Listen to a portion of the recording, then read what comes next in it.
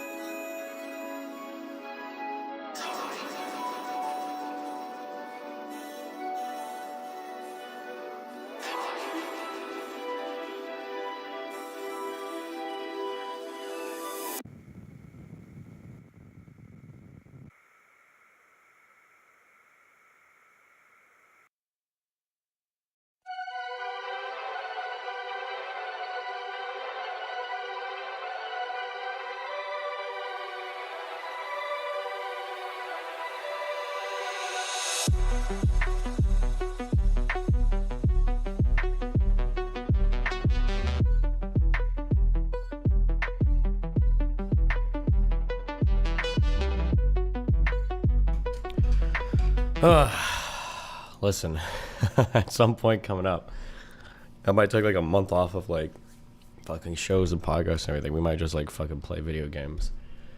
I think my like psychological battery is getting like pushed.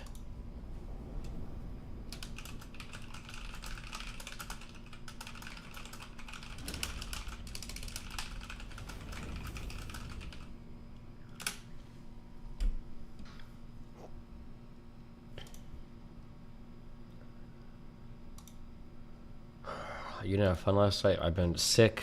There's just been an ungodly amount of like personal stupid drama over the past like 3 days. I had to do like a 6-hour talk yesterday managing that. And then just everything is so much.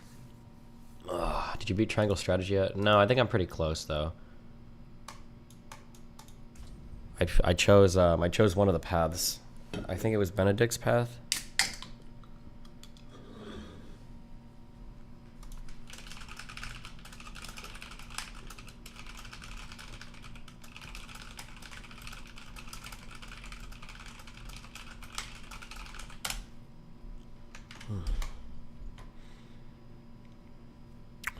Is it Farha?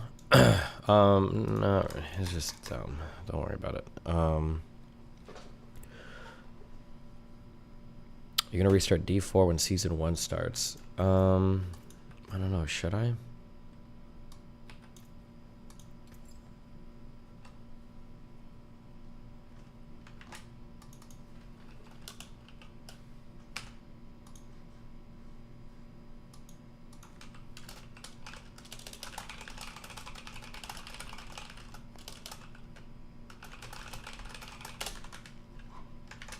You can't do any seasonal content if you don't. Is that true?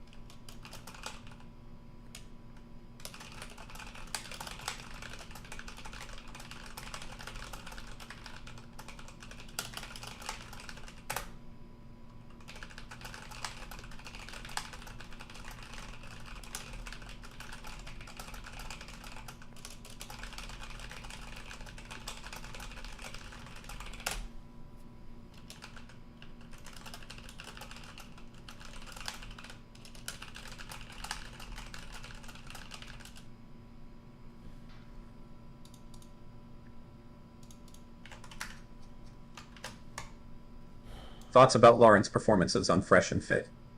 More team-up content with the two of you possible in the future.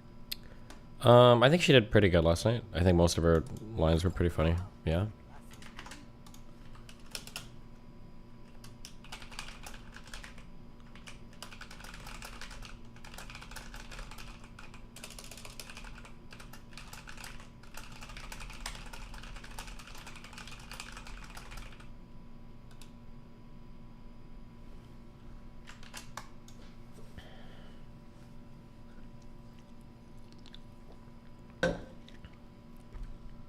She chewed up Zerka like a piece of gum, bro. Yeah, Zerka was too much last night. I think we're hitting that part of the Zerka cycle where people are getting... he's a little much. I think even Myron was feeling it yesterday. He was a little much. Fuck, I was in such a shitty mood yesterday. I think... I'm trying to figure out because, like, I wanted to fight on, like, every single point. But I feel like I hadn't been on a show before where I heard so many retardedly dog shit arguments as I've ever heard that night. And it was just like, normally I could try and find a thing to like vibe off of, like, yeah, this is true, like, yeah, blah blah blah, but every single thing was just like so fucking stupid. And I'm like, bro, the thing about, like, and not only is it like dumb, but like the thing, it's like, just like, it's anecdotally we know that it's wrong, empirically we know that it's wrong, common sense we know that it's wrong. Like, the whole, like, rich people do it to have more kids. No, they don't, motherfucker. Rich people don't ever have more kids. Have you seen the movie Idiocracy?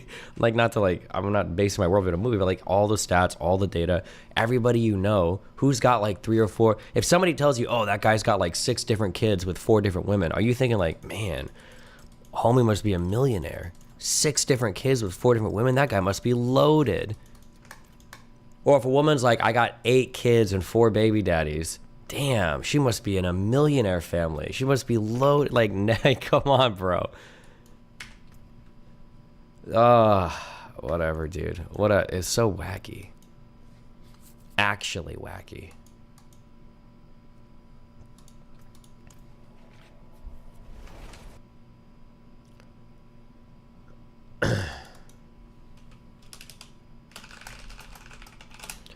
Thought about having a stream with them where you both bring stats to. I don't know. As far as going to the gym, or does she only do it one time? We did it one time. I don't know how to train actually somebody that doesn't know how to use any of their body. I just realized that. Even when I was starting out, I didn't know much, but I could still follow like basic cues. But like, you said poor people have more kids, which is empirically true, and that simple yet obvious observation made Myron enter a reboot loop. Why do you respect his intelligence, Lamau? Like, how do you tell somebody to, like, push with their chest? Like, I actually have no idea. I'm like, do you squeeze this? But how do you tell somebody to squeeze a muscle? I have no idea. I truly don't know. Or to tell somebody to, like, pull with their lat. I'm like, squeeze your back. Or telling somebody how to, like, because one of the things I did that day, too, was, like, overhead press. Like, how do you tell somebody to, like if you try to press with your shoulder, is it externally rotated or internally rotated? I don't know which word. If you try to press with your shoulder like this, you can't actually do it.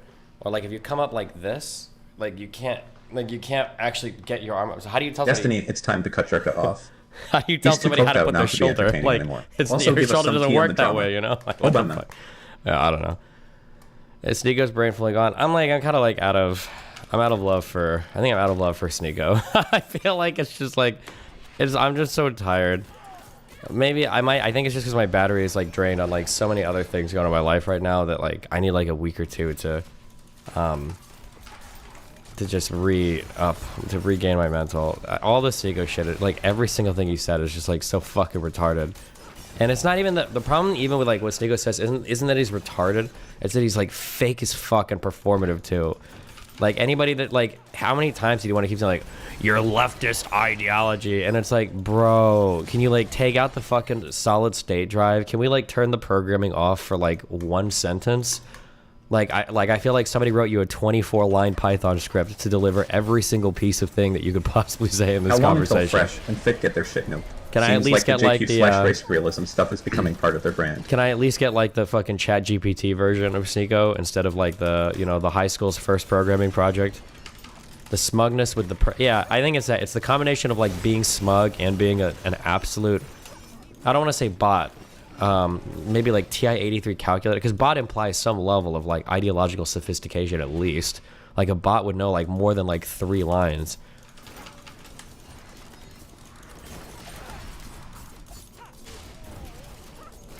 Like how and like how am I in a conversation where some dude is making fun of me for wanting context? Like, like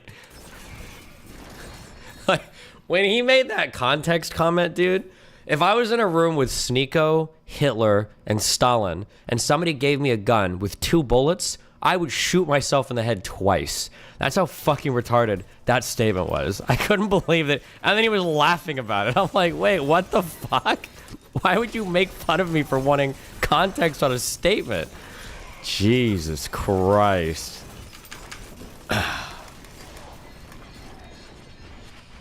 I don't know, man. I just need to... It's sad knowing his videos used to be really insightful. It's so funny the girl said that in your 20s, you changed a lot. Sneeko said in his 20s he doesn't, yeah. He's a hot guy, Hassan with girls that make him dumb. Sneeko called Lauren woke far left and called you a socialist despite knowing you personally. Yeah, he's just like, it's like buzzwords, yeah. Yeah, calling Lauren, who's a literal fucking magatard, fucking woke. Have you lost your voice? Yeah, I'm still sick a little bit.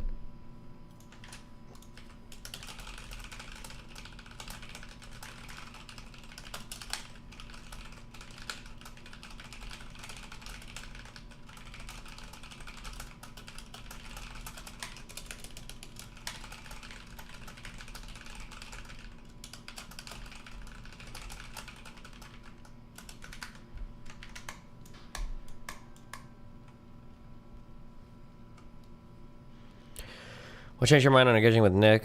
If there's like a big other platform, I mean, obviously I would do it, right? When I say like I don't want to engage with Nick, what I mean is like I don't want to go on like a small show and just like give him my whole audience. But obviously if he's going on like other big shows, like I'd probably do that. Like if I got like, if like Stefan Molyneux wanted to debate me, I'd probably say like, bro, no, I don't think so. But if like Joe Rogan was like, we're gonna have Stefan Molyneux on, do you want to come and debate him? I'd be like, yeah, of course. But the part where he's talking about Islam and polygamy, but also said he hated relationships.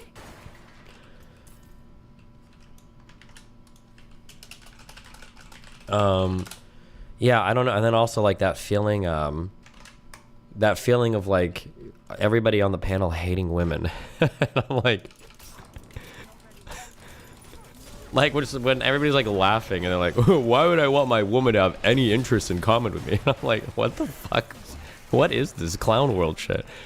I was joking that like I should like, maybe I should have an episode where I just start like bringing like clown makeup and like slowly throughout the podcast, maybe I'll just start like putting it on, you know, as I don't know, dude. Okay, so is Zerka a character or genuine? He's like a character, but he's too much. He's like always in like full maximum meme mode.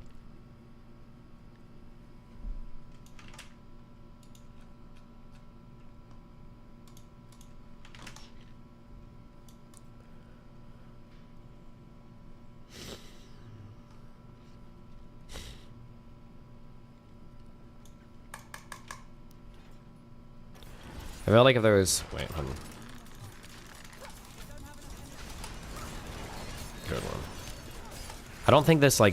Oh, shit. I don't think this barrier spell, where, like, if I hit an elite and I get a barrier, I don't think that's, like... I love how smug Sneeko is with thinking he's a virtuous Muslim, when he has literally said he is converting for the multiple wives.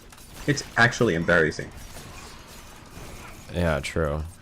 I don't think this barrier spell is, like, part of my final build, but I like it a lot when I'm hitting elites. You should have reminded everyone on the panel that Nick is a virgin. I think I said that once. Back and forth with you and Nick was like Anakin and Obi-Wan. Yeah. I feel bad for Nick being stuck on that show. I can't imagine what the fuck he was thinking the whole time. Like, this is the largest platform I have access to, so I have to sit here and suffer through this whole fucking podcast. Jesus.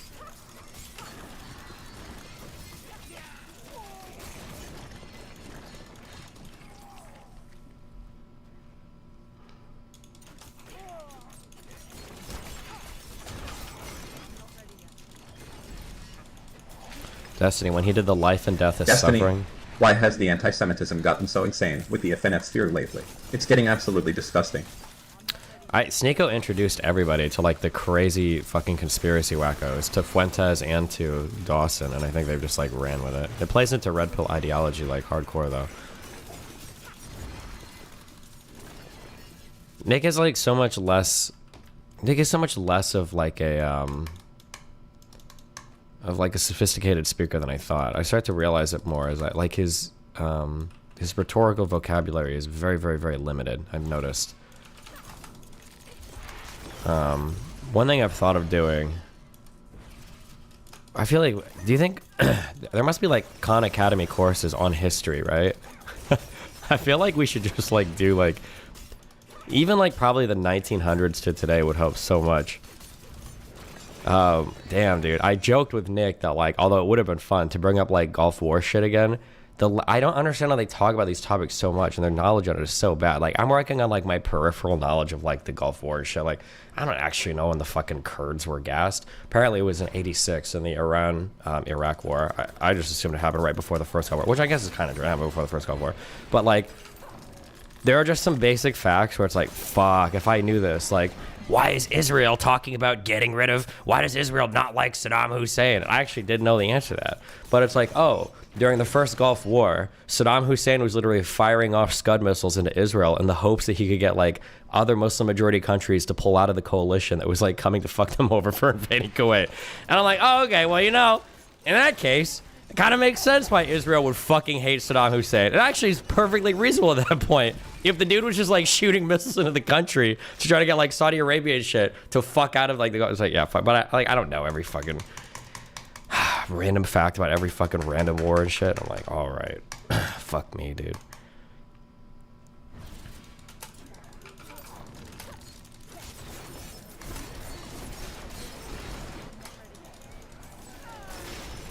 Saddam Hussein, crazy. Did you see what he did to those swamp people?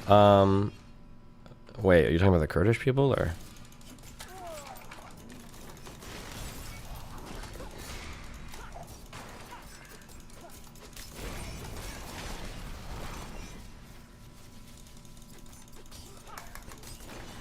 You back on MDD anytime soon, buddy? Maybe, we'll see. Man, I don't know why you go on those shows when they read bad faith. You could tell you could tell they were losing arguments and they're just calling you a cuck or whatever. Maybe. I mean, like, it's okay going back and forth. I don't know. I'm probably, like I said, I probably hit my battery on that for a while. They probably hit their battery on me as well, too. I think Myron was probably getting a little bit irritated by the end. Because I'm like, I am fighting on, like, every point. Again, I don't normally, when I go on those shows, I don't really go to fun every point, but I felt like every single thing I was hearing was just, every single thing was so impossibly stupid. I couldn't abide anything. There wasn't a single thing that I could, like, vibe off of or joke off of because everything was so ridiculously dumb. I'm like, bro, none of what we're saying right now makes sense. All of it is, like, it's not even valid anymore. All of it is, like, internally contradictory. Yeah, I don't know, dude. Jesus.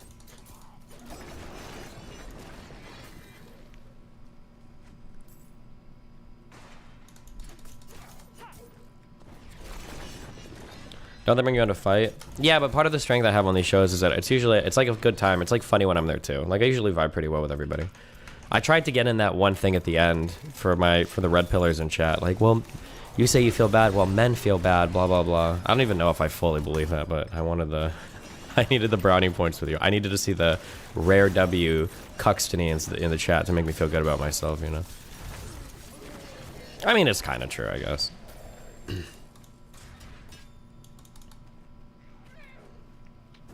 Pretty cool. Myron has your back and defends you all the time. I mean, Myron is just like a respectful person, right? Like as long as you don't like backstab him, he's never gonna backstab. That's why I'll never shit talk Myron's personal relationships or anything. Yeah, but he's like that with everybody. That's why he's not comfortable with like. I will say, it was so funny, bro. You could do like a whole stream like analyzing Sneeko's reactions because like Sneeko wants to agree with Zerka when Zerka is attacking Tate because Tate has abandoned the red pill, but Myron doesn't want Zerka to attack Tate because the Tates haven't been mean to Myron or Fresh and Fit, so he wants to be respectful of them. But when Zerka is attacking Tate, Sneeko's kind of on board with it, but then when Zerka starts calling them goat fuckers, Sneeko gets super upset and says, you were Muslim 3 months ago, because he's still like Muslim and Zerka hates, and it's just like watching like everybody's heads like pinging back and forth. It's like, what is even happening right now? Jesus.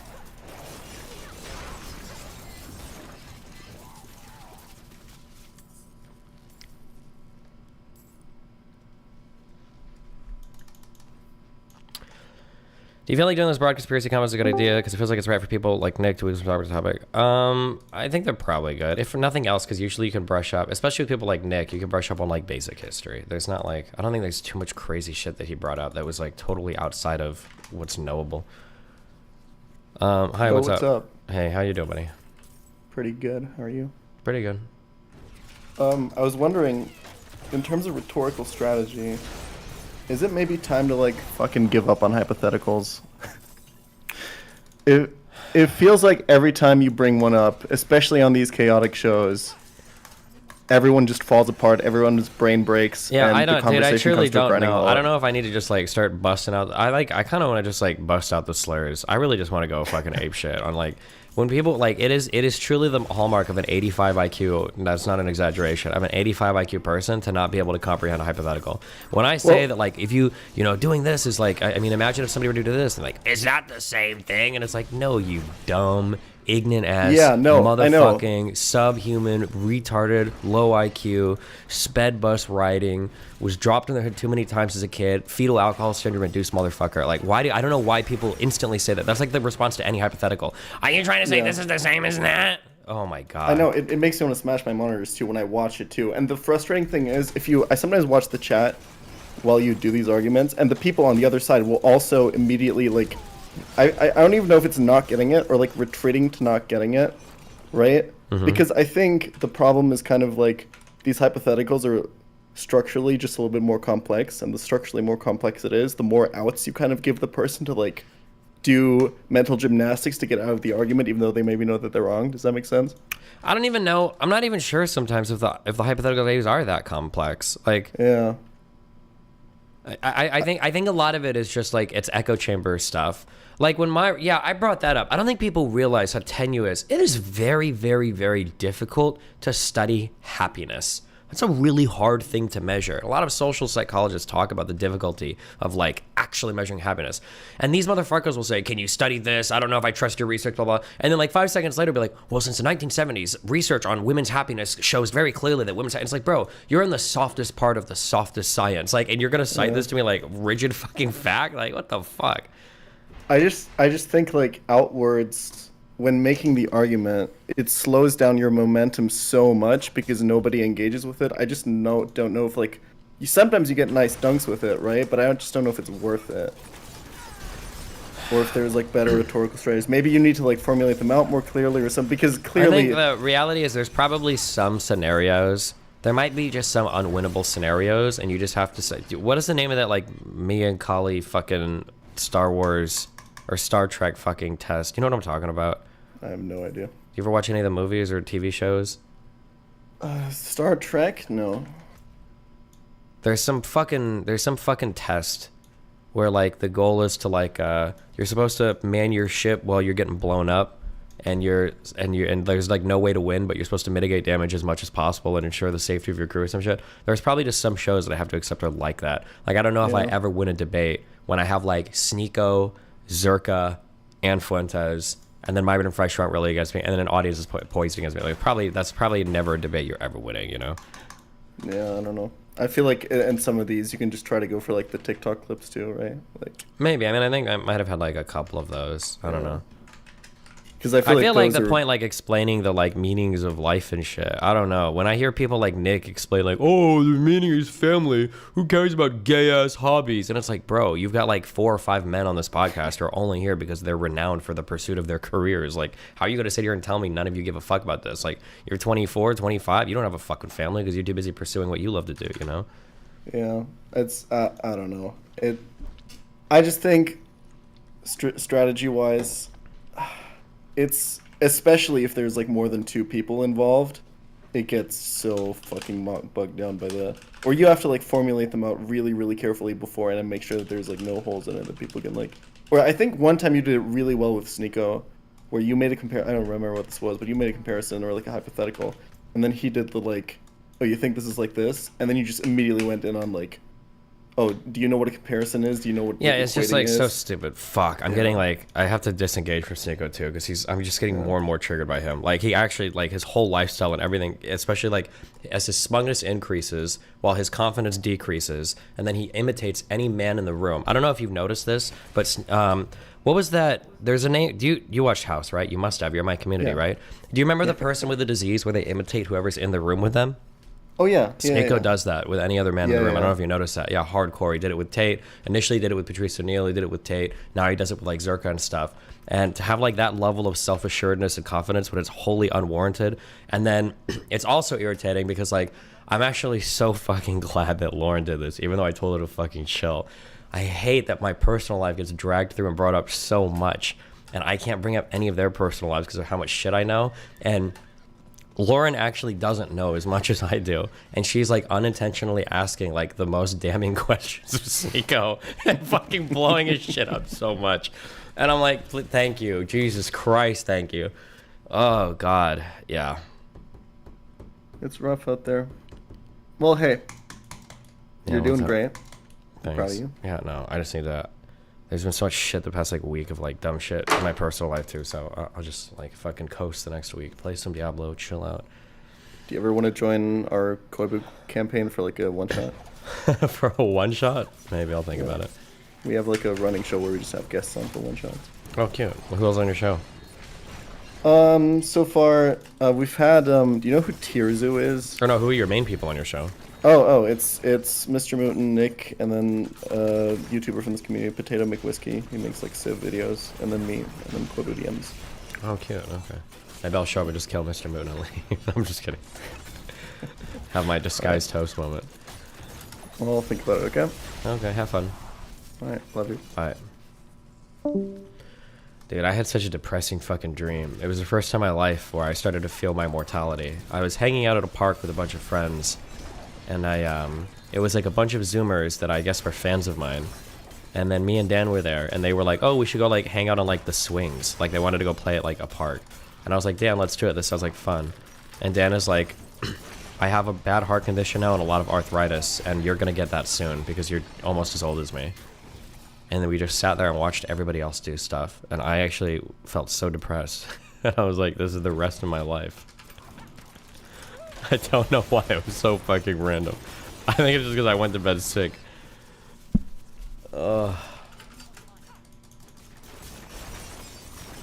When you guys like grinded to 100, did you guys max out all of your like Paragon, like all of your renown shit too? Or am I like wasting my time doing this shit?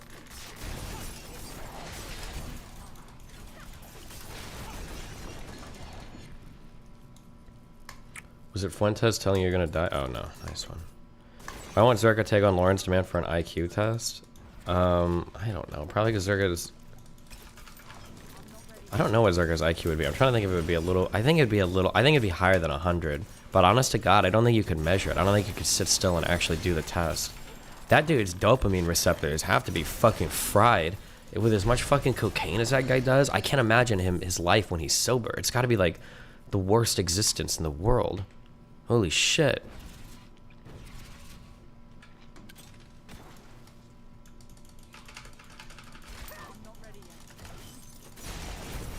Destiny, you don't keep your renown from season to season, only your Lilith statues? Wait, so I'm gonna lose all my extra Paragon points and everything, or?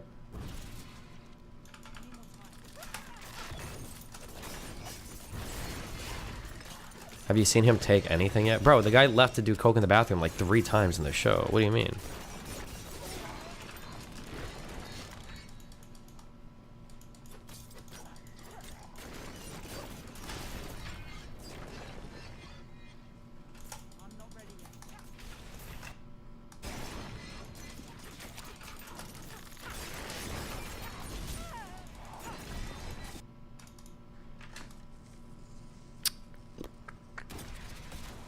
Good one.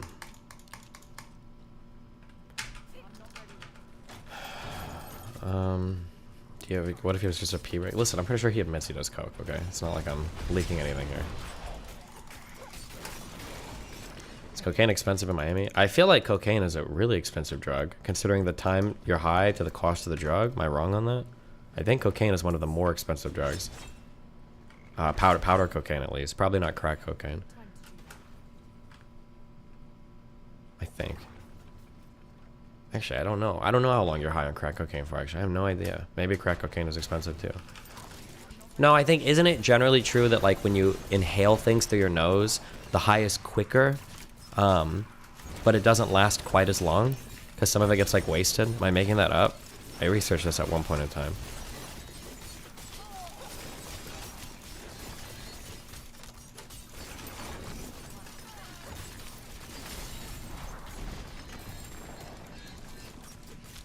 Were you tempted to try some of Zerka's while I'm sick? No. I'm also trying to, like, chill my brain. I feel like in the past, like, 6 months, I feel like, done too many drugs. I'm trying to chill, okay?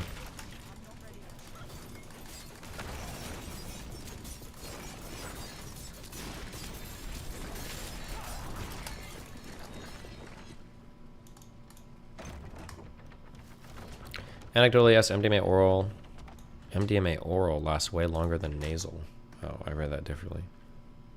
I think that's generally true. I think if you snort drugs, I don't think it all converts as well. You get high faster, but I don't think the high is as long, I think.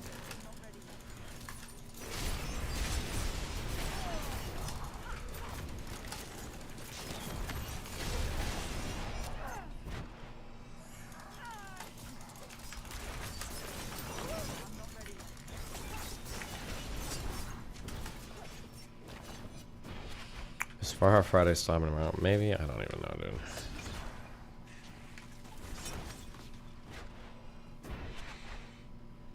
Do coke through your eyes is the fastest way?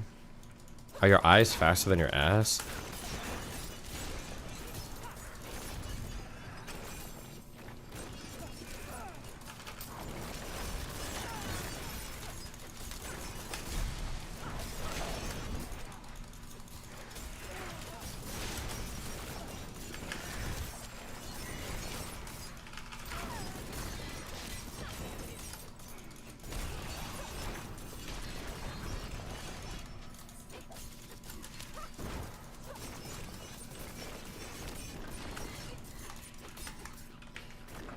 I don't care about you guys. Have you ever done a butt chug? Nope.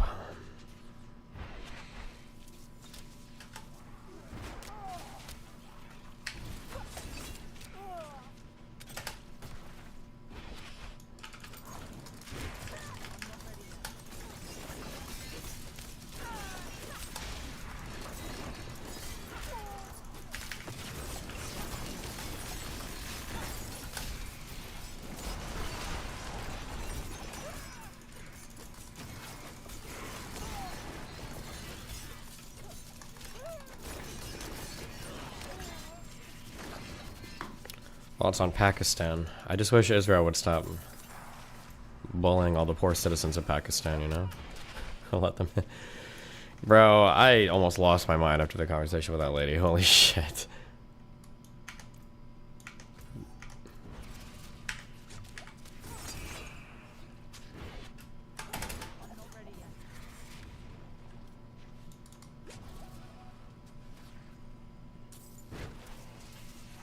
What did you even find her?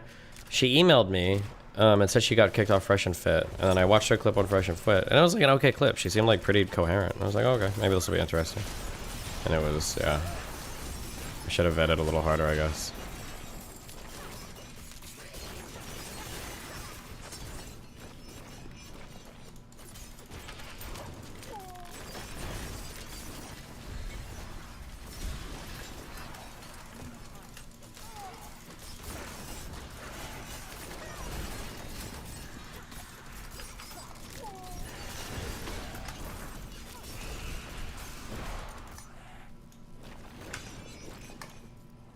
Some else blog where you went shooting with your parents, and I realized you haven't really talked about your dad besides the MLM shit. He looks like a nice guy, but what is your relationship with him like? I'm very separate from all my family. I'm very, very, very, very, very different from them. If you saw me and my family, they all fit really well together, and I look like I'm an adopted child. I'm just like, yeah.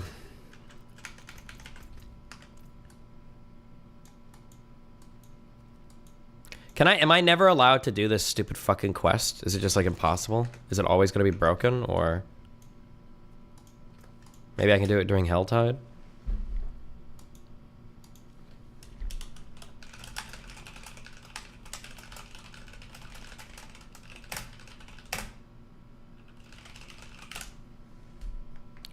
Will you ever do another debate with a technologist on more neutral ground? I don't think so. You seem to speak fondly of your mom, at least. I mean, my parents are good people. Like, even if everything growing up wasn't the best, they tried their best. Like, they always tried their best. Like, regardless of anything from my upbringing, I never have to think, like, do my mom and dad, like, hate me or some shit, right? They're good people. They try their best. I give them props. Does Sneako's girlfriend actually hate Jews or just attention-seeking behavior? Listen, I'm not speaking on any of his personal shit, okay? Devin, the marketer, calls himself a technologist. I'm not joking. I'll find the quote.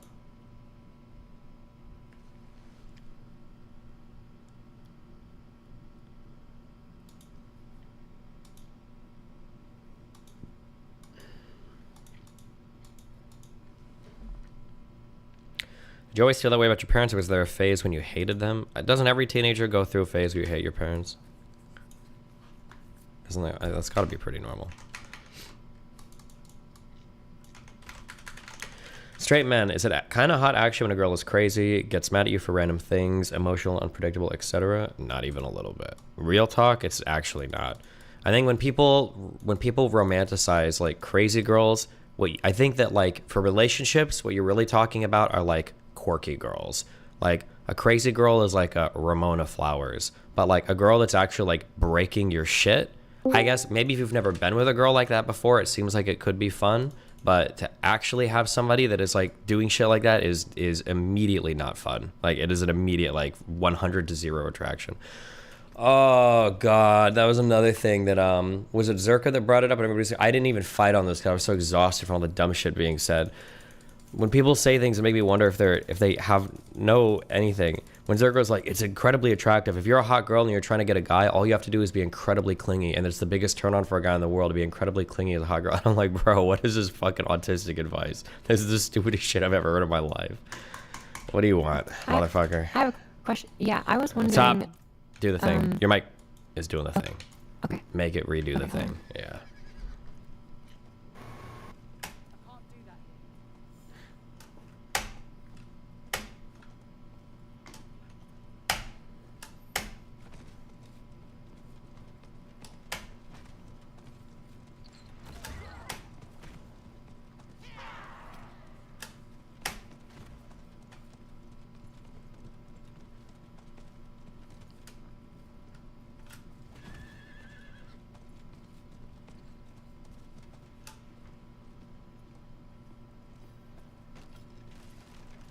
Okay, are we good now?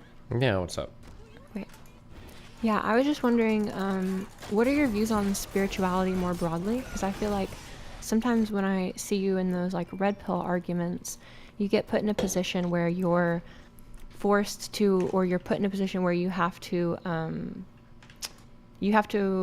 basically make an argument to the audience about, or I guess they're trying to compel like, oh, there's nothing greater in this universe than God and, you know, our purpose here that we were instilled with from our divine. Hold on, am I on a, and, is this a, wait, did I just get a question or is this, I have no idea what the fuck you just said. Wait, try that again.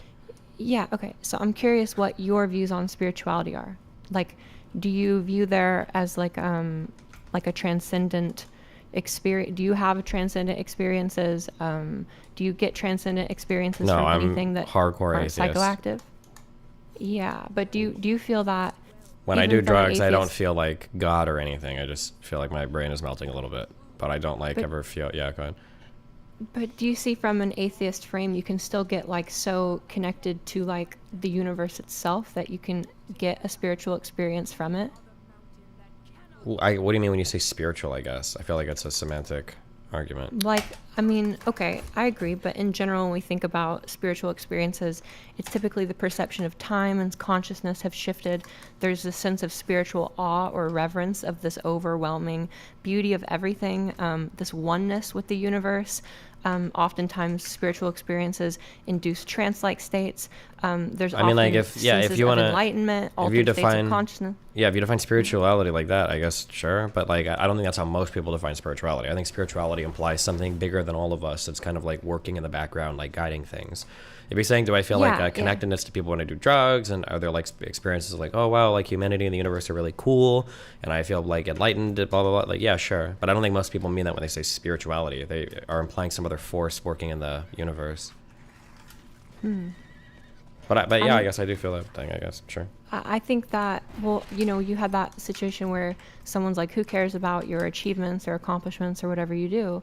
And I think you had a pretty good argument, like grounding that, like appealing to the people who are hosting the show and everything about how they feel about their work and stuff. But I feel that there's a stronger argument that can be made about like being more connected to your community, being more connected to the people that you care about. And you know, you don't have to have like, a prescribed like religious framework to do that. I think the generalization of spiritual experience outside of religious experience is a really powerful tool, because I think that when people are arguing from that religious perspective, they have this like automatic win because they can just appeal to the audience that they can give you more purpose, they can give you more meaning in their life.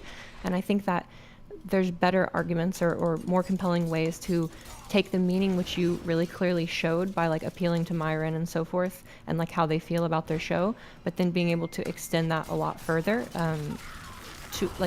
to a more like transcendent state, which is ultimately what I think most people experience. Yeah, I mean, you religion and could, but spiritual like the process reality from. is, I don't think most people would think about this shit. I don't think Nick has ever thought about this shit.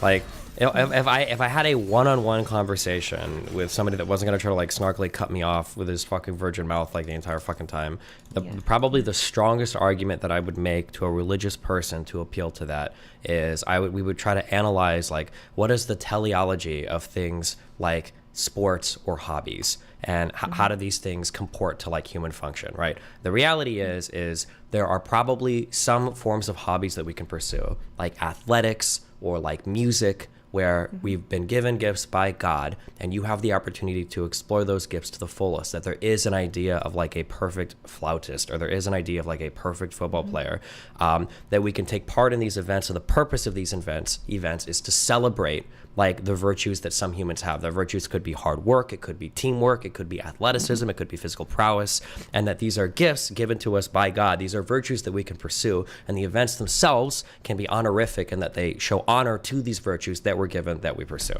Right? So you can argue that hobbies or pursuing some of these things to the fullest is in actuality, like in some ways, it's a celebration of like the gifts that God have given you, and et cetera, et cetera. Like if you want to do that, you can, but there's no fucking way I'm even going to begin to lay out that fucking argument on that god-awful fucking podcast. Yeah. Also, your mic is about to do the thing again. All right, I'm gonna hop out here. I gotta work. Take care. I was just wondering about that. Okay. All right. Thanks. Yeah, no problem. Be careful.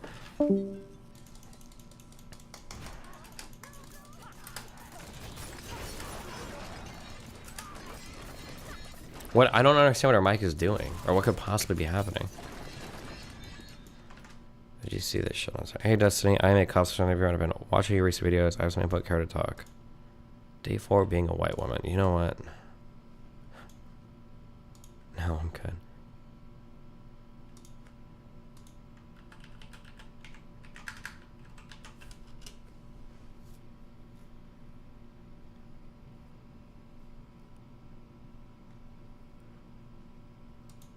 Wait, what?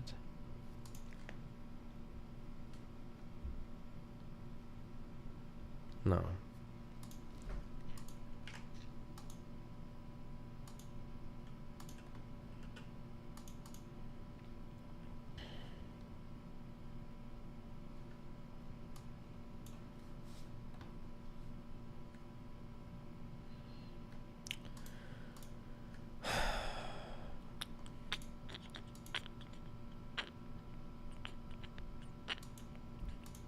Uh-oh. Wait, what is this? Hold on.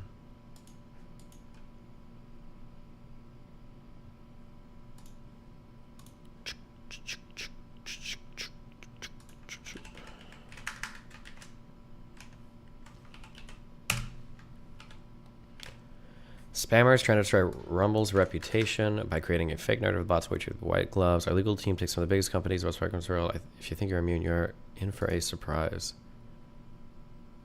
Ratio, kick, better, fumble. Specifically targeting Rumble's reputation. Bots. Bots.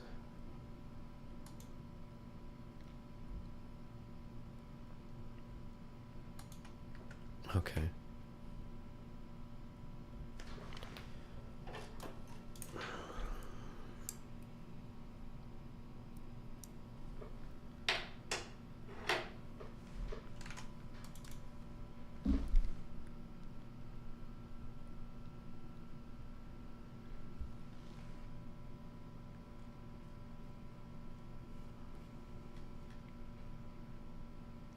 What?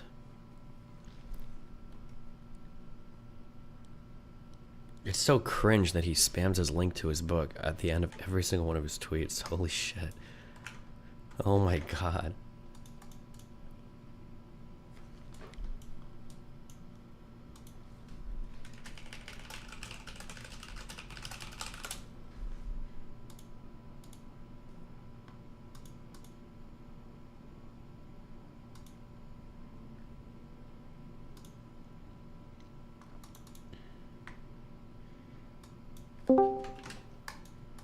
Fucking hate this bot lane. Oh. Hello? Oh, hey, what's up? Sorry, I'm in a ranked game. I was fucking raging. Yeah? What do you play? Oh, hold on, wait. I know what you play. Hold on. It's a 50-50 right now. You are a, probably jungle? I am jungle. God damn it. Okay, I got you.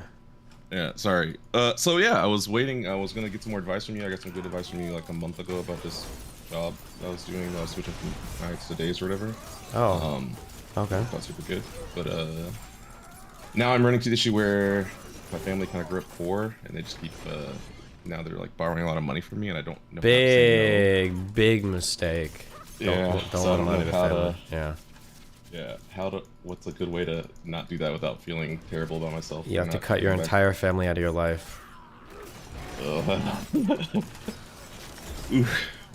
That's it, really? Just cut them out? So, I've had a couple friends that have issues with this, and I'm gonna walk you through like what seems to happen. And if you can find another rich person that can give you different advice, then listen to them, okay? But this is unfortunately what seems to be the case. At some point, what you have to do is you have to start setting boundaries with your family, saying that you're not going to lend them money anymore. But for them, it's going to be very difficult for them to accept that because they want the money and they know you have it. So they're going to start to get resentful and upset about you not lending them money. You can try to make up some excuses about, like, well, I've got to pay taxes, I've got this bill, I'd low liquidity at the moment, whatever the fuck. They'll accept that maybe once or twice, but after a while, they're going to get resentful and they're going to want more money from you. You're going to say no, that resentment's going to grow, and eventually there's going to be a divide where they're going to stop talking to you because they're going to constantly bring it up and hound you over it. You're not going to want to talk to them about it. They're going to get shitty over it. And then it seems like the relationship breaks apart. If there's like a way to avoid that and somebody else has figured it out, it'd be great. But I feel like I have a lot of friends that became like reasonably wealthy, and this is like a big issue that they deal with the rest of their family. That basically the rest of their family starts to feel like entitled to their money, and that yeah. To be clear, this isn't my family. Sorry, I don't want to give the impression that my family does this, but I've had other people who have friends to do this. Yeah. Yeah, I mean, I'm not like rich. I mean, I make more than like most people, but like I make enough now to like help them out a little bit, but it's just like steadily increasing. Yeah. Customer service thing I learned. Wait, what do you do for work? Pharmaceuticals. Okay, you have no idea about this then. But like for service, I worked since high school, like sure. Okay. customer service. On a shitty service job, if you're dealing with a customer and you do something nice for a customer, there is no such thing as doing anything nice for a customer. What you're actually doing is you're raising the expectation on the next encounter. So if you give a customer a free cheesecake, they're not going to see that as a free cheesecake. In their mind, they're thinking they're entitled to free cheesecakes every single time they come back. And that's what's going to happen. For a family, if you lend them some money, they're not going to see it as like a one-time thing that was a gift. They're going to see it as you extending them a line of credit that they can continually borrow upon and hopefully raise the limits of later on in the relationship. And it sucks, but like it seems like that's how most people seem to function. Yeah, I've been trying to like do this like self-improvement thing, like try and live outside of my shell, and like, you know, that's why I did this new job. It's harder, but whatever. But like, isn't there something to be said about giving back? Like I was raised by a single mom. Like, I mean, you it's can just give back me, a her, and little my bit. brother, Just like be aware that like you're giving gifts and that's it. Don't ever loan money to family with the expectation of getting it back. Like, oh yeah, I don't get it back ever. But Destiny has so little real life experience. Whenever he talks like this, it kills me. Last stand in YouTube chat. What did I just say that wasn't right? I don't even think I've said anything controversial. These are all basic takes about loaning family members money and about becoming wealthy and family members wanting to borrow from you. But please let me know what I'm so unbelievably off on right now. Like, I don't even think I've said anything controversial at this point. Sorry, go ahead. How do you feel the need to? Why do you think you feel the need to like defend yourself against these like people who clearly don't know anything about you? Well, if I don't say anything, then the sentiment will grow. I've got to strike it down in the womb. Okay. I guess. So basically, just cut my family off. There's a small universal chance that I might ruin my relationships with them, or they might stay. But I mean, like, case, cutting them off is harsh, but I'm saying you can have like a frank conversation with them, but like the people that would borrow money like this and be kind of like inconsiderate are probably not the type of people to respond well to a mature conversation about you setting financial boundaries. So just be ready for that to happen. But I mean, realistically, that's all you can do, or you'll just be a bitch for them forever, where they'll just keep asking you for money. Okay. Another hypothetical situation. If I may intrude. Go for it, yeah. So say there is someone who is doing a relationship with their supervisor, but the supervisor initiated it. Is this something that they should not do? Purely hypothetical. I mean, who the fuck? Are you asking me from like a professional point of view, personal point of view, or what? Both, I guess. Because I mean, professionally, shouldn't the subordinate be protected, right? If there's some kind of like malfeasance, if something comes up. I mean, talk to report it to HR and document it if you need to, right? Yeah. I don't know what the procedure is for dating subordinates or superiors. Like, you might need to go and declare it. Yeah. Yeah, I mean, it depends on the policy. You know, not me. What? Not me, just hypothetically. Sure, hypothetically, yeah. Okay, yeah, I mean, cool. that's all you can do, right? Yeah. Going forward, should we even keep our tier 5s? DGG is dying, slowly bleeding out. What do we do? I don't know, man. Movie chats are going as strong as ever, okay? DGG is vibrant and thriving. All right. Love you, buddy. Thanks. Be careful, babe.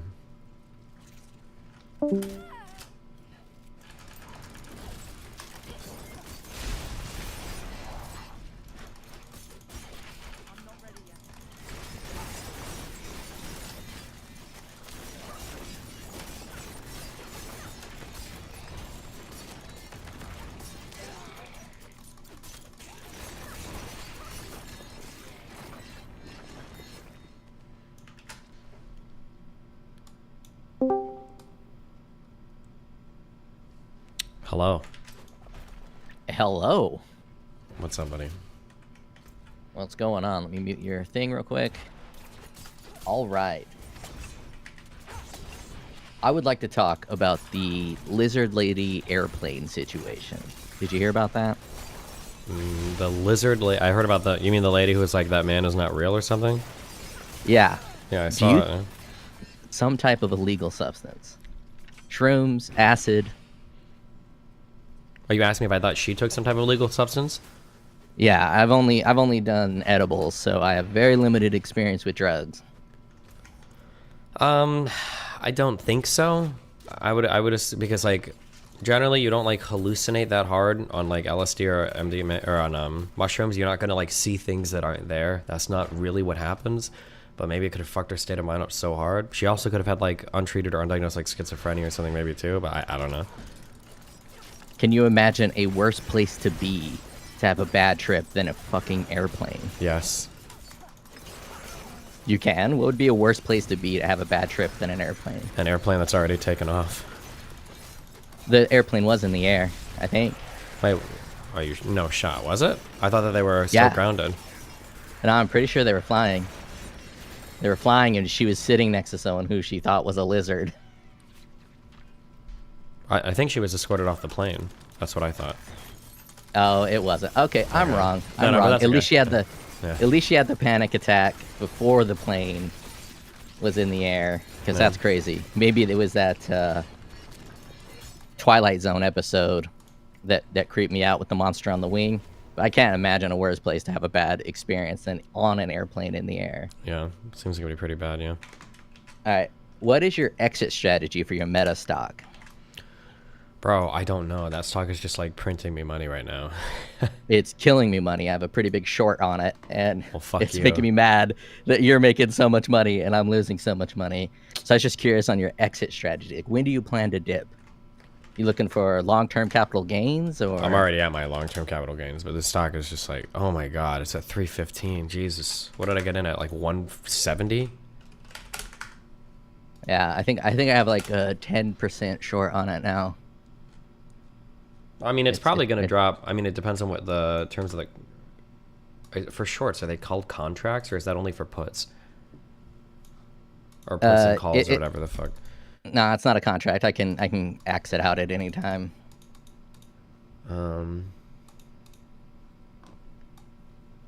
Hold on, I'm curious what I bought at.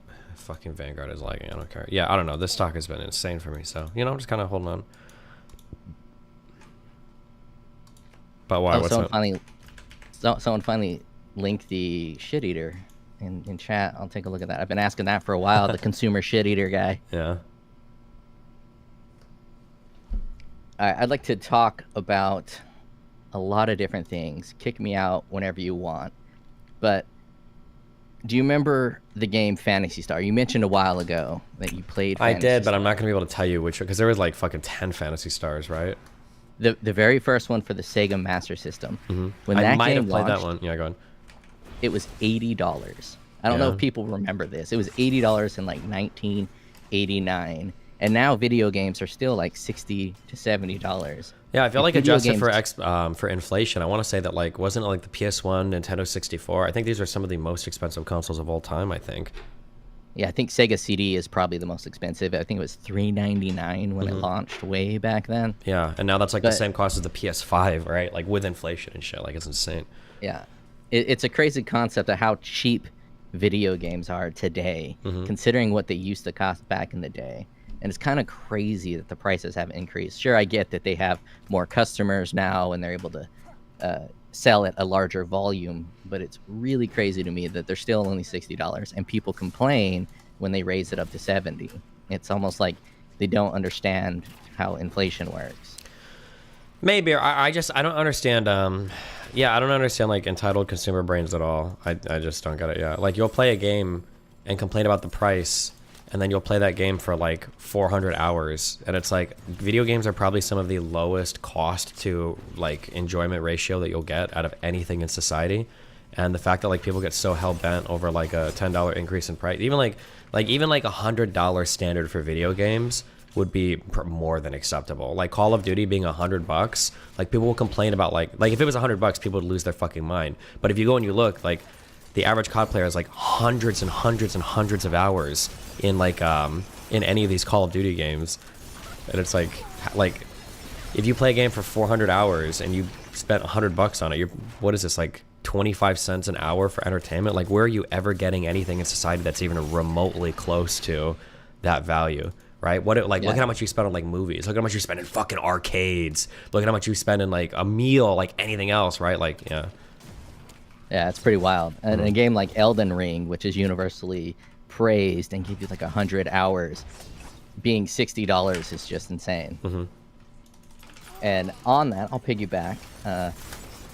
People have been talking about crime. I think it was Anna Kasparian on Tim Pool's channel talking about crime rates, and they were saying things like lead in the gas caused a increase in crime, and when they got rid of lead in the gas, it caused a decrease in crime. But I have a completely different theory. Video games started to become mainstream right in the 90s, and almost all crime is committed by males between the age of 15 and like 25. Instead of going out and committing crime, I think all those males just started playing video games. I think video that could be games the have- case, except I'm pretty sure video games are like disproportionately for like more middle class people, no, who aren't probably the crime committers. I don't think so. My family was extremely poor, and we would all pool our resources together. Well, I guess I lived in like a small Mormon community, so I had tons of cousins all around, but we would all pool our money together. So my family would buy Sega, another family would buy Nintendo, and we would just constantly play video games. And also they would go over to their friends' house that have video games. So instead of like joining a gang and doing all this criminal shit, they would just go to people's houses and play video games. Yeah, I do remember that. Even in the poors of like the place we used to go to this summer, like there was like one kid with an apartment that had like a Nintendo 64, and like everybody would go to his house. Oh yeah. The only thing that would suck is like sharing the controller and shit, or like having to like give it up after GoldenEye tournaments all night. I personally think that video games played a huge role in the reduction in crime, because when you look at all the different statistics, video games seem to be a very good starting point because it correlates perfectly. And you can look at things like Australia when they banned guns. It was around the same time that video games started to become popular. Their crime rate declined at pretty much the exact same rate as America's crime rate that didn't ban guns. And the crime rate universally declined in the 90s everywhere where video games were prevalent. In places like Africa that didn't have access to video games, their crime rates didn't see the same level of decline. So if it was lead in the gasoline, Africa's crime rates would have declined at the exact same rates unless they were still using leaded gasoline, but I don't think they were. Well, you should go publish some research on this. Maybe you can be the next big crime solver, you know? Yeah, unfortunately, there's no data for me to have on that. Okay, you had that conversation with those religious people. Well, not religious. Those anti or pro-choice people. True. And whenever I talk to pro-choice people, it seems like they're only pro-choice because they're religious. They You have mean to be pro-life, pro-choice. right? Yeah, sorry, I'm saying the wrong word here. You're good. Pro-life. I think they only are pro-life because they're religious. So they're automatically pro-life, so they have to justify them being pro-life because the religion says they have to be pro-life. Have you ever met an atheist that is pro-life or a religious person that is pro-choice? I mean, not generally. These are pretty grouped together. I used to be a pro-life atheist, I guess, but generally speaking, no, these like kind of run together, right? But weren't you, you said you were pro-life atheist, but weren't you religious, and then you learned and you became not religious, and then you continue to learn, and then you became pro-choice? Yeah, but my pro-life arguments were very much not religious arguments. It was just like defining the start of like a human. But in general, what you're saying is right. Yeah. I was just asking you because you have a much larger sample size of people you can talk to than myself, and I've never come across anyone who is pro-life and atheist, or atheist and pro-choice. Maybe. It's probably going to depend on the, Right. the strength of their religious convictions too, because there's a lot of like quote-unquote Christians that like aren't super practicing that would probably be more likely to be pro-choice, right? Yeah. Okay, last time we talked... Well, first off, I want to say congratulations on the kit contract. That's awesome. I also think you did very well in Fresh and Fit for that environment, because people like Nick Fuentes are only dangerous when they don't have someone next to them to point out how stupid they are. For the me, I think first debate somebody- or the second debate? Both, actually. The second one was out of control because of Zerka, but even so, like, just pointing out that Nick Fuentes is basically saying nothing, or he's saying like a 90% truth and then tacking on a 10% bullshit at the end. Sure. I think the first one was like 50-50, but I think the issue is that because the subject matter is like pretty important, 50-50 doesn't feel very satisfying. The second one I think went better, but we didn't really debate much serious stuff because it was like the relationship podcast. Yeah. But even so, people like Nick Fuentes are only dangerous when they're siloed into their own little community. And even so, the people that are in that community typically have no power. Most of the world is governed by a very small percentage of people. True. We know what kind of people too, right? That is not what I'm saying, but I think most humans on this planet are just here to live their life the best they can until they die and not actually make an impact on the world. The people that make impact on the world are very few and far between. And for Nick Fuentes to be someone to make a large impact on the world is pretty rare, and I think the only way that would ever happen is if he was banned from all platforms and was able to build a massive following underground and just silo himself off from all criticism because no one's willing to talk to him. And I don't think that relegating him to the dark zone is a good idea. And that Mr. Girl guy kept trying to tell you that just ignoring him and not talking to him was the right move. And I couldn't disagree with that line of thinking any more aggressively. So I appreciate the fact that you're willing to go on there and have these people attempt to ridicule you, which might work for some like less intelligent people, they think that you're taking an L, when really it just makes them look stupid to people with a little bit more world experience. So you could sit there and almost say nothing, and it just makes him look bad because of just how stupid he is. Not stupid, he's intelligent in the way he can manipulate, but just his manipulation tactics. Yeah, maybe. I mean, it helps a little bit, yeah. Yeah. And if you're up for it, the last time we talked a little bit about the vaccine, and I went through and I re-listened to a thing, and I did a terrible job with my analogies. So what I would like to do is give you the reasons that I feel the FDA has a little bit of institutional rot, and that's like the main reason my vaccine hesitancy for only COVID is there, if you're up for that line of conversation. If you want to, yeah, sure. All right. So I think the FDA is probably one of the most important regulatory bodies in the United States. Like I had a kidney transplant, and all the medications I took for this transplant were all created before 1992. And 1992 is when they started taking those fees. I forgot the act, but in 1992 they passed the act which allow FDA to take fees from the pharmaceutical industry. And a century before that, they never took a single fee, and the FDA just kind of worked. So I'd like to give a bunch of these examples of why I'm a little bit hesitant on these large institutions nowadays, and get like a rating of the perception of corruption and the actuality. So starting with the 1992, when they started to take fees, I think the perception of corruption in that is probably a little higher than the reality. So the perception that them taking fees from the pharmaceutical industry, and now I think around 40 to 50% of their entire income, their entire revenue is from those fees. I think the perception is probably like a 5 out of 10 on the corruption scale, but the reality is probably only like maybe a 1. And I think it just looks bad. And the concept of perception is reality is kind of important for regulatory bodies. So what do you think in terms of perception versus reality on the fee structures? It might look bad, but honestly, I don't know if I've ever heard anybody bring this up, like, ever. So I don't know how strong the public perception of this necessarily is. Oh, that's a great point. Most people probably don't look into that. All right, so we can go to the next one. The opioid crisis. Do you think the FDA should have stepped in and banned a lot of these pharmaceutical opioids before they gripped a lot of these smaller communities in like West Virginia and stuff and started killing a bunch of people?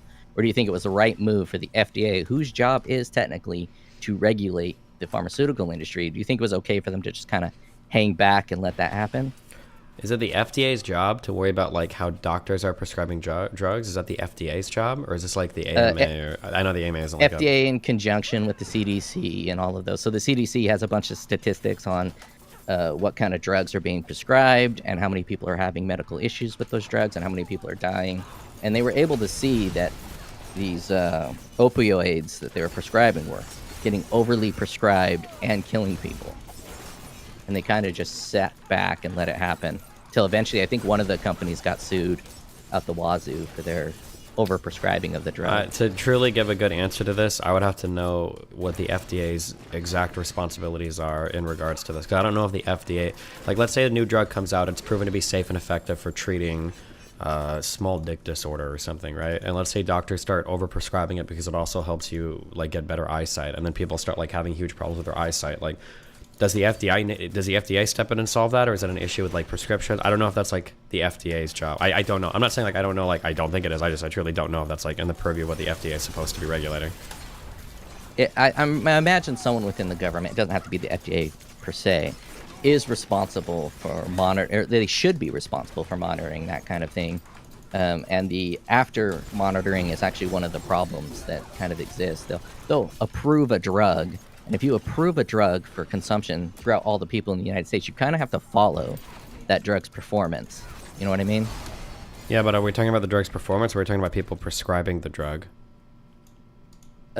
Both, because if you're prescribing the drug a lot and the overprescription of that drug is causing addiction and negative social outcomes, something probably ought to be done with that, especially if you're considering yourself to be a regulatory body. Is that normally what happens? Is that what the FDA normally does? Like, is there an example of this? I don't know the FDA's role in getting that Pfizer drug off the market that was killing a bunch of people, and they had that massive lawsuit. Well, that like broke all the killing records. people is different because like now the drug's not working, right? But like painkillers work really well, right? But the issue isn't whether the drug works or not. The issue is the overprescription and then the abuse of the drug, right? Yep. But I think here's the a question: addictive. what should the FDA be doing right now about stimulants? Because stimulants are very clearly being abused by a lot of people in the United States. But like they're approved for medical purposes and they work for what they're approved for. Like, should the FDA be stepping in to stop that? That's definitely part of the question, because right now America is definitely the most over-medicated country in the world, and one could say that the FDA's job is to monitor the situation of how medicated all of us are in the United States. Well, I mean, let's just check. I don't know if that's even true. Let's check. The FDA is responsible for protecting and promoting public health through the control and supervision of food safety, tobacco products, caffeine products, dietary supplements, prescription, over-the-counter pharmaceutical drugs, vaccines, biopharmaceuticals, blood transfusion. Blah, blah, blah. Okay, let's see. Does kind of sound like that's what they're responsible for. Well, does it? I don't know. Hold on. I'll just look up. I'll just see. Let's see. Regulatory programs. Medical countermeasures? Our products use biological pharmaceuticals can protect and retrieve the health effects of No, that's not it. Center for Drug Evaluation and Research uses different requirements for the three main drug product types: new drugs, generic drugs, and over-the-counter drugs. The drug is considered new if it's made from manufacturers of different excipients or inactive ingredients. It's used for a different purpose and emergency requirements apply to new molecular entities. Drugs are not based on existing medication.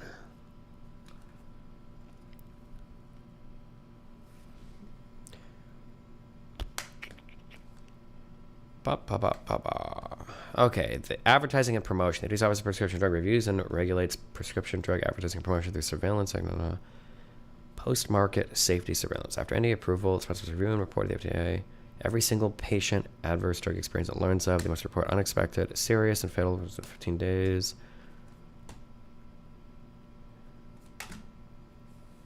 I feel like whatever the answer is here, it's just going to be like, we're going to be begging the question. So like, I don't know if the answer is that the FDA's job is to regulate like how the drug is impacting society, even beyond the safety of the drug, then I'm going to agree with you, obviously, that they should do that. But if that's not the FDA's job and there's another agency or something that's supposed to monitor it, then I'm going to say, well, it's not the FDA that's supposed to do it. But I just don't know the answer, I guess. Yeah.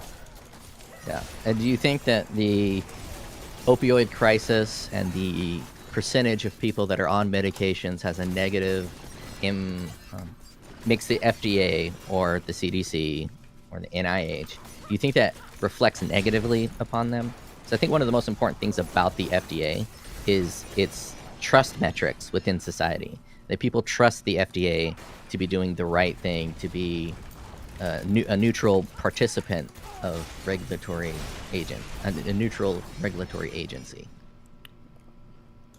I don't know. I feel like I heard a lot about like the opioid crisis and everything. I don't know if I've ever in the media, maybe it's happened, but I don't know if I've ever heard people blame the FDA on that. Maybe they haven't. I just missed that rhetorical line of thought, but yeah, they get a little bit. I feel like it's not the FDA that's catching heat for the opioid crisis, but I mean I could be wrong. I don't know. I feel like I haven't heard that talking point that much. I feel like they should be taking a little bit of heat, just because it's kind of their job to oversee the entire pharmaceutical industry in terms of what's happening within there. So let's go to the next one. Within the pharmaceutical industry, a lot of the directors and high-ranking members of the FDA move on to take high positions within pharmaceutical companies like Pfizer. So we've had literal directors of the FDA take consulting roles at pharmaceutical companies, and what a consulting role really is they're just paying you money to do nothing. So do you think that it should be allowed? Why would it just be paying you money to do nothing? So that's mostly what it is. When you're a consultant for a company or you're on the board of directors, you do a little bit more. You have a role in voting, but those are typically the two roles they get. They either get placed on the board of directors or they get a consulting fee. And the consulting fee is them to pay you a monthly stipend to essentially do nothing. It's kind of like when Yeah, but why? What I'm saying is, like, politicians- why would a company whose primary interest is profits? Why would a company give you? Why would a company waste money on consultants that don't do anything? What would be the purpose of that? a perfect line of questioning. The purpose of that, the perception of the purpose of that would be that Pfizer paid this person who was the director of the FDA, or gave him an agreement that when you're no longer at the FDA, we will give you a job if you approve XYZ drug. Yeah, but it's not usually on one person to approve or not approve a drug, right? Like, It may I not feel be like the on- whole regulatory and approval process is pretty open. Like the CDC, I think, like publishes research that they use or looks at published research they use to determine the efficacy of drugs. I don't think like one person getting a job or not getting a job is going to be likely to change the approval process. And it probably makes sense that like the people working in pharmaceuticals the most are going to be the people that are getting jobs in these industries. While that may be true in reality, what about perception? Amongst the Perception masses is of always peop- bad, but like, I mean, all I can do is like fight against perception. Like people get mad at this particular thing when it's related to pharmaceuticals. They call it the revolving door. But the reality is that like the revolving door exists everywhere, right? Like I've brought this up like a million times. Like coaches for football teams are not just like random people hired off the street that know football. Sometimes it's ex-players. Oftentimes it's people that worked in coaching staff, like athletic coordinators and shit like that. Like it's like there's a huge revolving door of like players and coaches and your entire coaching department and all of that. But I don't think there's like corruption there. It just makes sense that like the people that know the most are going to be revolving through these jobs, I would say. Yeah, you make perfect sense, and whether there is or is not corruption isn't exactly what I'm trying to Yeah, the talk about. perception, I guess, is bad in certain industries for sure. But I mean, like, I guess it's a job of people like me to try to fight against that perception. But I mean, like, Yeah. there's going to be some things where the perception is always bad. But I mean, like, what can you do, I guess, other than argue for it? Well, what you could do is ban directors from the FDA from taking positions at pharmaceutical companies after they've been a director at the FDA. Yeah, but what if them being directors in those other companies are things that overall serve the public interest? I don't know if I would... Holy shit, did I just have a big lag spike? I don't know if I would want to hurt all of us by doing that just to avoid some negative perception. But isn't that negative perception of the FDA hurting us even more? I don't I'd know. imagine- We'd have to show that somehow. But we don't... How bad would it be if, theoretically, so let's do the goody two-shoes thing, right? Let's assume everybody's like good and pure. Wouldn't you want people working at the FDA to be consultants later on to these pharmaceutical companies? Like, wouldn't you want them to help them? Like, hey, like if you want to get a drug approved, like these are the things you need to do. Like, don't waste your time on this because the FDA's like, wouldn't that theoretically be like a good thing?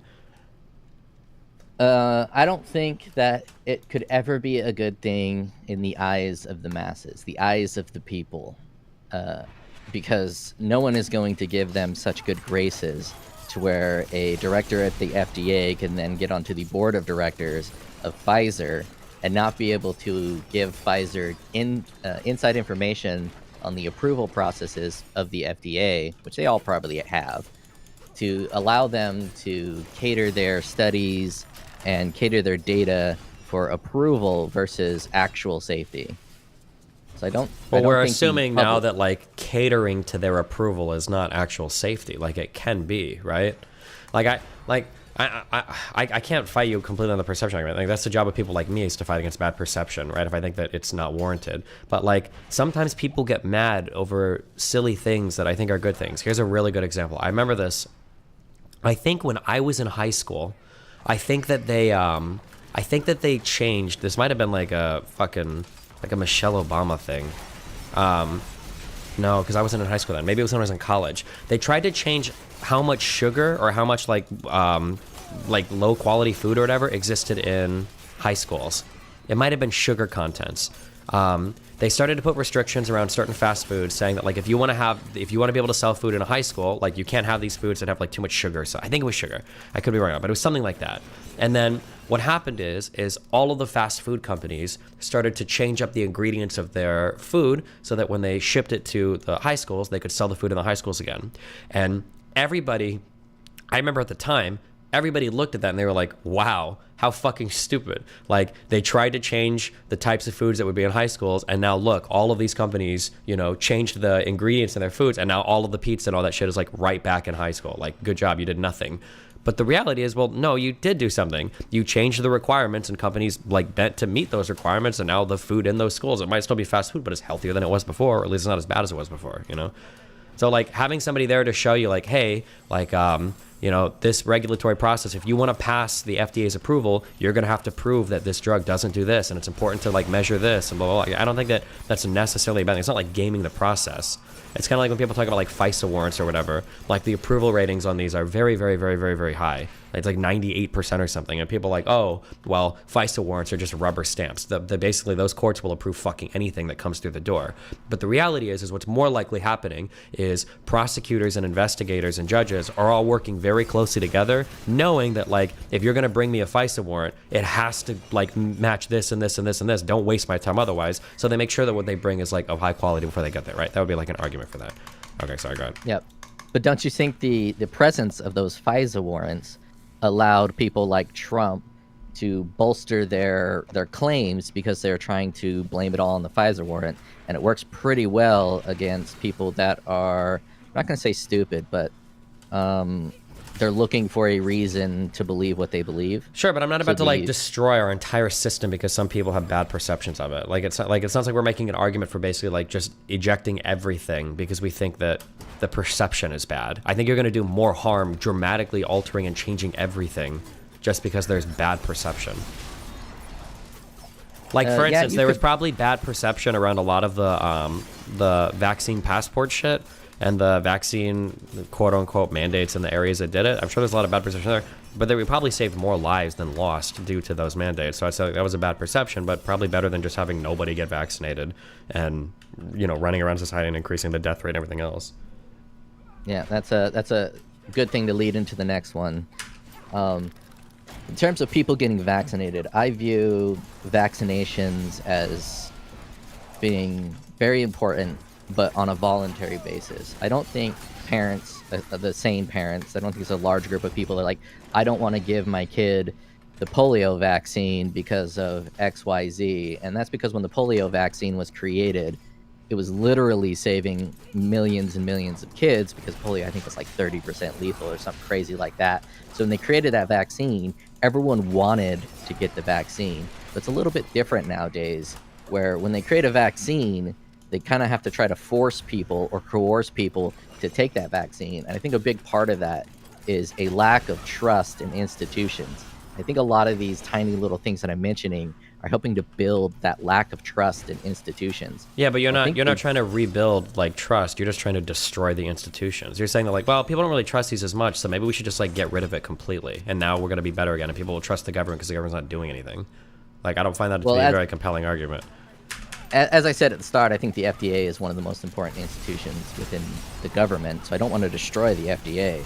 I want to improve the FDA's image by removing the perception of malfeasance. Sure, and I understand that, but the reality is, as my understanding is, the FDA is a highly effective organization. Like, the FDA, for the most part, in the United States of America, does a really fucking good job at ensuring, like, how many billions of pounds of tons of food do we eat every year? And for the most part, everything is safe. Our water supplies, for the most part, are pretty safe. Our drug approval process, for the most part, is really good, really stringent. It's like, what, like 30, 40, 50 drugs a year, I think, maybe even get approved. It might be less than the EMI or whatever in Europe. Like, for the most part, the FDA is an incredibly effective organization. I don't know if I want to start making drastic changes to it because some retards like Donald Trump convince people that, like, it's not doing a good job. Like, I would be really scared fucking with a system that, as much as it's hard to see, given the size of our country and the scope of their work, does a really, really, really good job. So, I mean, that would be my, like, worry, I guess. Yeah, I see that worry, but you don't think that the FDA could do a little bit more in terms of improving its image by doing things like maybe banning their top members from going into pharmaceutical companies, or, you know, maybe taking less fees from pharmaceutical industries? Because what happens when the FDA is 200% or 100% of its revenue is now from pharmaceutical fees? Because when the fees first started in 1992... Wait, I don't understand why the fee thing matters. The FDA is not like a for-profit company owned by shareholders that are making money from this, right?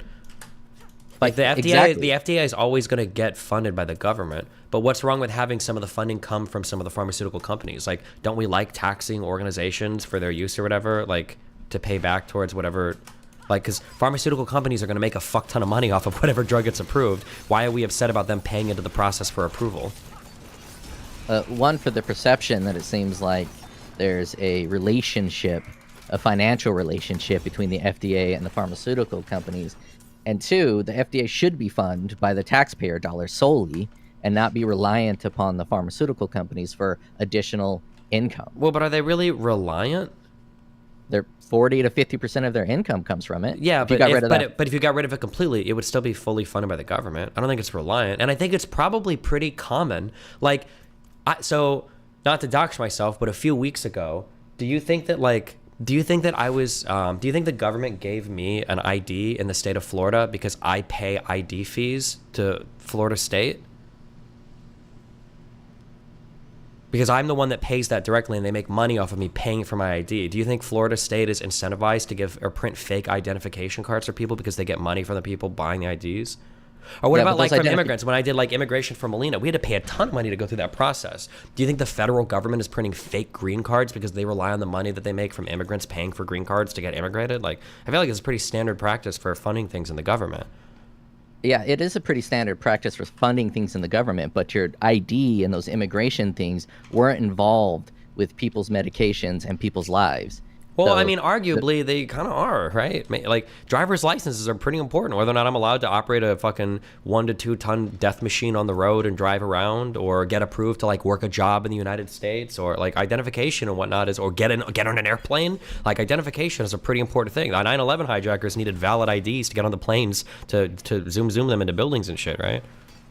Yeah, but it's not like people are going to stop getting identifications because they don't trust the fee structures within those identifications, but people will stop getting vaccinations if they no longer trust the organizations that are creating and monitoring these vaccinations. Yeah, but I think that has less to do with the organizations themselves and more to do with the talk. Like, if the FDA, like, here's something that I can say with 100% confidence. If the FDA were to make every single change you want them to make, I think that the amount of people that are currently anti-vax, if it was like 100%, it would go down to like 98.7%. I don't think it would make that much of a difference. They would just find like another thing to complain about. Because if we're just talking about perception of impropriety, and we haven't even proved any, then the perception is probably being post hoc or ad hoc, right? People are just finding a reason not to trust it. They'll probably find another reason afterwards, right? Like, look at how many people believe that Fauci made like $100 million off of like fucking Pfizer or some shit. Yeah, that's a little bit true, but Fauci also did deliberately lie to the entire public, which ruined some of his image. What and is some of the deliberately lied to the entire public? He told people not to go out and buy masks, and he did that with the deliberate intention to not have a run on masks so that people within medical institutions could get the masks that they need, so there wasn't a mask shortage. That was probably a bad thing in the beginning. I don't think they should have done that line. However, 100% of all of the alternative media that people consume around vaccines deliberately lies in more malicious ways, a billion times more, and for worse reasons. So I am wholly unmoved by conservatives that use that argument. That, like, Fauci lied one time, and the reason why was to conserve N95 masks for healthcare workers, versus whatever random fucktarded, like, conservative talking point people listen to is lying to print money and blue chew pills on talk radio. Those people should kill themselves. I think it's like, agreed. yeah, I understand that there's like frustration there, but like the inability, and I do this again when talking to conservatives, that like when I have to treat them like 9-year-olds and have to be like, I understand that dad said this and it probably wasn't true, blah, blah, blah. Meanwhile, they get all of their information from some of the most deceitful people in the fucking world. Like people that are so deceitful, like now Fox News won't associate with them. Like, I don't know. Sorry. Go ahead. My bad. Go ahead. No, that's a valid point, except for the fact that those alternative media sources are not the government. They're not the trusted institution. I think the trusted institution should do everything in its power to hold that level of trust. And going out and deliberately lying to people is a tiny notch in their armor of reliability and credibility. So I think the FDA should view itself as like the ultimate source. And the ultimate source going on public television and lying to people. No, I don't disagree with you. I think that the battle you're fighting is a waste of time. Like, I agree, but when you say, so for instance, when you say trusted source, that's not true. The government is not trusted more than alternative media outlets by 99% of people that consume those alternative media outlets. So to even begin the conversation on the pretext of these are trusted sources, they should lie, you're already off to a bad start, because that's not how most people treat them. None of the changes that you're suggested making, even more radical changes, would ever make these trusted sources. Like, it just wouldn't be the case. So I think I think that your argument might be compelling if there were some changes that I truly believed would change the way that people view these, but I am very confident that you can make all of these changes and it wouldn't move the public needle whatsoever on it, because they're not making these decisions rationally. They're not analyzing the industries to see if they're good or bad. Half the issues that people have with these industries, they don't even understand. Like, people still print the idea of like, well, they don't publish their list of ingredients, or like I don't know, like, it's, yeah. I don't think people are reasonable in their mistrust of these organizations, so I don't think changing the way the organization is structured or reports is going to dramatically alter the way that people view them. So you don't view Fauci going up and lying deliberately to the people as additional ammunition that these alternative media sites can use to point towards malfeasance within government organizations? Yeah, I think it probably was a little bit, but I already said that I think that was bad. He shouldn't have done it. But I think if Fauci didn't make that statement, I don't think it would have changed the needle at all on the current anti-vax sentiment in conservatives. I don't think it would have moved it even 1 point. Yeah, you could be right there. And the last point I want to bring up on this FDA thing, are you familiar with the PrEP Act and the fact that within the PrEP Act, all the pharmaceutical companies were relieved of the responsibility of liability for the vaccination? Yeah, but I would have to go and look up the arguments for why they did that. Well, in conjunction with the fact that Pfizer recently, for its Bextra drug, received the largest financial penalty for that drug. So Pfizer creates a drug, they get sued, they get the world's largest penalty for that drug, and then one of the next drugs they create, they remove the ability to be sued for creating that drug. Anyone looking into that that's red flags across the board. Well, that's not, but you'd have to actually look into it. And I know for a fact, I don't even know if you know why they why they did that. Do you know why they made us you couldn't sue them?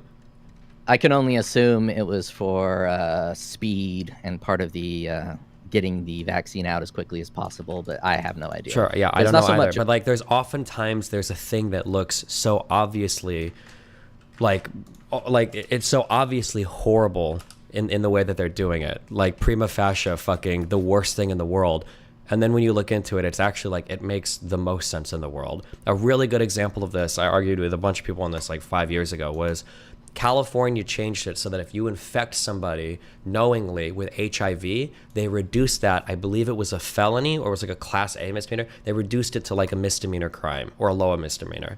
And on its face, everybody was running this, wow, they're making it so gays can infect people with HIV with no consequence. It's such bullshit, blah, blah, blah, blah, blah. And it looked just bad. It looked horrible. And I agree that it looked horrible. And then when you read like the statement from the governor and you read, or it might have been the medical body of the state or whatever, when you read it, the rationale was infecting people with any other STD was a misdemeanor. HIV, for some reason, was a felony over all other things. And the patient behavior was to just not get tested with HIV because you could never be convicted of a felony crime with this if you weren't tested. And it was discouraging people from ever even getting HIV tested. Because now if you get tested and you end up transmitting, now you're on the hook for a felony. And when I read that explanation, I'm like, oh, that actually makes perfect sense. Why would it be a felony when nothing was, when the other STDs weren't? And if it is discouraging people from getting tested, why the fuck would you do that? So like after doing like literally 3 seconds of reading, it like makes the most sense ever. So I don't know for the vaccine thing and reducing the liability for litigation, there might be like a really good reason for that. I just don't know it. I haven't looked up what the rationale was for that. Like, are any vaccines manufacturers allowed to be sued? Do you know? Is that like a normal thing for vaccines or? Vaccines do get, I don't know the exact thing. They do get a different type of, they're treated a little bit differently than other medications. So it's possible. But I'm trying not to exist in a world of reality because the world doesn't exist in a world of reality. The world exists in a world of perception. For instance, when people vote for their president, they're not voting on policy. They're voting on either tribal or who they like from a charismatic standpoint. Sometimes it's a one-issue vote, like people that are very pro-life are always going to vote for the pro-life character, but they're not going to be making any of their decisions on reality. Sure, I understand, but we at the end of the day we have to live in reality, and I'm not keen to destroy it for the perception of it. I don't think that's a good. I think you're going to destroy your institutions, like hollowing them all out if you're just trying so hard to look good for everybody. I don't think that's a good approach. We can disagree on that because I don't think you necessarily have to destroy your institutions in order to mitigate some of these perceptions that they're putting out in the world. The FDA before 1992 didn't have any of the things we were just talking about, and they were rock stars. I mean, Yeah, but I think the FDA, for the most part, is still rock stars. Do you disagree? Like, the FDA does a really good job at food, drug, and drug safety, right? Oh, yeah, of course. As I said, I love the FDA. I think they're the most important agency. But it sucks ass that the FDA is taking a lot of heat, and there's so many people that are, like, young kids that are being told by, like, their parents and alternative media they're going to be growing up hating the FDA. But do you think they're hating the FDA because of the revolving door? Like, I've argued, unfortunately, now going out with Farah and her friends and shit, like, I've argued with a lot of young kids that don't believe in, like, the fucking moon landing. Is that NASA's fault? Like... I feel like at some point we probably have to look at our media environments. They're probably more important here than like trying to hollow out our institutions to adhere to some perception that isn't even, I don't think, going to change. Okay, yeah. In my opinion, but... I get your opinion. I personally disagree. I think they could do a little bit to curb their image. I like how they handled the flu shot. With the regular flu shot, they were very honest and upfront about how the process worked. Not saying they're not honest and upfront about how COVID worked in its complete different situation, because COVID was an emergency, a pandemic. But with the flu shot, they're totally open about the fact that they take the most common variants and they try to accurately predict which flu is going to hit America. And if they're lucky, a foreign country will get the flu and they'll add that flu variant into the flu shot and then give it to people. And it's fully optional and people can take it or not take it.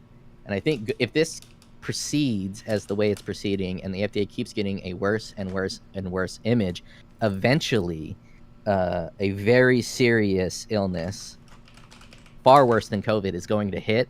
Why don't NASA just go back to the moon to disprove the naysayers? Are going to be emboldened and even in greater numbers if they don't do something eventually to cartel their image. Yeah, I mean, I understand what you're saying. I guess it just, at the end of the day, it comes down to whether or not we think that these things would actually help, and I don't know if they would. I kind of just, it sounds mean, but like, I'm kind of just hoping that the next thing, like, we just need like the perfect disease that like dramatically affects people that are non-vaccinated and doesn't affect people that are vaccinated, and then all the anti-vaxxers can essentially get Darwined out of existence, and then we go back to a normal medical environment. But I mean, at the end of the day, like, I don't know what'll, yeah. I don't think making any of these changes, like a Trump will, is all of a sudden, like when like what happened when Trump was in government. Like, people still complained that like the government was corrupt. His own appointees were corrupt. His own DOJs were corrupt. Like, Barr is like one of the biggest fucking Trump haters now. If Trump's own people in his own organizations and the own panels that he would convene to do research on these things are like giving answers people don't like, people are like, oh well, it's all corrupt. Like, so I don't see any of these things like actually helping. I think people would stay steadfast in their hatred for these government bodies. Like, yeah, even people don't believe Donald Trump when he says to trust the vaccine because he wants credit for it. So if they don't even trust Donald Trump, you think they're going to change their view on the FDA because they get rid of, like, the revolving door? I think if you reduce the amount of ammunition you have to attack the FDA, it will assist. You're correct. There's still going to be idiots in the world that live not in reality and live only in perception, and they're just using anything to justify how they already want to think. So you're correct in that. But I do think at some point the FDA does need to work on its perceptions. I'll end it there. But you mentioned Trump, and I would like to give you my answer to what's happening with Trump and the documents. It's classified documents. Mm-hmm. So you mentioned when you worked at your casino that you were really good at your job, but you were kind of rustling feathers and people didn't like you. So despite being good at your job, you ended up getting fired. I think that situation plays with Trump to such a large degree that it doesn't matter what Trump is getting charged with. The fact of the matter is that Trump got elected president and everybody hated him. The Democrats hated him. The Republicans hated him. He had his little small Trump fan base, but he was unable to be a politician and rally the politicians around him to his causes. So everyone is looking to get Trump out. So they're looking for a reason to fire him, to get him out of the office. So whether or not it's the documents or anything, they're just looking for anything to get Trump out of office. And I think a lot of presidents before Trump likely had classified documents and no one cared because they were good presidents, because people liked them. Like Joe Hold Biden. on, wait. Say that part again. I'm sorry. I think. So you think people were breaking all these crimes because it was Trump? Now people care. Yeah, because it's Trump, people care. I mean, we can say that, but like, I mean, unless you have something for this, this is just a completely like, this is what I think happened, but we have no evidence for any of this, right? I think we have a little bit of evidence. The fact that everyone was very willing participant for all the fake news regarding the Steele dossier, and he's been impeached several wait. times. I mean, evidence for the idea that a ton of people intentionally take and conceal classified information. Okay, yeah. Joe Biden had classified documents in his garage from when he was vice president, and no one really cared until they went after Trump. So Yeah, let's but put this into. but the crime isn't for having it; it's for intentionally having it and intentionally concealing it. The mens rea is not just like accidentally took something; it's knowingly taking and with the intent to keep. Right? Yeah, I'm not trying to say that Trump didn't do anything illegal. Well, no, trying but to I'm say- more on the side of you're making the claim that a ton of other politicians obviously are doing this stuff all the time, and I don't know if we have any evidence of that whatsoever. Well, we wouldn't have evidence because I wouldn't care. Let me bring this to my life. When at my previous job, I'm a movie buff, the consumer. I consume all kinds of shit. In my previous life, I would go watch movies at lunch. I'm a very good employee. Everybody likes me. I can go watch movies at lunch, and it's no big deal. But one time, someone that they didn't like, and they were kind of looking for reasons to fire him. He goes and watches a movie with me. Mad Max, long, boring, didn't really like it. When we get back, there is a shitstorm in the office because the person they didn't like went out at lunch to watch a movie with me. So in order to write him up, they had to write me up. And I had watched probably 30 to 40 movies at lunchtime at this point. So I'd been doing this the entire time I worked there, which was like 8 years at this time. But they wrote us both up with the pretext to get this person they don't like the fuck out. And eventually it worked. They were looking for reasons to get him the fuck out. So I think everyone within the government knows that Trump is a disaster, and they are looking for reasons to get him the fuck out. And they finally found this reason. Yeah, I understand everything that you're saying, but like you're giving me, this is like a just so story. There's absolutely no basis in reality for it. It just like sounds compelling, but there's not a shred of proof for any of this. So I don't know how it's supposed to like. Yeah, it sounds compelling, right? But like there's there may not be a shred of proof for what's going on, but I want your perception or your opinion of whether or not that's exactly what's going on. No, I don't think so. So you think the classified document situation, if Barack Obama did it, he would be in the exact same situation? Absolutely. With how much the Republicans witch hunted Hillary over like Benghazi shit, with how much of an obstructionist McConnell was, with how much we obsessed over Hillary Clinton's emails, I think that if Obama had intentionally... Republicans even try to do this because it's been so long. But wasn't there a huge deal made when the archives went to Obama's house and took like 20,000 documents just because they were doing what was an ordinary transfer of documents from his estate back to the White House? I feel like I remember listening to Rush Limbaugh talk about all the classified documents that Obama had stolen. Wasn't this a thing? Am I making this up? It's been a long time, but like I feel like I heard them talk about that. Yeah, I think it was a thing within the media, the right-wing conservative media, but I don't think it was a thing within Barack Obama's internal situation. It's not because Obama hadn't committed a crime, and there was no crime there, right? Same thing with Biden, and same thing with sorry, go ahead. If there was a crime, a minor crime, like Trump's is a pretty minor crime, I don't think that people. It's not a minor crime. These are felonies. Yeah, I'm pretty sure Trump is staring down felonies for the federal stuff. I don't think they're that minor. I mean, they might be minor felonies, I guess, but I mean, are they minor? Or not? I don't know if they're felonies. Just because something's should you know they're felonies before you say they're minor crimes? To me, a felony is not that serious of a crime. Like, there's minor Isn't felony a felonies. definition of a major crime? There's levels of felonies, and the very lowest felony is not that serious of a crime. For instance, I think isn't obstruction speeding? of justice is a serious crime. Well, wait. Actually, wait. Hold on, real quick. Were you gonna bring up speeding? Yeah, isn't speeding above 50 miles an hour or something like that a felony? Yeah. Yeah, but hold on. That is a major deal. I think that counts. I think in a lot of states I think they call it willful reckless driving, and I'm pretty sure you can have your license revoked for 2 years because I think this is what Daryl Brooks. this is what happened to me in Iowa when I got my speeding ticket. So I would consider that Yeah. to be. You know who Daryl Brooks is? Daryl Brooks ran over the parade in Waukesha and like killed 6 people and endangered like 63 others either by hitting them or class 1 reckless endangerment. That's a major felony. Those are Yeah, those are killing 17-year people- sentences consecutive on each other. You're right. Killing people is a major crime. Is obstruction of justice a major crime? I don't know.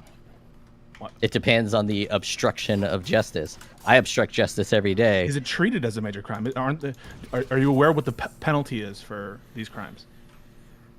No, we'll find out with Trump, I Didn't guess. you know what the penalties are for these crimes before you construe them as minor? Let me think on that for a second. Do you think the penalties Wait, will you for... answer my question? Did you know what the penalties are, whether they're a felony Fuck or this misdemeanor, guy. before Thinks you he's construe smarter something than the as a minor masses, crime? but hasn't had the facts for anything. Not necessarily, no. What else do you look to? For what is a serious crime? The impact of the crime.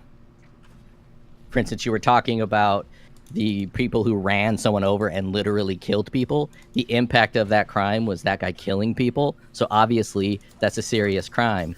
But me doing 110 miles an hour at 2 a.m.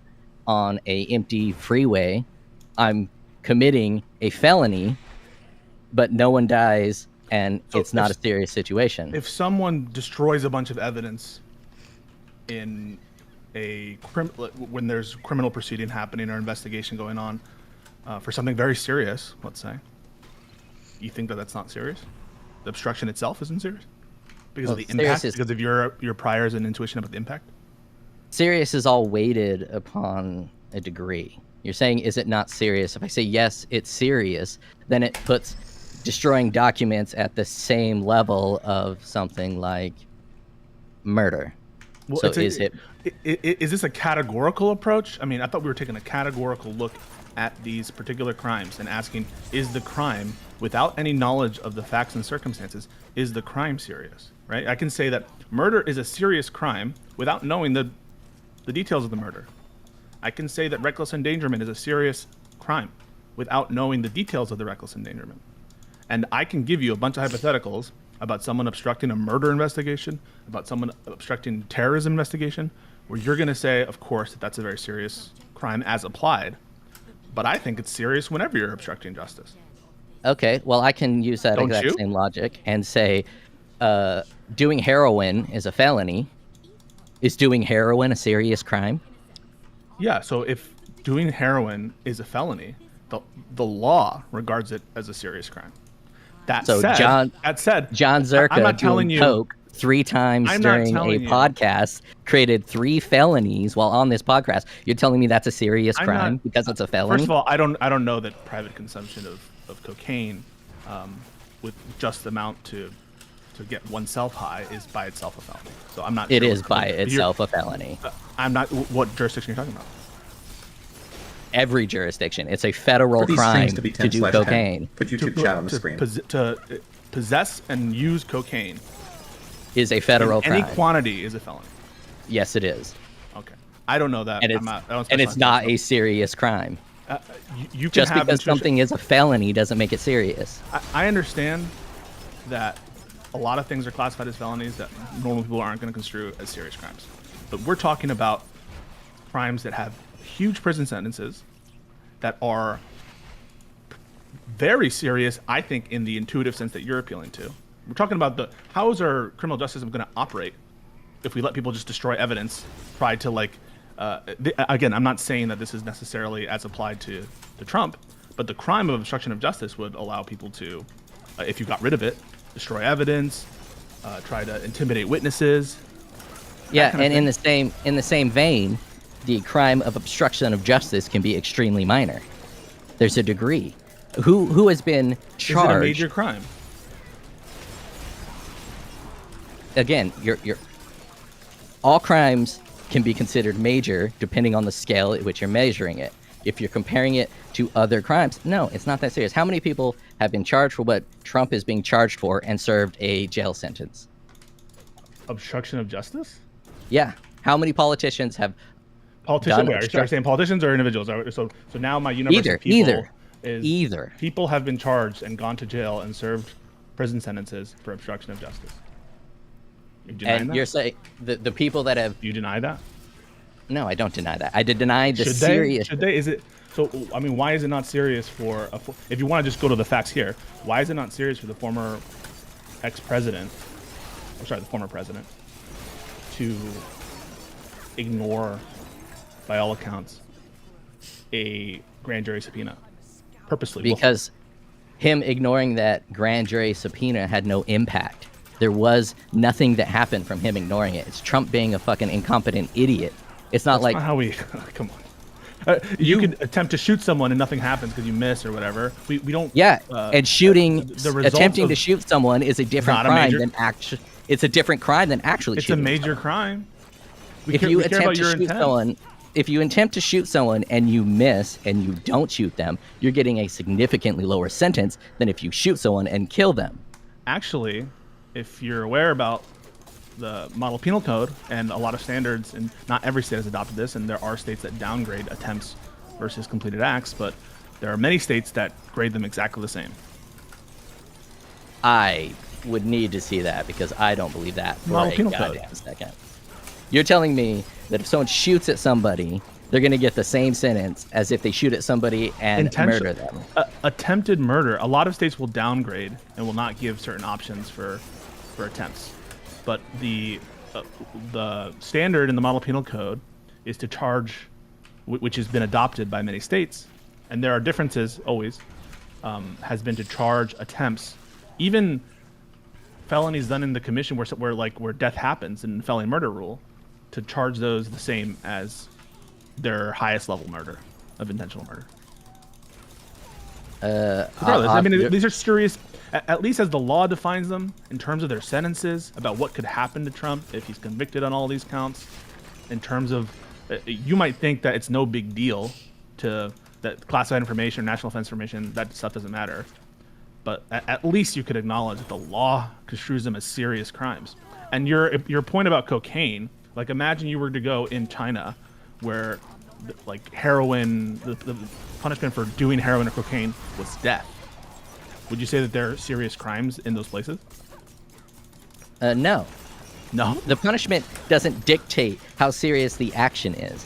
Punishments have been fucked up for a long time. I mean, they had the 3 strikes rule back in the day when you would get caught for 3 times, you automatically got 5 years for the possession of mushrooms. Just because you're possessing mushrooms and you're getting 5 years, you're getting a serious sentence, doesn't mean the crime was a serious crime. Okay, Okay, so wait, you say wait, it's let not me a serious shortcut. crime. Let me shortcut this argument. As much fun as we had to milk you guys for 2 hours on this, okay? Can we both just define what we consider a serious crime to be? Because you guys are clearly both working off different definitions. I believe Pisco is working off the definition that a serious crime is a crime such that the statutes in the United States Code define it as like a felony or something, right? Whereas the other guy is saying a serious crime is like a bad crime, a thing that's really bad. So even if you could get like, even if it was like a class 1 Delta Force level fucking felony for smoking a joint, he would say that's not a serious crime because smoking a joint. He's going by some personal moral standard to call it a serious crime or not. Whereas Pisco, you're appealing to the law, right? I think that's Yeah, so then he should just say what he means, and he should just say, if he's just saying, I think this is not serious.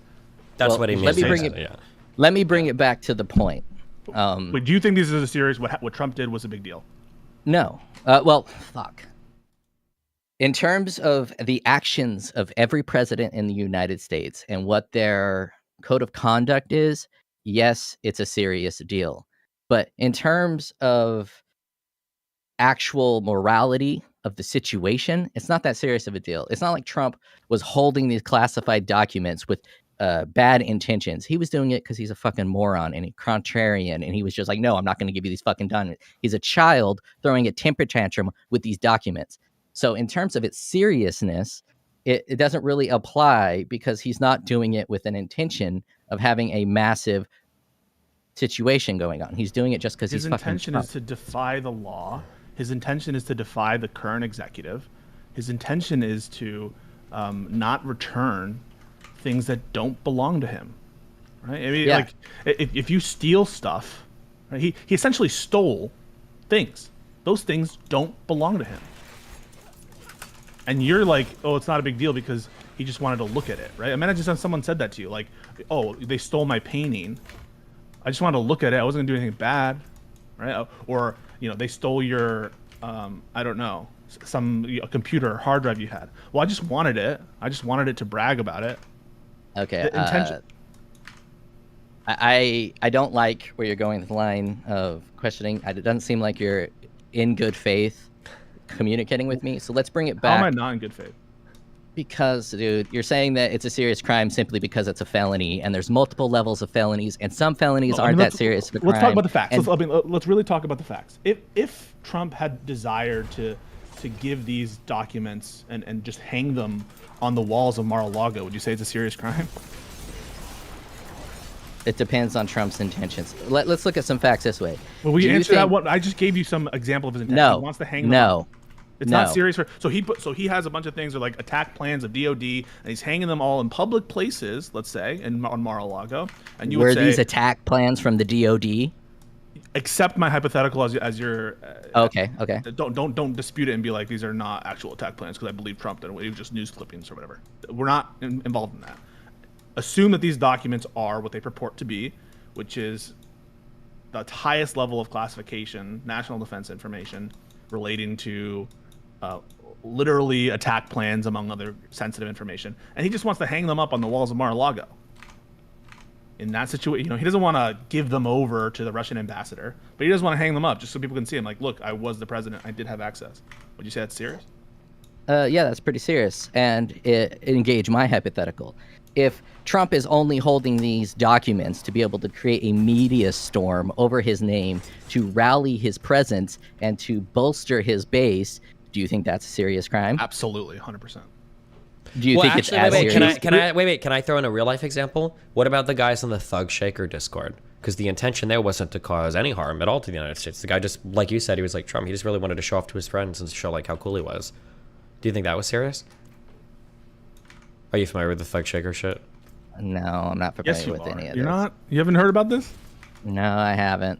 There was some guy who had access to like super classified information. He just like sharing it on Discord, like Ukraine stuff. There was a ton of classified stuff that got dumped because of that guy. Yeah. Would you gauge that as more or less serious than the classified documents that Trump had? Well, we don't Sorry, know yet. You I just don't think. dodged the. Sorry, you just sorry. dodged the question, right? Yes, that would be considered serious. Isn't that exactly but worse? So now that I'll take your thing. I agree that it's worse what Trump did than what's going on there because of the other stuff related to obstruction. Yeah, it still comes down to the nebulous phrase of serious. So, for instance, when someone says, "Can you get me that ASAP?" the vagueness of ASAP is different for every single person. Then why So are you're you making quick to say it's minor? If it's like if you're what you're saying Because is it's true, minor then it's to all me. subjective. So, but you just said it wasn't minor for you with the situation of the Discord server. If that's not Well- minor to you, how can you say Trump's is minor by using your own reference points? Okay. The point of my conversation initially was the fact that the primary reason they're going after Trump is simply because no one likes Trump. And in order for my analogy of everyone going after Trump because no one likes Trump, I said that classified documents were just what they found because they're looking for things on Trump simply to get him out of office. So that's the context of it. The seriousness of the You called it a minor crime, didn't Oh, you? fucking Christ. To me, it's a minor crime. Trump Okay, could have but- done much worse things. So Okay, I they found stopped- they found cocaine in the White House. I stopped because you just said like, who knows what's serious or not? It's going to depend on your personal perspective. I'm using your personal perspective. You called them minor. You were sure enough to call them minor, and yet when I give you the situation of the Discord server, you say that's serious. I just don't think that's The reason I say the Discord server is serious is because you said there were military plans within there. Now, if it comes out that the classified documents that Trump was sharing was nuclear secrets within our United States, or the password to our nuclear launch codes, yeah, that's fucking serious. But we don't know what these documents are. I'm running off the assumption that these people just want Trump the fuck out. Why? So they found a reason why they want Trump out, because he's a fucking failure. So, I mean, you have the allegations in the indictment show or allege this is national defense information. You're probably never going to find out what's in those documents, okay? Except to the extent that, like, there's public reporting about it. The public reporting, by the way, does mention nuclear secrets. Yeah, because I in think that was itself- part of the reasons why, because people kept saying the president could declassify anything, but I think people were saying there were potentially Department of Energy secrets in here, which actually can't be declassified by the president of the United States. You've got to go through the Department of Energy because there's nuclear-related stuff there, I believe. And the recording we have that we've listened to, because we actually have access to it, and CNN published it, among other organizations, he's referencing a plan to invade Iran. He's pointing to something purporting to be a Defense Department plan strategy to invade Iran. Okay, let me rephrase this. Because Did you know that? Yes, I did. Let me rephrase this because you're getting lost in the weeds of the gravity of the crime. Do you think that, Destiny already answered this, but do you think that if a different person who was well liked by everyone, let's just use Barack Obama. I'm not getting off of this point. Before, well, I'll go to that point after, but first you have to say it's serious crime, and then we'll go on to the double standard. It's not. I can't determine what. whether it's a serious crime until I know exactly what was leaked. But why were you? How can you determine it's a minor crime? Because it's just the documentation's leak. Wait. If you say you can't determine whether it's serious without the documents, how can you determine that it's minor without the documents? Because I view serious crimes as things like murder and releasing a document. Wait. Sorry. Don't dodge. You call them. I'm not dodging. You just said that the Discord server was serious, because what was in the Discord server? What was shared? Well, I was only going off you. I've never heard of this story. You said there was military plans in there, and Okay. a random. Then I gave you the fact that Trump shared military plans with the people, and you said, "Why aren't you calling that serious?" The military plans that Trump shared is only a fraction of what he shared, and we don't know those exact details. We only know what Trump was saying. So you're telling me Trump has never lied? Trump is on recording talking about what he had in these classified documentations. You're telling me that Trump is such an honest person that he wasn't just shooting the shit and blowing smoke you know out what of I his think he ass? was doing, actually, the consumer? I think he was doing a play. He had written a new script for a play where he was acting and preparing for an audition where he was saying all this stuff, and it wasn't actually what he was doing. I mean, do you really think that he was just I don't saying really think random that. shit? I think that Trump, on occasion, is completely full of shit, and he wants to grab people by the pussy, and you can't take Trump for his word. So until we get exactly what Trump You're not going to get it, bro. You're not going to get these documents. Someone's going to get it. All right, so I mean, I guess I'll just say this: assuming they were defense plans, given what you've already said about this Discord server, would you or would you not agree that the Trump case is serious? Since you said the Discord server was serious, just when I said defense plans, if I'm telling you and you're accepting for the purpose of this hypothetical that they were defense plans, wasn't Trump's serious? Yeah, of course. Okay. But And you so then therefore you take back what you said that they're minor crimes, right? no, because I don't Why know not? that How for do a you know fact. how do you know that they're minor? If you're saying that it Oh, could fine, very fine. well They're take it an back? unknown strength of quality. They're either minor or they're serious, depending on what's in these leaked documents. The main point of this hypothetical is that everyone is looking to get Trump the fuck out of the office, and they're looking for any reason they can, and they found a reason. Now, that reason could be very valid, and it could be very serious, or it could also be very minor. And if it's minor, the only reason they're going after Trump over a minor offense, with the assumption that it's minor, is because he's Trump. If Trump was well liked amongst all of his peers and he creates a minor offense, it's going to get overlooked. garbage. Okay, so Do you they think found Biden, do you think Biden and and Hillary Clinton, are well liked, such that they would be benefits to the grace that you're saying is not being given to Trump? Yeah, without a doubt. I don't think. Do you know that there's a special counsel investigating Joe Biden? Yeah, because Republicans are in the House and they're trying to attack their other political side. But the difference between Trump and Joe Biden is everyone in the Democrats like Joe Biden. Trump is hated in the Democrats and the Republicans. Trump is universally hated, and he was terrible. His own military lied to him and treated him like a joke because he's just ineffective as a politician and as a leader, and they want him the fuck out. And they're going to find a way to get Trump out. And you can't tell me they're not looking for any reason to get that clown out of office. I feel like I think can you're defeat. I following feel the facts like without, because you guys can chase this man, but I feel like you can actually short circuit this entire argument in like one thing. If they were so desperately looking for any way to give him out, why did they give him a year to return the documents? Because if they would have come after him, I feel like if they would have like done the FBI raid after like 2 months, I think most people would have been like, yeah, okay. Like, they gave him a chance, they gave him a month, they contacted him a second time, he told his lawyers to lie. Like, I think most people would still be pretty similar, but they didn't give him 2 months. I'm pretty sure they gave him over a year. That doesn't feel like a department that's, like, desperately, obsessively trying to get rid of Donald Trump. Also, there's compelling evidence that the FBI and the Department of Justice slow-walked the investigation into Trump after Biden was elected. My answer...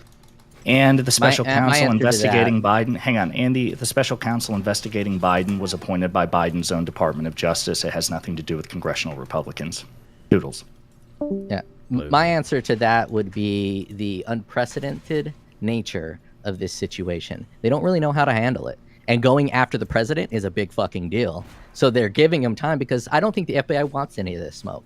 I don't think the FBI wants to deal with any of this. Contradicts what you just said, that they're doing How does that everything in their power to get rid of them. Well, FBI isn't who I'm considering in they. They as in Trump's peers, as in Democrats and Republicans. So you're telling me that you think the FBI is above... You're thinking that they're all out to get Trump, but the FBI is above board. You realize that all these Trump conspiracies, the FBI is like persona non grata. They're like target number one. There's factions within the FBI Strzok and all the that special are likely shit, right? out to get Trump as well. But the FBI as a universal hub is just a little bit different than like the Democrat Party. The Durham Doesn't the report, FBI too, have I more think was control over focused... this investigation than Yeah, sorry. Doesn't the FBI investigate? I mean, if the Democrats control this, I feel like they'd be fucking charging him for Mueller. For obstruction with Mueller. Yeah, and if the Democrats were in charge, they would be. But luckily, the Democrats aren't fully in charge. Well, not luckily. I think getting Trump out is probably a good thing.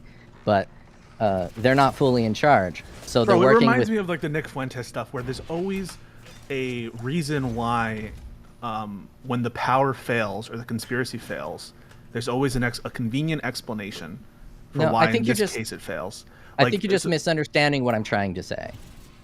You're trying to act like as if I'm defending Trump, and if I'm saying Trump didn't break the law and what Trump did isn't serious. All I'm saying is you literally Trump said that. You said it was minor. Yeah, sorry if that you're really hung up on what I consider to be a minor crime. You changed your mind in real time, which by the way, I didn't change my mind. I just said it to shut you the fuck up. Okay, stop. We're gonna stop. When you say something like that, I'm gonna stop you. Before I intervened, you said it was minor, right?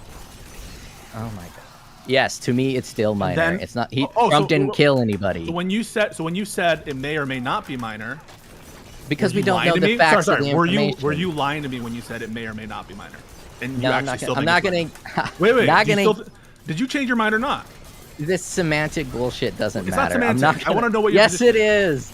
The whole point of the analogy. Why did you tell me it may or may not be minor? Why'd you do that? To entertain you.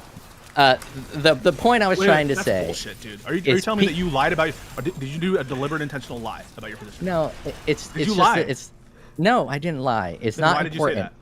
Did you say that? What I'm trying to get. What I'm trying to get at is that people get differential. Why did you say that you changed your mind when you didn't? What I'm trying to get at is people. Why did you say you changed your mind when you didn't? What I'm trying to get at is people have differential treatments on other people based on how well liked they are. And Trump is getting a slight differential treatment because everybody fucking hates him. Why did you say you don't believe this is a true statement? Then when you didn't. because you throw up a hypothetical of what could be in the documents, and So if you there agree is you some lied, serious, right? I didn't lie. When There's a you told difference me that between when a you told lie me you had and changed being your wrong. mind, when you told me you had changed your mind and that it may or may not be serious, were you lying to me? Oh no, your arguments were just so convincing that I came over to your side, so I wasn't lying. So were you lying? No, your arguments were just so convincing that this is a very Are you being serious sarcastic right felony.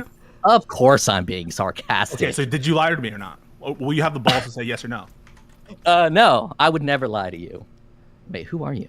Oh, you're you lie to Pisco. me? Hello. I would never lie to you. You're a lawyer, and I would go to jail because lying is a very serious crime.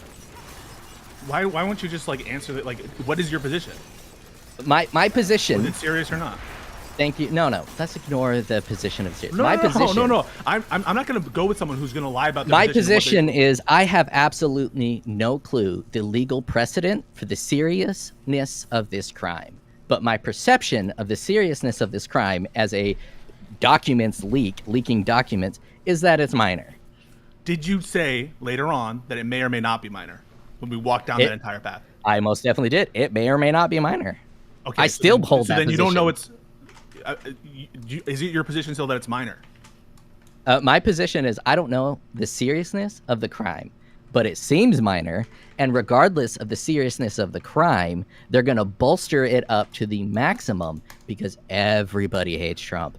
Can you acknowledge that in this world that we live in, if everybody hates you at your job, no You're a matter what coward. you... I'm not a fucking coward. Can Yes, you you are. acknowledge that if you're in a position at your job and everybody at the company hates you, that they're going to be looking for reasons to fire your ass? Can you acknowledge that?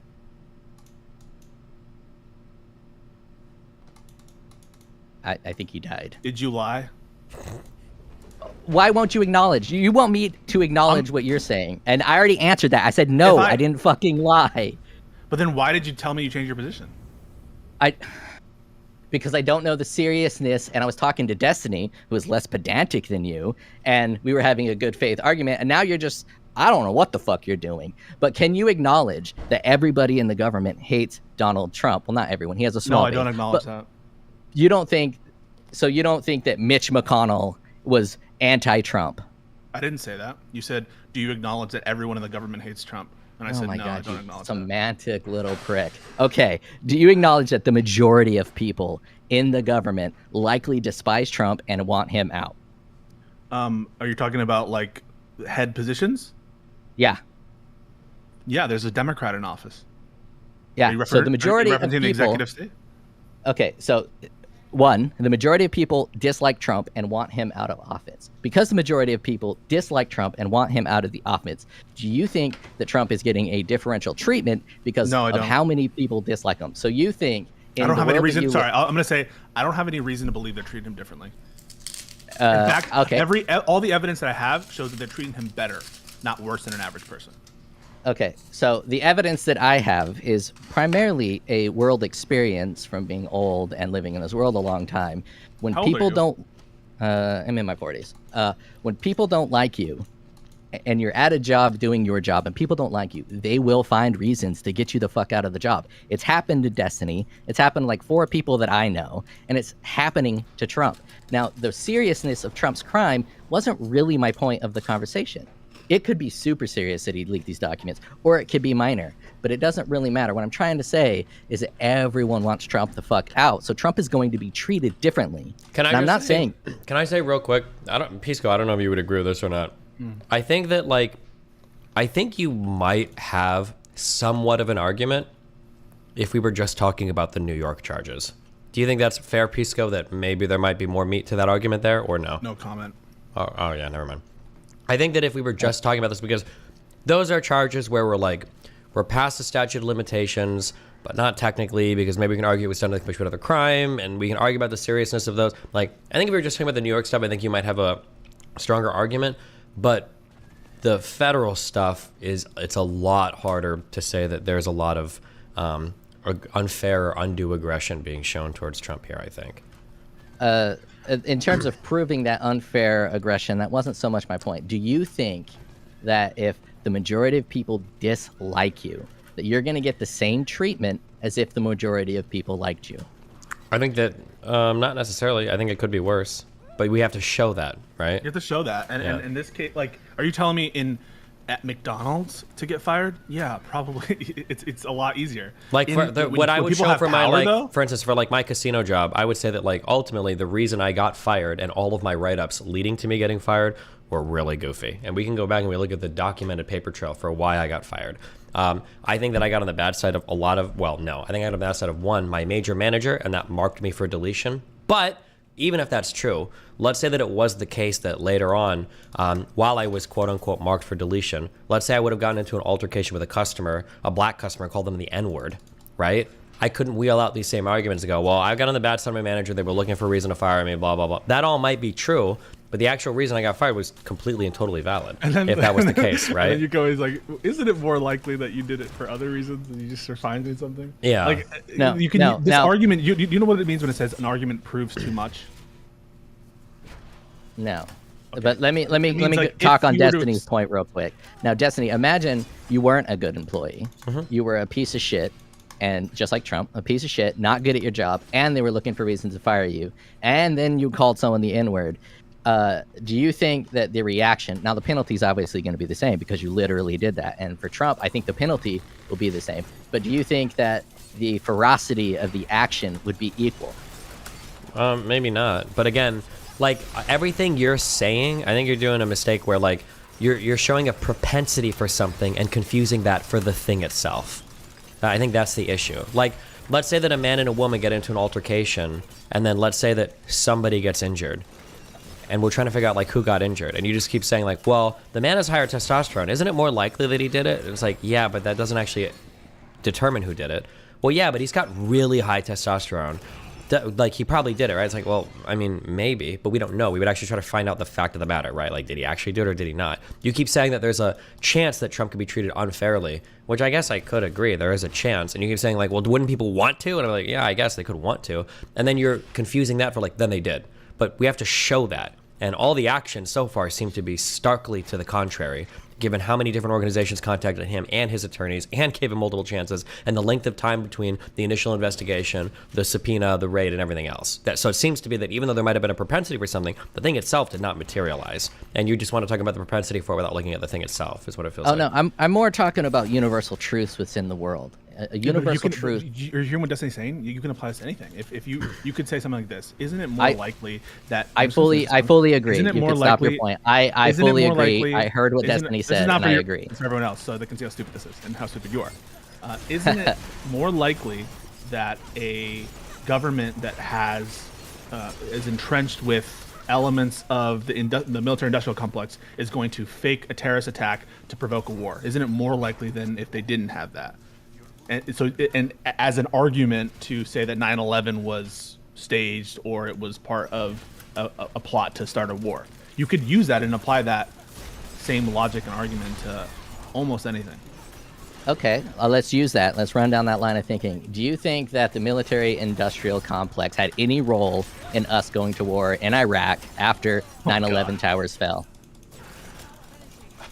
We're talking about who did 9/11, not whether Well, or we not. can. I mean, like, we can even run that down. Like, but the same argument would still apply. Like, I would agree with you that because there's a financial motive there might be an incentive for them to do so. But it seems you're happy to end the argument there.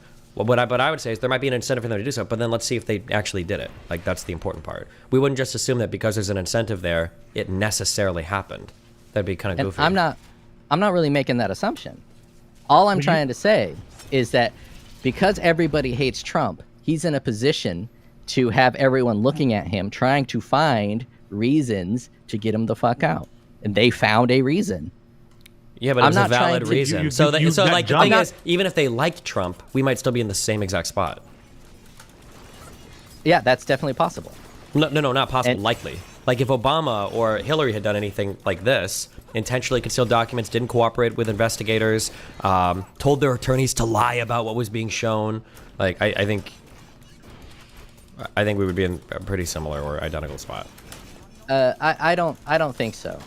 Wait, let's but on take what? a look. Yeah, on what what ground? basis? On what ground is because when you like somebody, regardless of the situation, if you like someone, you can't help yourself but treat them differently than someone you dislike. Yeah, but then how can we explain, for instance, so then are we saying the government is more favorable to Democrats? When the Democrats have the majority. Do you think they liked Hillary Clinton more than Donald Trump? As a whole? Yeah, I think they like... Okay, wait. Here's a question. Pisco or not Jedediah, Jasu. Fuck, what the fuck was that one guy's name? He's got such a weird name. Ruminate, yeah. Josiah, that's his name. Was it the case that Donald Trump was under an active investigation while he was running for office? His campaign was. Yeah, was that publicly announced or no? No. Okay, so how the fuck is it that Hillary Clinton had 2 major announcements by the FBI saying that she's under investigation, the investigation has been reopened, and now we're going to publicly disclose, as the FBI, not even the DOJ, the FBI is going to publicly disclose what happened with the email thing. They did all of that. That was like a major fuck you to Hillary's whole campaign twice. And for Donald Trump, they didn't even disclose that they were doing the investigation while he was running and then winning the presidency. How can we look at the fact of the matter there and then just go back to your general, general truths of the world? It seems like regardless of your general truths of the world, they didn't map onto reality here, no? I don't know enough about that situation you're referring to. It's convenient. Anytime that there's something that goes against your narrative, you don't know about it and you claim ignorance. Sorry, I didn't know about that situation. I don't know what to tell you.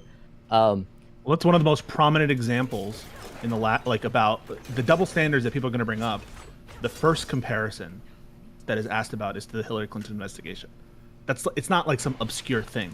It's what that also deals with classified information. It also deals with allegations of obstruction, deletion of emails, and subpoenaed evidence. It also deals with intermediaries like lawyers and back and forth with DOJ. All of those facts are consistent between the two situations. And so it stuns me that you haven't, as someone who's alleging a double standard, you wouldn't have done the first bit of research on what happened there. I'm not so much alleging. Okay. You're not alleging a double standard? Isn't that what you've been doing for the past 30 minutes? Not really. I'm alleging an unconscious bias against people you hate. How do I disprove that? You don't. Is it possible to disprove it? No, because it's a universal truth. So it's impossible to disprove your theory. Well, rephrase my theory. Let me see if you understand what I'm trying to say. Wait. Can you answer my question? Is it possible to disprove your theory? I don't know what you think my theory is. Whatever your theory is. Well, what do you think my theory is? That they found some reason to go after him in an unconscious bias way. My theory is that possible to disprove? I don't know. My theory You're not sure about whether or not it's possible to disprove? No, I don't know that answer. Sorry. My theory. It be possible to disprove your theory about the intentions of people? No, because not everything is provable or not provable. So you're saying something that may be unfalsifiable.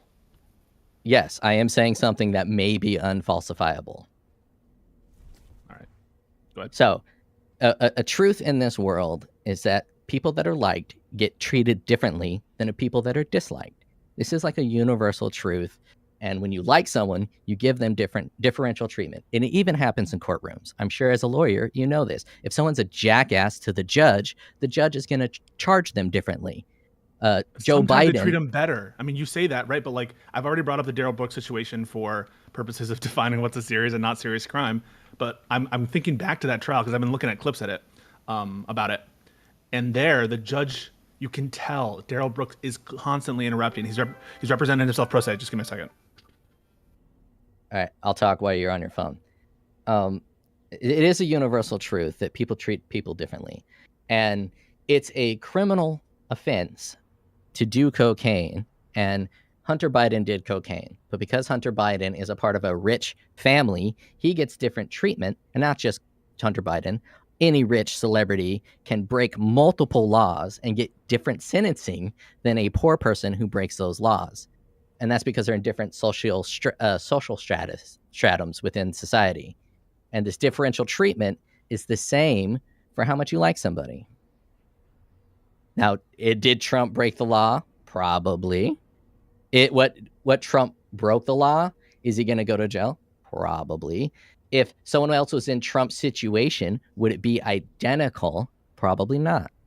If someone else did exactly what Trump did, the handling of the situation, both from a reality standpoint and a perception standpoint, would be completely different. Sorry, I had a call. I think that your universal truth that you're trying to push here, if it is the case that you can apply it in all domains of life and Yes. it always fits, that's what a universal Yes. truth is, right? A universal truth is never wrong, Yep. right? And you're not saying it's a universal truth that therefore there's always bias, but therefore there's always a greater propensity for for bias, right? It's not necessarily that there's going to be bias, but there's just a greater likelihood that that's the universal truth. Yes. Okay. So In any because particular every case, you're saying it's also not required to have evidence to show it. wait, hold up. I don't understand what you're saying. Okay. Is it enough, that universal truth that you're talking about, to show bias? Bias from like a legal standpoint or bias from a perception standpoint? From your standpoint, I'm not going off like any particular legal analysis. I'm just saying great. Whatever you're defining it as. Yeah, without a doubt. The more someone is liked, less likely that they're going to get as strict of treatment, as strict of perception as someone who is disliked. Then that's what I'm getting at. Like when I say it's unfalsifiable, what I'm telling you is no amount of evidence that Destiny and I could provide to you of good faith on behalf of the DOJ would ever be enough to show you that the decision here was made without bias. Nothing we could show you would change your mind. And then I'll ask again, is there anything we could show you that would change your mind about whether this was biased? So the bias part isn't necessarily what I'm that concerned about. What I'm concerned about is Did you answer whether my question though? I have faith in the judicial system, and I think if Trump is completely guilty, that his verdict will be handed down to him without bias. Wait, really? Yes. I'm sorry, then I don't understand. Are you saying the process is biased? The verdict will be like where is the procedure that you think is biased? What thing is biased? The thing that is biased is all of the governmental officials who dislike Trump and are looking for reasons to get Trump out of office. Now, they found a reason, and now that they found that okay, let me rephrase that. I think the finding of the classified documents probably had an element of bias because they were looking for something to find within Trump, and they found it because Trump was hiding. Is that possible? So that's an intent, right? When you say they're looking for something to screw him with, that is speaking about the intentions of the investigators and the people who back the investigators. Fair? You're speaking to the intentionality of them. Intentionality, yes. Yeah. So what I'm asking you is there anything we could show you that would change your mind about what the actual intentionality was of the actors? Yeah. What can we produce? So, for instance, when they found cocaine in the White House, if they treated that felony as a serious crime, because felonies are serious crimes, and they actually did proper analyzing, they went through the security cameras to figure out who brought cocaine into the White House, and they treated that with the same level that they would treat it if it's Trump. If Trump was in the White House and they found cocaine in the White House while Trump was in the White House, do you believe they would treat that situation identically to how they're... Have you reviewed the Secret Service official statement on that matter? Oh, no. Come on. You're going to allege bias on that basis, and you haven't even read the less than a page official statement of the Secret Service on what they did? My allegement of bias is on the determination that everybody hates Trump and most people like Biden. One of the groundings of that, the example that you bring up to show, like, I guess what you would need for me to show you that the investigation into Trump classified documents wasn't biased, was for them to treat the cocaine investigation without bias. And so now you're kind of importing the same problem into the cocaine investigation. And you're, again, failing to show bias in that case and doing so without knowledge because you haven't even read the official statement about the investigation. But even if you don't read even the know official, you said something like, wouldn't they have reviewed all the security footage? You haven't even read the official statement by the Secret Service about what investigative techniques they used. fair point. I just saw that they dropped it. Then how do you know it's biased? I don't know it's biased. What I'm saying. Why did you use it as a basis for me to know what it would take to show you that the classified information, which is earlier in time investigation, was treated without bias? Because there's a universal truth that if you are disliked, you will have negative bias towards you, and if you're liked, so I can't. So is the answer that I can't overcome that universal truth? No amount of evidence. I cannot. There is no way to overcome that universal truth because it's a universal truth. Okay, so then it is the case that nothing I could show you would change your mind about the intentions of the investigators with respect to the classified documents case in Trump. Okay. Is that the case or not? The intentions of the investigators are likely pure because the investigators are lower on the totem pole. So the top end, who is bringing this to light, likely hates Trump. I don't know who it is, but whoever it is, I'm sure you can find that they don't like Trump. And part of them not liking Trump fuels the desire to find something on Trump, which enhances the looking for something on Trump. How do I disprove that? You don't. You can't. It's a universal truth. How can I show that the investigation was done without intentional bias? The way you can show the investigation was done without intentional bias is if all the people that were doing the investigation were diehard Trump cockriders. If you got a bunch of verified Trump cockriders that are going after Trump and saying, dude, we love Trump. Trump's the fucking best. His orange glow is magnificent. He's my son. He's gloriously incandescent. And then they charge him with this crime. There would likely not be bias there. But I have two things to say in response to that. So what you're saying is, as applied in this case, because Biden won, there is no practical way to show it because he's not going to appoint a bunch. Well, Biden appointed the Attorney General of the United States, and the Attorney General is the person who's ultimately in charge of the investigation at the highest level. Fair. And so nothing Merrick Garland can do would change, or no amount of evidence about the current DOJ as it existed at the time the investigation was initiated would change your mind about whether or not there was bias. Is Merrick Garland a Trump fan? No, not that I know of. Okay, if Merrick Garland was a Trump fan, then I would view far less bias within this situation. Right. What I'm telling you is nothing short of Merrick Garland being someone different than he is would be enough to overcome the presumption of bias. Yes.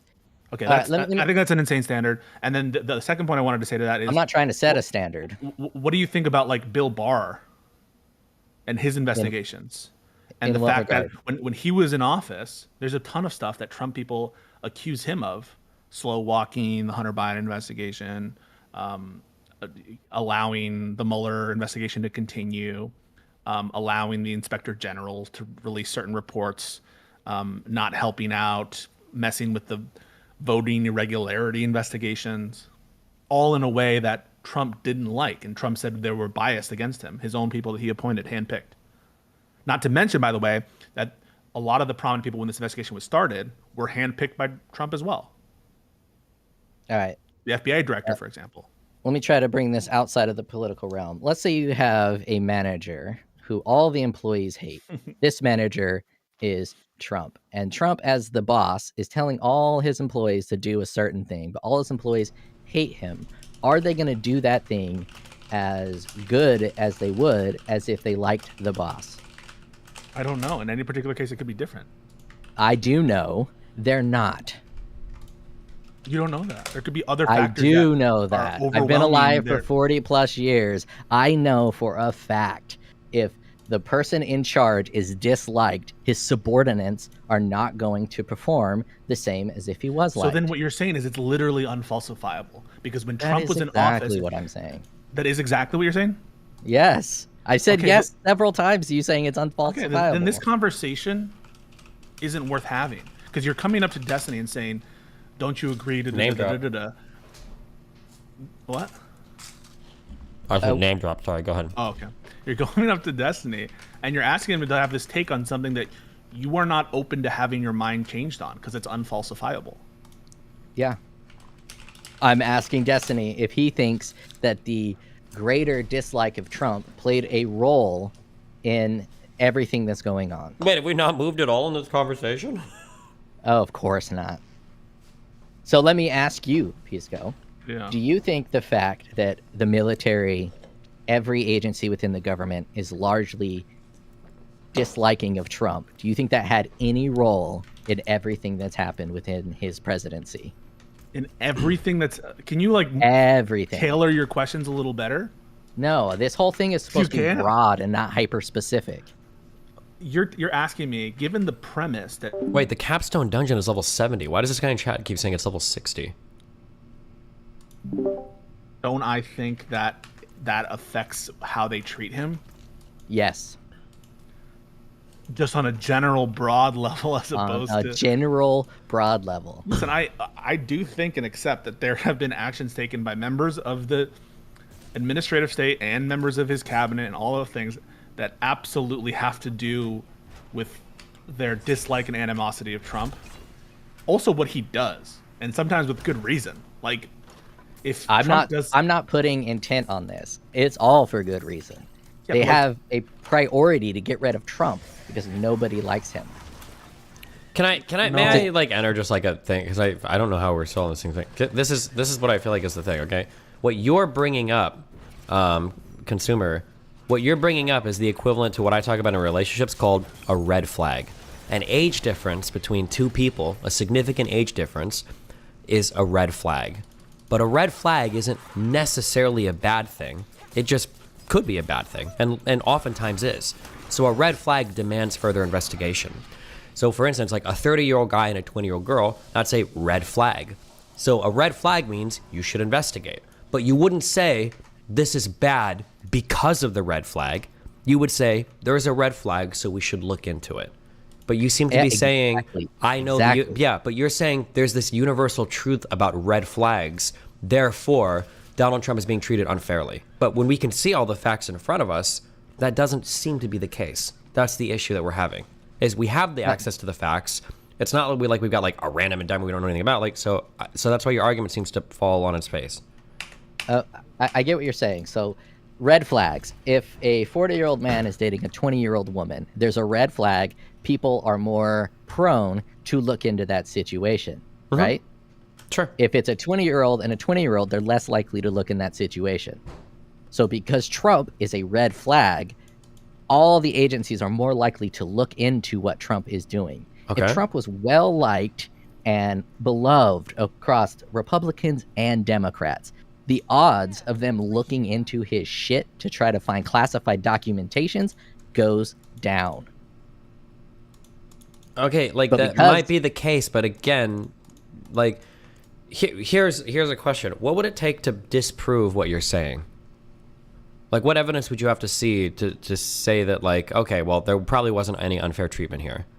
If all the people in charge of looking into Trump were Trump dick riders, if you could wait, so there's no way to, unless we can change who the people investigating are, there's nothing that could, even though you have literally zero evidence. I just asked him this line of questioning, and he said it was we unfalsifiable. went through this whole thing. Oh, Yeah, wait, then it's this conversation is unfalsifiable. pointless. You're in conspiracy land. No. It's not pointless. It is pointless. If you're giving me something that's literally asked- unfalsifiable, there's no reason to even consider it in my mind. Why would I even? Yeah, I can never prove it one or another. I might as well function in the world as though it doesn't exist. Because I can think of a million unfalsifiable things. Like after this UFO thing came out, like could it not be the case that aliens are slowly starting to leak information about what's going on this planet, but that Trump was trying to accelerate it by leaking documents that actually showed real extraterrestrial life on Earth, and that's why they're coming down on him so hard now? But like, I mean, obviously aliens are going to have advanced technology to control like our electronic communications. You're not going to see that. You're not going to find that. But that is totally possible, right? Even likely that aliens would want to slowly introduce us to the concept of them.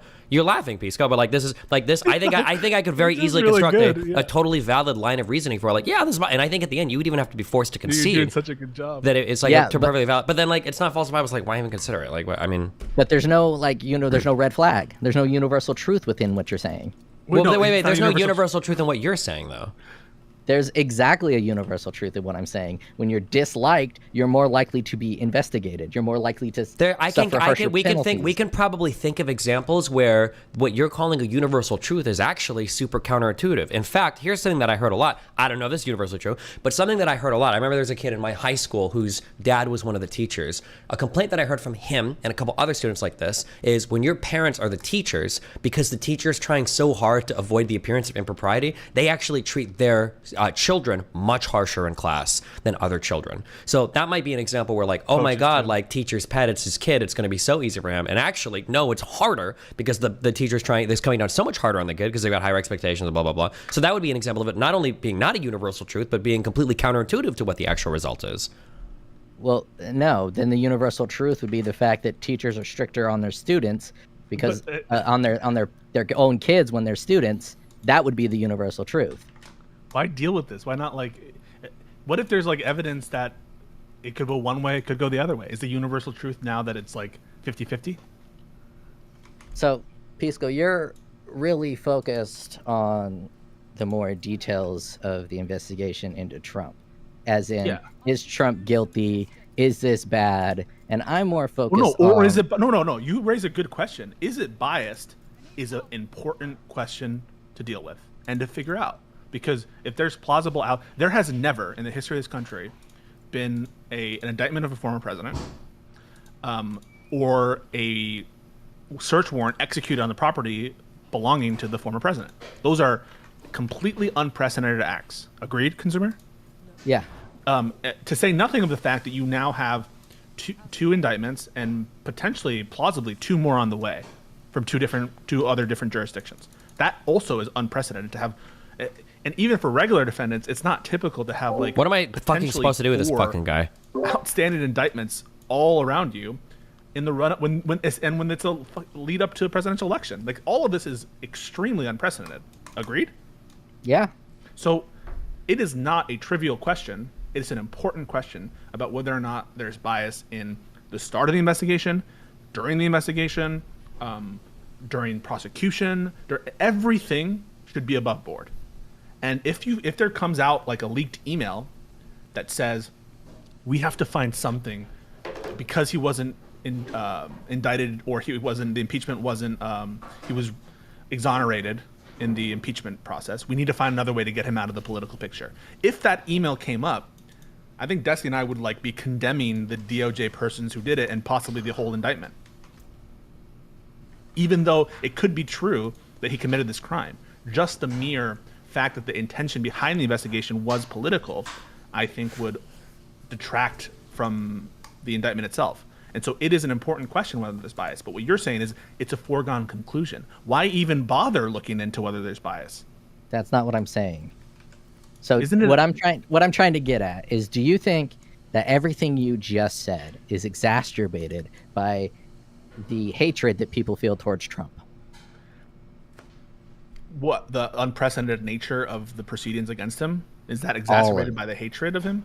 Yes. Do you think Trump's character and his there's norms and standards within the government, and Trump has broken all of the norms and standards? Because I think a lot of his character and the reason why people hate him is exactly why he did this. So like his unwillingness to comply, his not agreeing to cooperate, all that stuff related to his character is one of the reasons why people hate him, but it's also one of the reasons why he made himself more liable or potentially liable for criminal process. And so do I think that the personal animosity towards Trump is an aggravating factor towards people's willingness to go after him. It's possible, and I think on balance, like if you really dislike someone, maybe you, as a general matter in normal human interactions, you're going to treat them less. You're not going to give them an extra donut at Dunkin' Donuts. You're not going to give them, benefit that you would give someone else.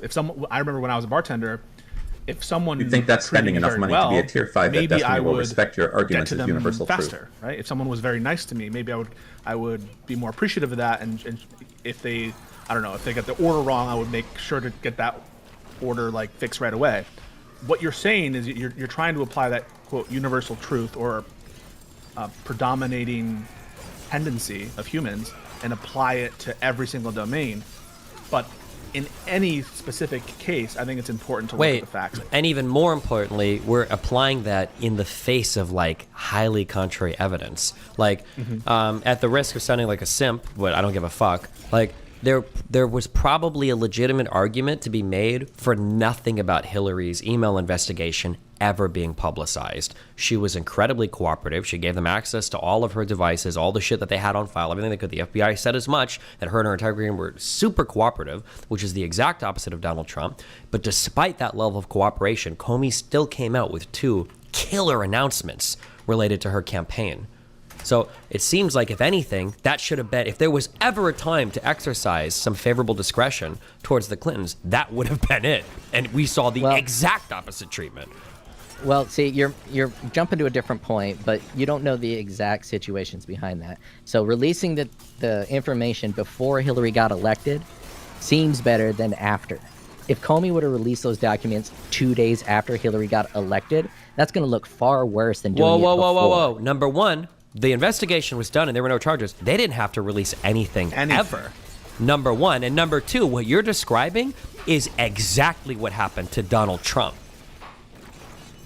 Right? Because there was an active, huge, sprawling investigation related to him that we didn't find out until after he was elected. Well, he wasn't as hated until he became president. And by hated, I mean within his peer group. He wasn't wait. No. He was absolutely hated while he was running. That's why people made fun of people like... He was literally... Yeah, and he was calling Tom Cruise's dad like the Zodiac killer and shit. Lindsey Graham was saying that he would never support him as... Like, everybody in the establishment fucking hated Trump. The whole point of like all these people who say the FBI is hopelessly biased against Trump, most of it has to do with activities that the DOJ was taking either before he was president, before he was elected president, or shortly after he was elected president.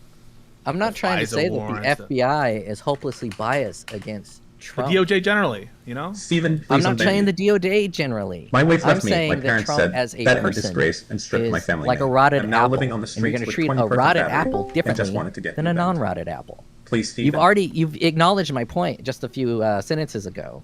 I mean, when you were talking about being a bartender and like people treat people that they like better than people that is useful up to a certain point. And like I think Destiny says, it's a red flag. Is it a red flag that Peter Strzok sent a text that said we have an insurance policy against Trump and that we don't like Trump? That's a red flag. I think Destiny would agree with that.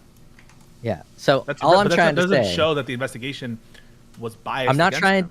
I'm not trying to say the investigation is biased against him. I'm trying to say the people are biased against him. So if you have a bunch of but again, biased real quick, people I understand you keep saying that, but like again, for the Peter Strzok thing, Strzok was not only was he kicked out of that investigation, I think one other person was too, right? Wasn't Strzok later fired from the FBI essentially?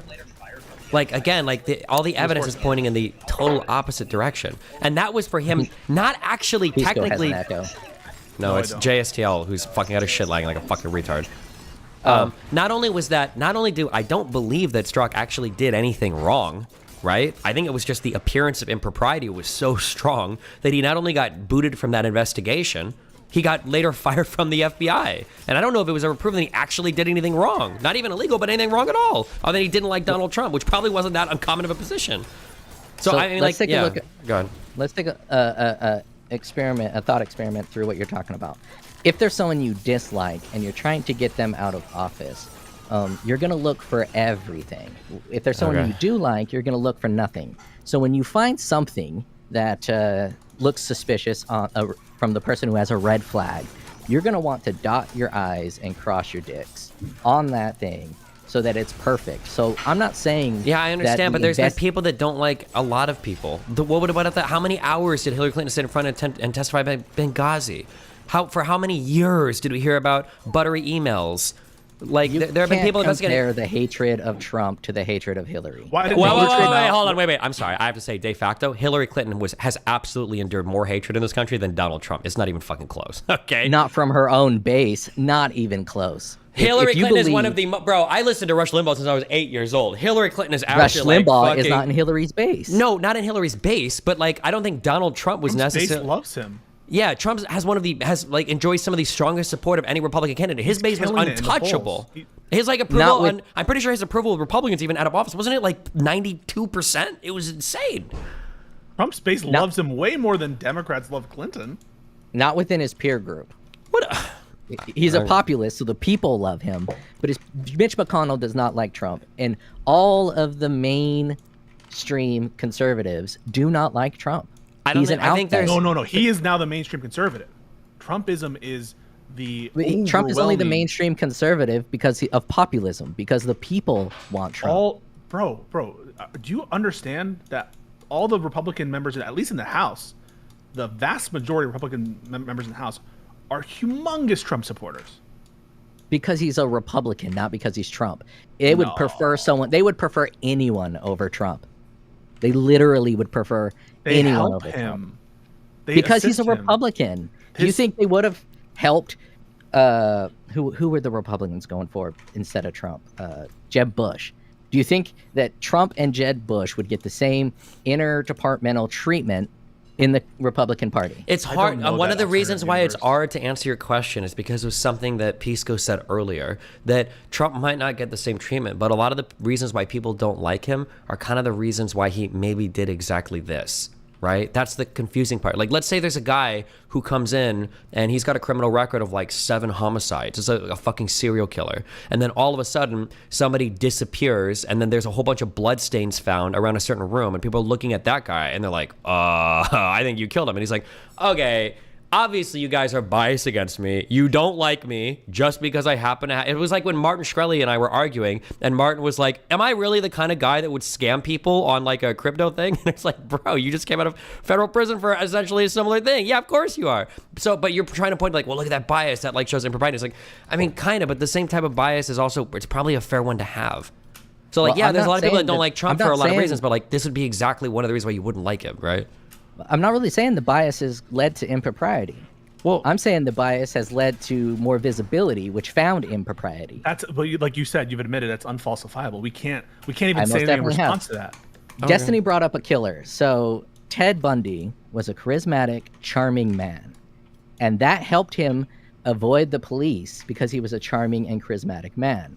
Where the Night Stalker was an ugly piece of shit, and they get different treatments. I mean, Ted Bundy was able to escape from a room with his charisma because they just left him alone in there, and he like climbed through the roof and jumped out of a window. People's bias towards how much likability a person have totally affects everything, including how vigorously you're gonna look for something to get him on. And I'm saying that because everybody hated Trump, he had a bigger spotlight on him to find shit that he did wrong. Why didn't Mueller come out and say that there was plenty of evidence for a conspiracy between Russia and Trump? I don't have that answer. I mean, they had plenty of opportunities to be more harsh on him. Why Well, didn't didn't Mueller they come out and pump up release- that entire Steele dossier that was fake? Whoa. No, And- the Mueller investigation was not just, here's the Steele dossier. There's a reason why that Mueller investigation turned out like 14 some credible indictments against other Russian operatives in the United States. Like it wasn't just like the Steele Trump's dossier. campaign manager. Yeah, Manafort got completely. completely fucked because of impropriety with his foreign dealings in Ukraine. That's true. Other people fell for other types of crimes. Stone, Flynn. Like it wasn't just the Steele dossier. Sorry. Okay, and do you think that the hatred towards Trump amplified the visibility and the investigation? The investigations, like the people looking for something to find. It's unfalsifiable. I mean, we're back to the same place. I mean, nothing we can say will change your mind about whether or not it was motivated by bias. But I'm just. Can I just ask, like, why it matters? Why does it matter this little statement. It's actually like not relevant to the conversation you're having at all. What statement? That like his unfalsifiable statement that people you hate you'll have bias against. Why is do you that care? relevant to the conversation? Yeah, why do you care? Isn't it, yeah, so it matters, and I'm happy to explain it. Whether or not something is falsifiable will affect, and how it's falsifiable will affect what we say in response to his claim. So if someone says God is real, and you ask, is it falsifiable? Yeah, sure. If you can show blah, blah, blah, blah, if you can show the Bible was whatever, then you would give evidence that purports to be the thing that would falsify. But if someone says God is real and it's unfalsifiable, then that part of the conversation is not worth getting into in terms of proving or disproving a claim. And so it I totally understand what you're saying. Relevant. Yeah. But I'm not trying to disprove or prove a claim. I'm not trying to say that the bias against Trump is going to impact the verdict of the legality of Trump. What I'm saying is the fact that Trump was so disliked that it may have assisted in them finding Trump breaking the law. But you don't. There's nothing I could say or show you that would demonstrate to you that were true or not true. That's a claim, right? You're saying and there is something I can demonstrate to say that it is true, and that's the universal truth that people that are hated get treated worse than people that are liked. But we've already given you examples where that's not true. No, you haven't. We did. I did it with a student, like a student of a teacher. No, you didn't. What you did was set up a universal truth in the opposite. The universal truth is not that students whose parents are teachers. So there's a bunch of exceptions. Wait, no, wait. Hold. We can do this all day. Okay. People that you like are going to be people that you tend to treat better than people you don't like. I probably like progressives in terms of their values more than I like conservatives. But people on the progressive side, people are more likely to hardcore audit their own side's beliefs than they are the opposite people's beliefs. Conservatives 100%. Fight with conservatives more, and progressives fight with progressives more. So that's another example of like a contrary thing. We would expect there to be more alignment than not. Oh, not necessarily. So, for instance, when it's not universal. If you're saying not necessarily, you're acknowledging that sometimes it is the case. No. Let me try to. Oh no! This in my head real quick. Just hold on for a second. If you're having an argument about the seriousness of Trump's crimes, okay, I'm gonna give you a hypothetical. Wait. Why No, stop. I'm gonna give this hypothetical where I totally break down in conversation with Pisco. We're having a conversation about math and some kind of math equation, and then I said it's an unfalsifiable truth that chocolate ice cream is best. You would break down on that point until we couldn't discuss anything else, and it would totally stall a conversation. It's not relevant to what we were talking about. It's just a random statement I threw out that's barely related. Probably not related at all. What you're saying right now isn't relevant to what we were just talking. You do agree that what you just said is a total pivot, right? You're talking about whether or not... I have an issue with how you're actually going about this conversation. So you're discussing how serious his crimes were, and this guy goes, oh, people hate Trump, so they're probably biased against him. And then you start freaking out about this. Wait, just why do you care? You agree that we ended that conversation almost 30 minutes ago. I don't know. I walked away. I'm saying that that's where you went after that, was this point that he's making that is just like, it's a throwaway statement. It's not a logical proof. He's not trying to like provide evidence. He's just saying this is how it is. Okay. It doesn't actually matter because it's not blocking any path through this conversation. Listening. Wait, so you just said you haven't been listening, right? Have you been listening? I walked away for 5 minutes. Okay, so when I left, you were talking about this. When I came back, you were talking about. You understand that he has been saying. You understand that he's been saying that Trump was treated worse than other people. No, I wasn't. Yes, you were. Yes, you were. No, I was saying there was a spotlight on Trump. No. Sorry. You are saying if there's an additional spotlight and additional checks on someone and additional investigations and you agree that that person is being treated worse than someone on not necessarily worse. They're just treated with more scrutiny. So, for instance, that's worse. Claim is being treated. No, it's not necessarily worse. Wait. Can you ever think of a time where more scrutiny is better? In sentencing, yes, more scrutiny can be better. So let's say there's an unconscious bias with the people that are going after Trump. When they go to provide evidence, they're going to be so much more cautious and judicial with their evidence because they know they have this bias and they don't want to treating him better because of the bias. Yes, just like Destiny said. Okay, I don't know what to say to that. Okay, the teachers will treat their own. So what you're saying now is that there's a universal truth that he's more disliked, more spotlight, and therefore he's going to be treated better in the investigation. Better in the sentencing and investigation, yes. Well, maybe not no more better, but so much. There's going to be a lot more focus, a lot more attention. Focus. So is that negative or positive? That's going to be positive, and probably for his sentencing. But in terms of finding something, it's negative. Does Trump prefer the kind of whatever you're describing? Would Trump prefer that or not that? Lost you. Sorry. You're describing a pattern of either intentional or unconscious bias. I don't even know at this point because you're switching it up all the time. Whatever that is, would Trump prefer to have that or to not have that? I can't answer that. So, wait, sorry. Wait, is the additional scrutiny, whether it's conscious, unconscious, whatever, would Trump prefer that or not prefer that? Yeah, let me try to answer that question. Okay. So, the red flags that Trump throws off by being a terrible president and a terrible person put a spotlight on him, which potentially allowed people to view his improprieties and catch them. So in that instance, Trump would prefer the better treatment so that they wouldn't catch him breaking the law. But they did catch him. So after they catch him, it's actually more advantageous for the people that caught him to be hyper anti-Trump, because then they're going to have to do everything they can to try to make it look like they're not biased. So was Trump overall, in this entire matter, treated better or worse? Hold on, I'm sorry. We're at an all roads lead to Rome. Like, you're picking and choosing with absolutely no foundation for anything. Because in another conceivable world, I could just as easily say Trump's initial investigators it'd be way better if they were hyper anti-Trump, because then they're likely not to dig into every little thing because that'll look improper. But if they find something, they're going to want to sentence it for sure, so that it seems like they're doing, like, you're ad hocing everything on this with absolutely no way to prove or disprove any part of it. But my intention wasn't to like prove anything. My intention was your opinion on the impact of the dislikability of Trump on any of this. Sorry, I'm not going to be gaslit by you or Jason, since he obviously can't hear the conversation when it was happening, nor right now. Ooh. You absolutely, at the start of this conversation, were saying that he is being treated worse than a Democrat would be for the same thing. That's what you said. I said he's being scrutinized and viewed more heavily than someone who was liked. And I'm not going Republican Democrat. I'm going with liked. Trump is not liked within the Republican Party.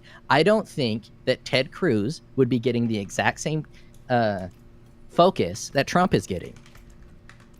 Okay, so he's being treated with more scrutiny, right? Isn't more scrutiny worse in this context? Yes, more scrutiny is worse. So you are trying to show that he's being treated worse, aren't you? So the word treated... Wait, can you answer that? I am answering it. If you would stop fucking interrupting me. The word treated worse has multiple layers. So he's not necessarily being treated worse. Like, he's not being penalized worse for his crimes, but his crimes are being caught more frequently than if he was Isn't the additional scrutiny that comes along with being disliked just say yes worse? Just say yes For Trump. Just say yes. He wouldn't prefer that, right? He would prefer less scrutiny? Yes. Okay, so then what you're saying is he's being treated, at least in the scrutiny level, worse. Yes. And you're trying to show that, aren't you?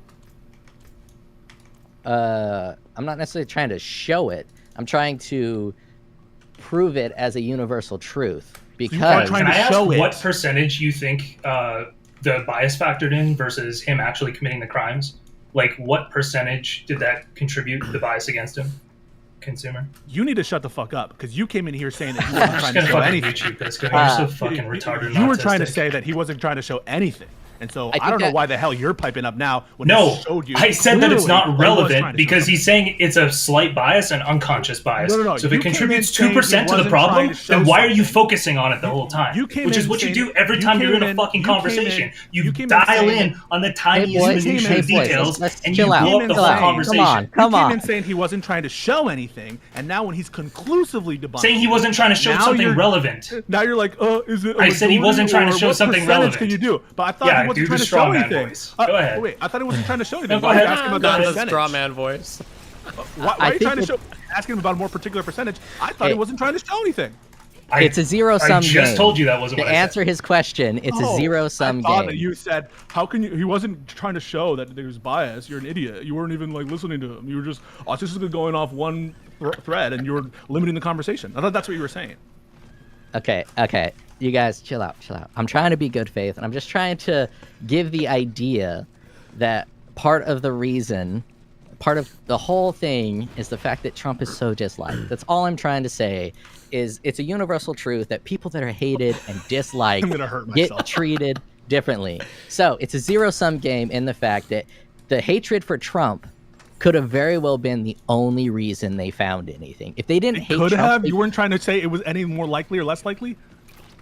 It's definitely more likely. Okay, 100% so more likely that they found something on Trump You were because they making hate Trump. You weren't just pondering a question, right? You have a view of the situation, and your view of the situation is that he's getting, in some capacity, a worse rap than someone else. He's being happens treated when you can't in a get more my negative name way out your in mouth. some capacity.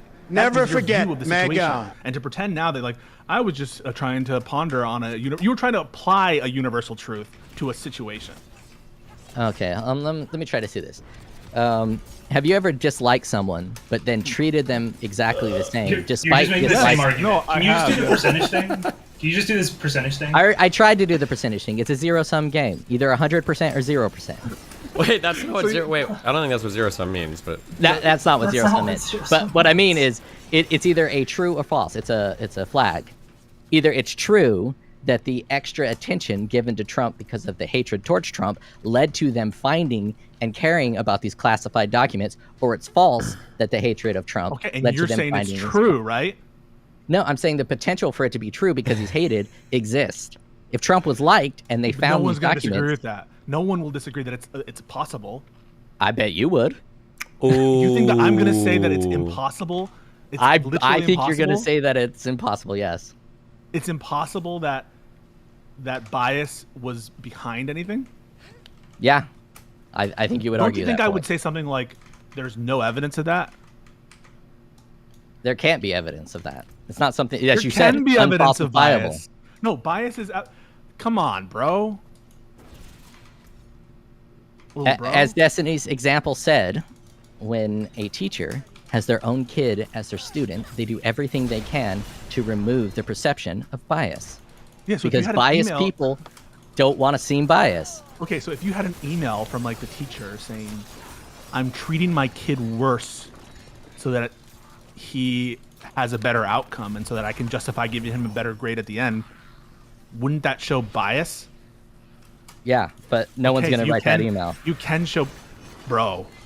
You first of all, I mean, you that's will like saying find- nobody's gonna say what Trump said in his fucking indictments. I mean, no one's gonna say Except I for should've- Trump. Okay, No, well, you people- just said it. You gave a universal truth. No one's gonna say that, and then we gave an example where it is, and you're like, okay, well, maybe not necessarily, right? Yeah. No, there's a new universal truth that Trump is outside the laws of a universal truth. Oh, gotcha. And that's what you're doing with these universal truths. Every time we give you an example, you make a carve out. Oh no, that universal truth doesn't apply to parent, teacher, student All right, dynamics. let's wrap this why up. Let's do wrap that? this up. Destiny, Okay. do you think that the universal hatred towards Trump played any role in anything that has happened with his presidential election and his current situation? In regards to like the New York State stuff, maybe. In regards to the federal indictments, I don't think so at all. No, I don't see any evidence of that whatsoever. I'm not okay. I'm not talking about do you see evidence that supports this claim. I'm saying, do you think that if everyone in that situation hates Trump, that they're more likely to try to get him for something? I don't know. It was true for the New York case. Well, in your opinion, it's true I mean, the I said for the New York case, you can make a stronger argument for it. But no, I don't think I would even. Without evidence. Yeah, I don't even think I would even grant. I don't even think I would go as far as to like, yeah, that's likely, or like, is it possible? Sure, but I mean, like, there's a lot of things that are possible. Okay, so you say no, you don't think the hatred towards Trump has any role in the way he's been treated, the way any of his In regards to these federal cabinet indictments, members- no, I don't think so. Well, now you're broadening No, it to a whole bunch of- I'm broadening it towards like a universal concept of the fact that Trump is so hated that he is treated slightly differently because of he's a piece of shit. Towards The answer is just that it didn't play a meaningful Everything. role. Yeah, it's possible. Yeah, it's possible. Sure. Okay, Pisco, your turn. Is it possible that anti-Trump bias made him be treated differently? Yeah, the sure. question? We'll go with that. It It's a little is more possible. nuanced than that. It is possible. And what do you want It's to be also called, possible Mr. that like sexual attraction played a role in him being treated worse. Or it could be possible that sexual attraction made a difference in making him be treated better. It could be a difference that like the Lakers winning a game made him be treated better or worse. Okay, that's nonsense because there's no like universal rule that can be observed throughout all of society that Lakers games make people treat other people differently. But there is a universal rule in society that if everyone hates somebody, they're gonna do what they can to fuck that person I think over. the problem is real quick. The problem is because you're using the language you're using is so strong. You're using universal truth to describe like a heuristic. That's what you're doing. Like you've identified a heuristic that's probably true. People that don't like each other probably scrutinize them a bit more. That's true. But now you've taken what is at best a heuristic, and you've brought in this to like an absolute law of human interaction, which I just don't think Educate works. me on what a heuristic is real quick. A heuristic is just like there's like a probability of something happening, and as you collect more data, you kind of like look at things and probabilities and establish it. So like I might have a heuristic, for instance, that if I'm hanging out with a girl and I see like a bottle of antidepressants in her purse, this girl is going to slash my tires at some point. That's like a heuristic, right? A heuristic might be if I let a person in my house and I leave them unsupervised and they steal shit and this person's from a poor neighborhood, then I think those people are going to steal from me. That's like a heuristic. A heuristic might be when you really don't like somebody, you're more likely to scrutinize them more because I've seen it happen before. That's a heuristic. But a heuristic is not like a universal truth. It's just like a useful shortcut we have to like navigating the world. It's like a rule of thumb, basically. Okay, yeah, maybe I'm using universal truth and you're viewing it as an actual truth, which is 100%. It's universally like known 2 this plus dude 2 needs equals stock 4. food. But I'm using it more as a guiding principle. I'll use that instead of universal. Okay, sure. When you say universal truth, I am thinking like Yeah, tautological, axiomatic, mathematical truths, like 1 = 1 type of thing. That's like what universal truth means to me. But if you want to back this up to like this is a more likely thing, then like I don't think even me or Pisco would necessarily disagree that it's possible that somebody under more scrutiny or that's not liked by somebody might receive unfair treatment. Yeah, listen, I'll give you this. In the realm of human interaction, I think that I would be comfortable saying people who are disliked are treated worse than people who are liked. That is not something that I'm going to disagree with just based on my common sense and my like place in the world. As a like a heuristic, like Destiny said. But in any particular domain when you want to apply it, you noticed and respected that it could be very different in a teacher, parent, student situation, just like a teacher, coach situation. So there are specific overriding factors and or conditions. even to unplug that, rather than specific overriding factors, a heuristic works broadly, but you would never apply a heuristic in a specific case ever. There's a murder, and we've got 3 suspects, and 1 is black. Well, it's a universal truth that black people are 1533 or whatever the fuck the meme is. Yeah, like it's a universal truth that black people commit more violent crime. Therefore, this guy did it, or it's more likely this guy did it. Like you wouldn't even consider, like in the legal system, for instance, and even in most personal situations, you wouldn't even consider the heuristic. The heuristic is just that. It's like a rule of thumb. But when it's considering a particular case, the heuristic is not relevant at that point. That's a great point, Destiny. So we have this heuristic that black people commit more crimes, and there's a murder, and we have 3 suspects: a wealthy, rich white guy, a black guy from the hood, and an Asian guy from MIT. And the police have these 3 suspects. They all look equally viable as suspects. Who are they going to pick to investigate first? If they have to pick one person to investigate first, it's going to be whoever they have the evidence for. They're not going to be allowed. They're not going to be allowed. Evidence.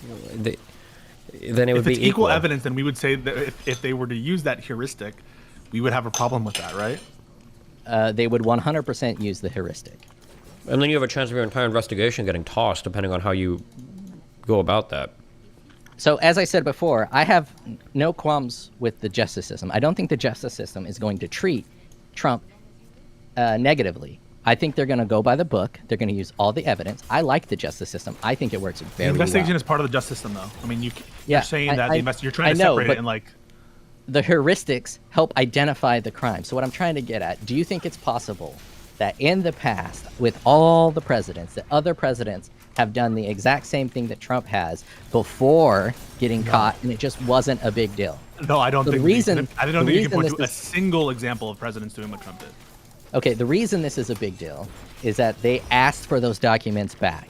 Do you think that other presidents have had documents that they just didn't care about and they never asked for them back? No, I think it's standard. My understanding is it is standard practice once a president leaves office that I think it's the Department of Records or whatever conducts an investigation to figure out because again, I don't know if Pisco remembers this. I don't remember how old Pisco is, but I feel like I remember hearing Rush Limbaugh talk a lot about the 20,000 boxes or something of Barack Obama's boxes and documents that were taken from his home afterwards, and him and other conservatives asking why there wasn't a big investigation for that. But then my understanding was it's just standard practice that after a president leaves office, there's a thorough, because not only could you take classified stuff, you might take stuff that gets retroactively classified as well, and then there's a request made for certain documents back. And my understanding is that's standard practice.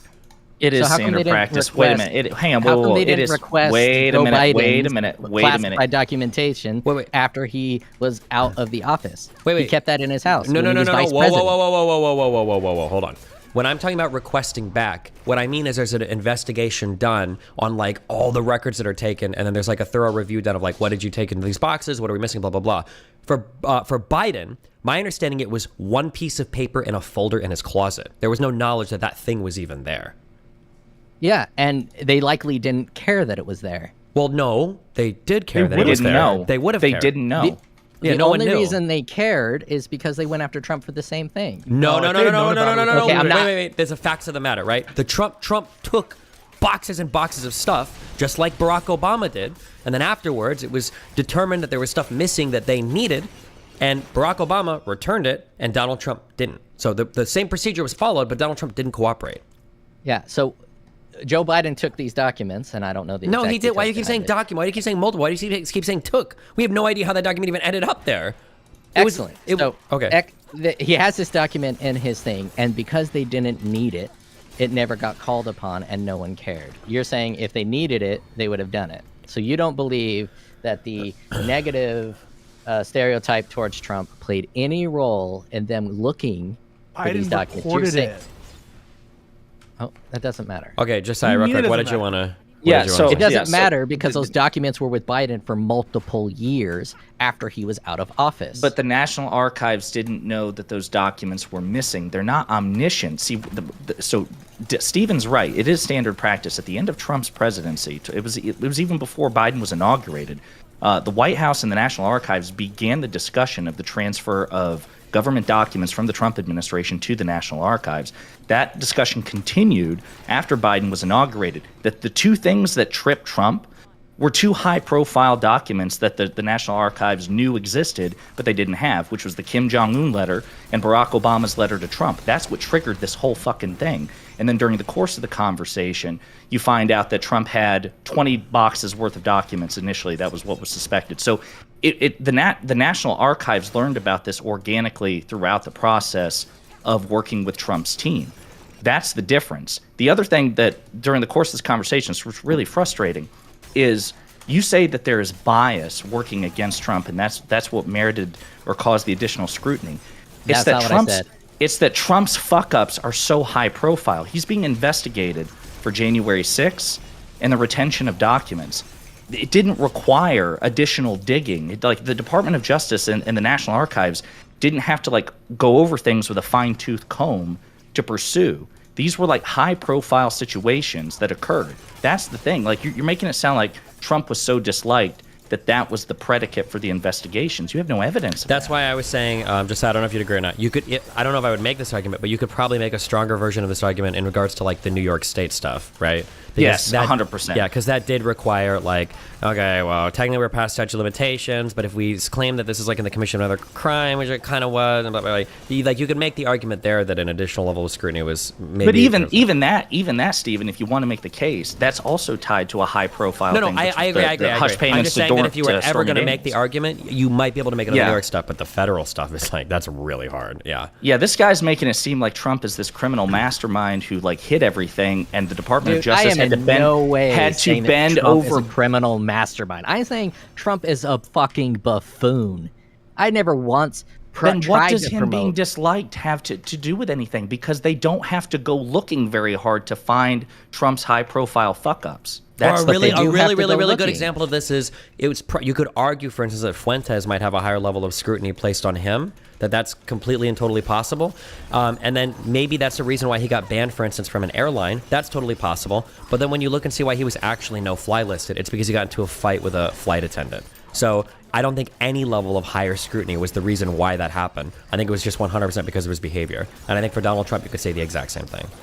Yeah, Correct. Destiny, to bring it back to like your metaphor, or whoever's metaphor it was about the murder, in this case, it's like the black guy actually did the murder. We see him with the knife. He's covered in blood. Yeah. And yeah, there could be bias there, but like, And the there are no bias other isn't the reason suspects. he's being indicted. Yeah. And there are no other suspects. That's why that example was disanalogous, because it's not like, in the case of like Trump being investigated for January 6th, the motherfucker made public statements to God and country, trying to incite the riot. There were no, well, it may not be Trump. It may be, a guy who looks like Trump. We know who it was. The same thing with the National Archives situation with the classified documents. It wasn't like there was a lineup with multiple potential suspects and they just went out of their way to scrutinize Trump. Yeah. All Also, of the wait- things that Trump's being indicted for, he was always just by definition going to be the prime target. Yeah, and also, real quick, I'm sorry, because people are asking us true. That is the reason why Nick Fuentes was no-fly listed. It's because he got into an altercation with a flight attendant. It wasn't because of the Jews or any other weird thing. And he should tell you that. I think he's even admitted as much on the show. That is the reason he got no-fly listed.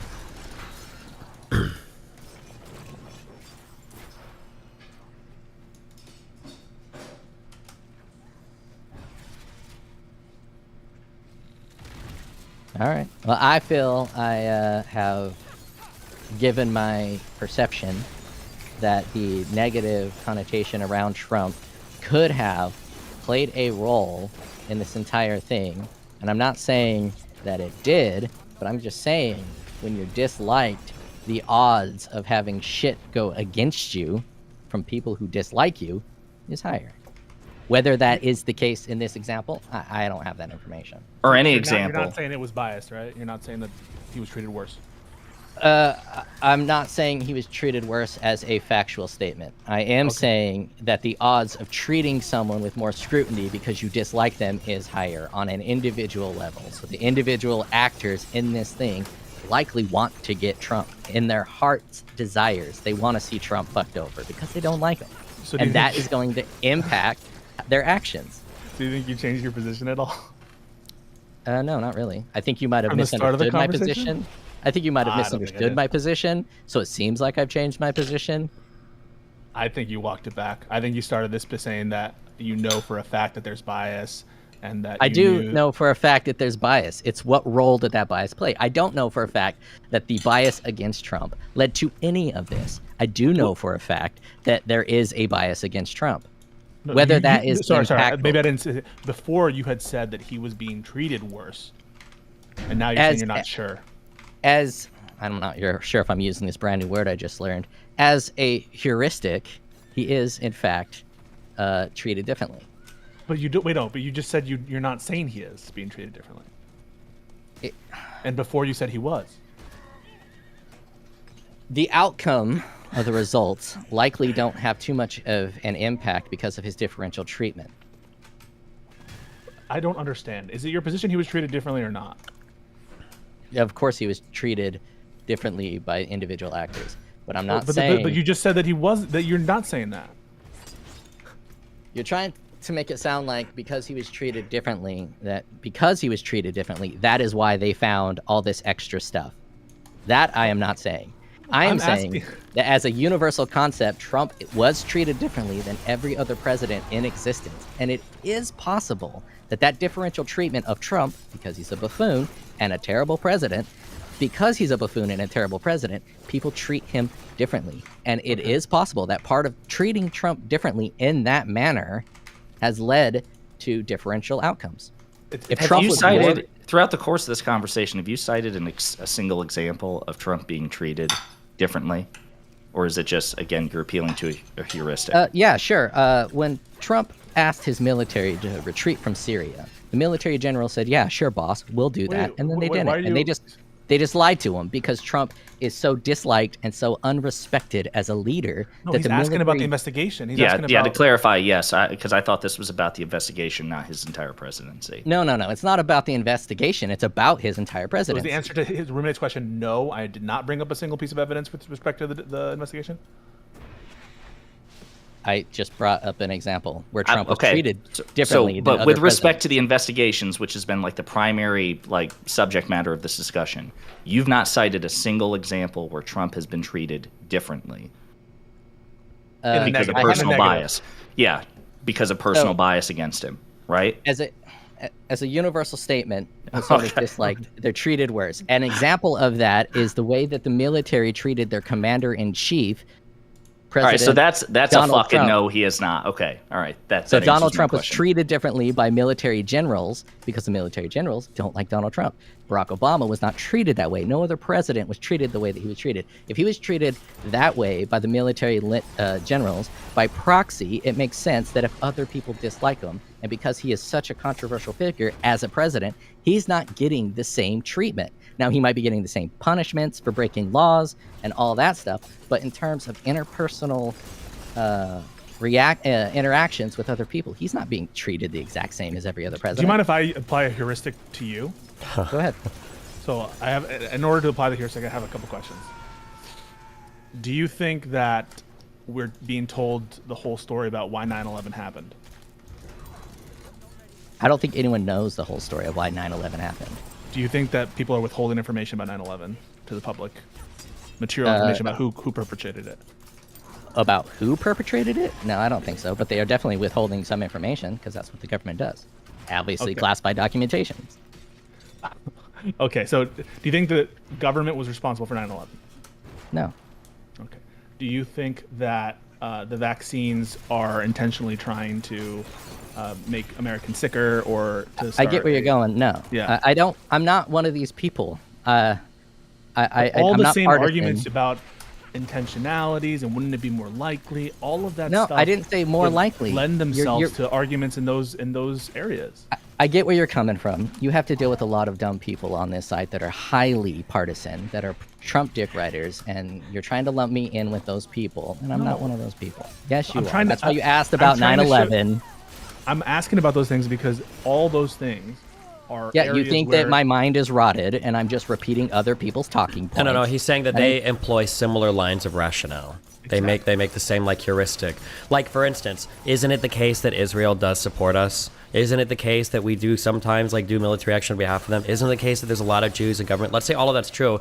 Wouldn't the heuristic say that there's a higher likelihood that they're influencing U.S. foreign policy at the behest of the Israeli government? And then if that this is you're essentially following the same line of argumentation, and that's a universal No. truth that people might be more right. I get what you're trying to say, but the difference is I'm not making an external claim. A lot of people, they'll take that 90% heuristic truth, and then they'll add on a 10%, which is the conspiracy theory. I'm not adding into the claim that Trump is being indicted because people don't like Trump. All I'm saying is that the dislike of Trump might have led to people being more fervent in their investigations towards Trump. And I don't mean You're this not sure. in just But one of the I'm not sure. one of Of course I'm not the 9/11, probably the lightest 9/11 conspiracy is the claim that the Mossad knew that the 9/11 hijackers were coming to the United States to do these terrorist acts, but they didn't share it with the United States because they wanted to foment trouble between the U.S. and the Middle East, Iraq and Afghanistan and everything especially.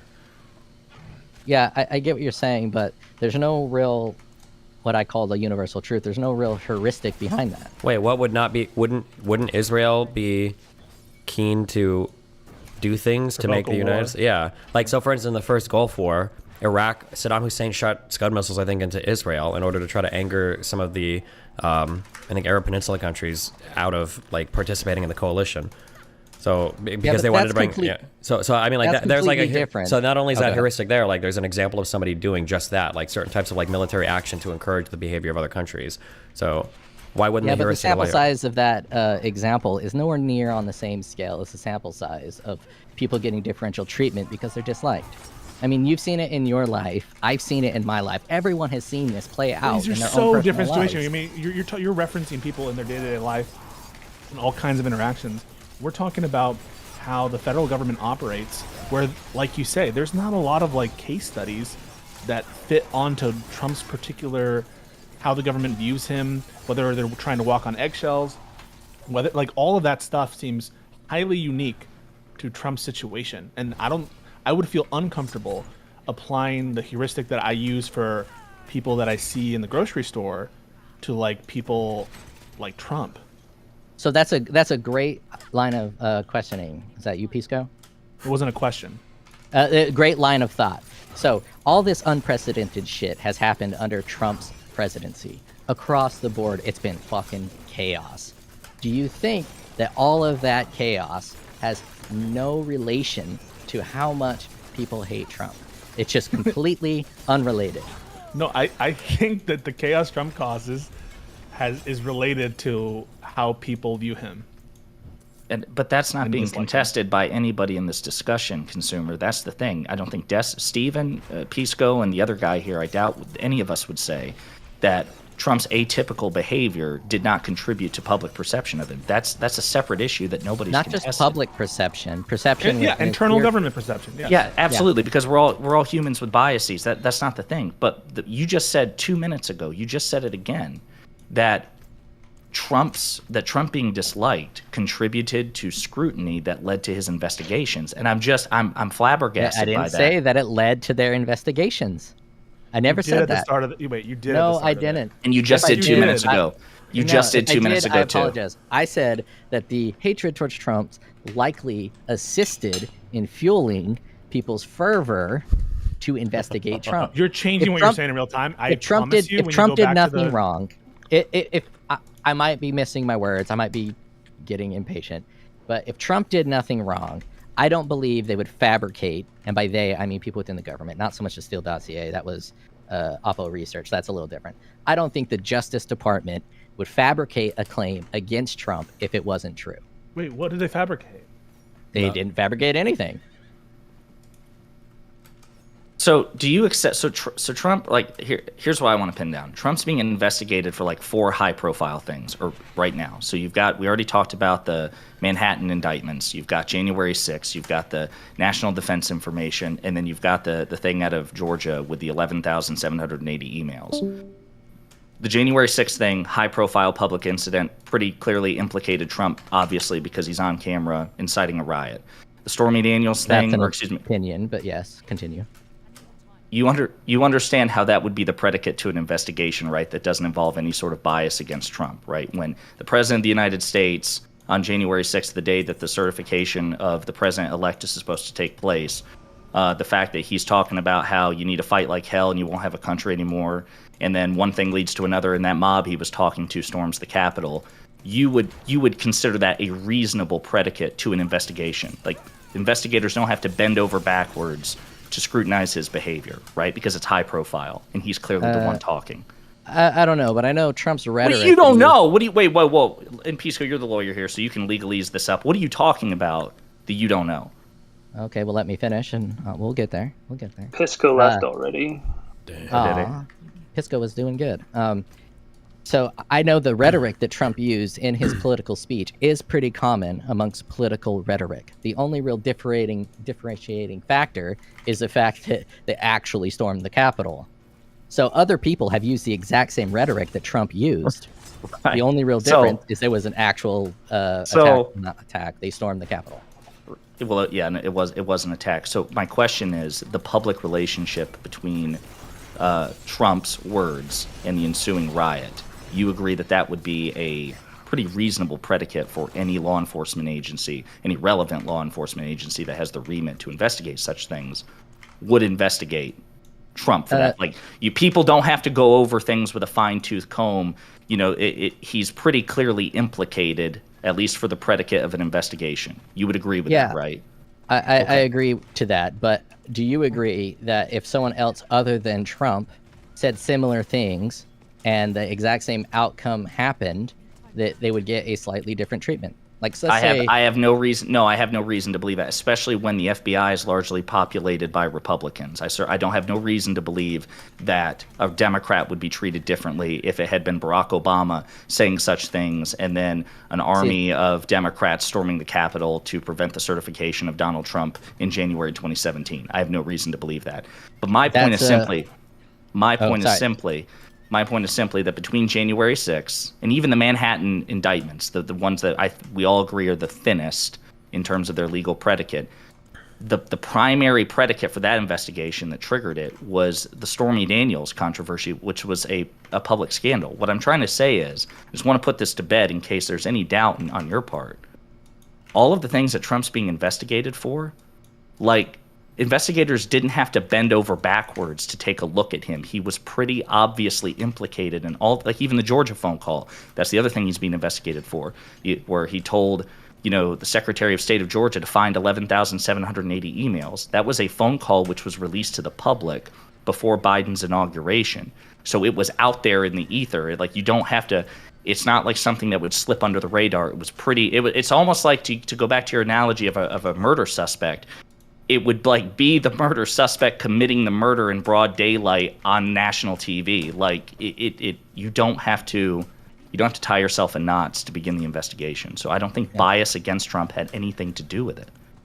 You agree with that, right? I'm not really saying it did. And you made a comment about right. majority of the Real FBI quick, I think we need being... final back and forth on this, because I feel like we're looping hard forever on this, but go ahead. All right. You mentioned the FBI is primarily consisted of Republicans, and my statement is that both Democrats and Republicans hate Trump. So even though the FBI is primarily consistent of Republicans, that does not mean those Republicans are pro-Trump just because Republicans, almost everyone hates Trump. I understand, but that was in response to you asking me if it had been anybody other than Trump to give his remarks on January 6th, and then the mob to whom that person was speaking attacked the Capitol. Would the FBI be treating that person any differently from Trump? And I have no reason to believe that that's the case. Stephen, you were away. Ask Stephen that question. I do have a reason to believe that they'd be treated differently than Trump, because in that military situation I was telling you about, where the military generals literally lied to their commander-in-chief, something I don't think they've ever done before, at least not to my knowledge. And they lied to their commander-in-chief because their commander-in-chief was Donald J. Trump.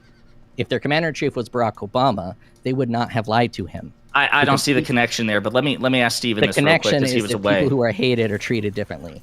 Stephen, I'll leave it while there. you were gone, he asked if it had been anybody else other than Donald Trump on January 6th, if it had been, I gave the example, Barack Obama, anybody in Trump's shoes, saying, you need to fight like hell and fight the certification, yada, yada, march on the Capitol, and then the cult to whom that person was speaking did that, would the FBI have treated them any differently? I don't think they would. I think if it had been Barack Obama telling people to march on the Capitol on January 6, 2017, Barack Obama would be getting the same shit from law enforcement as Trump is right now for January 6th. Yeah, I mean, I think so, yeah. Yeah, okay. Yeah. All right, well, consumer, this was an interesting conversation, and I'm not sure where it ended, but yeah. All right, guys, I'll talk to you. Thank you, Josiah. You seem pretty awesome. Good faith. I appreciate that, man. Not so much. Damn. Destiny, congratulations on your kick deal. I think you're doing great with these conservative spaces.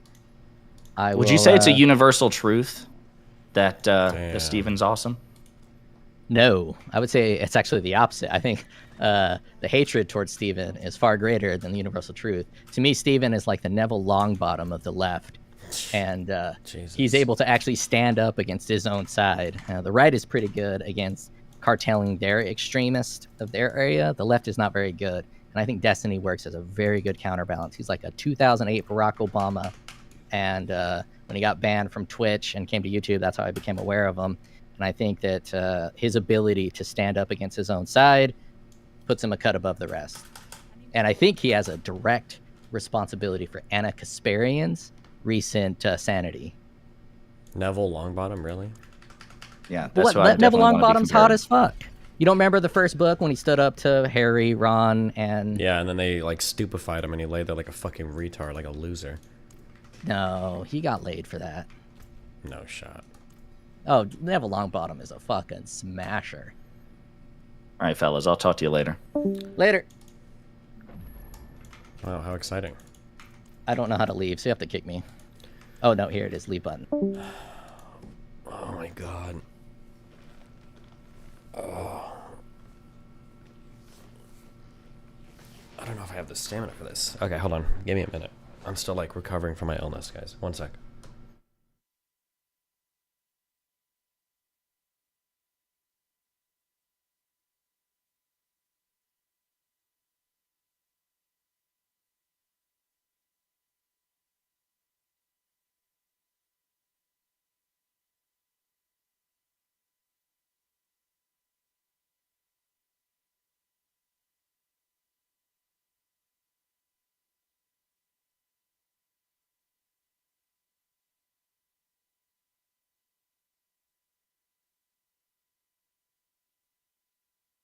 Ten, nine, 8, 7, 6, 5, 6, 7, 6, 5, 4, 3, 3 and a half, 2, 2 and a half, 2 3/4, 1.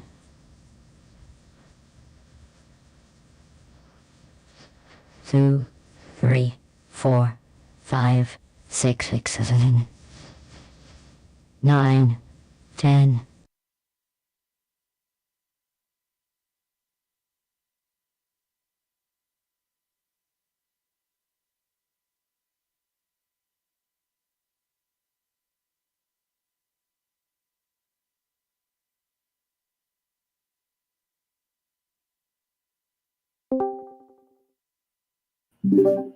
Hello. Steven.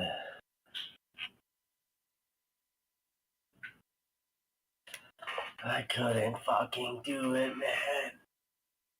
I couldn't fucking do it.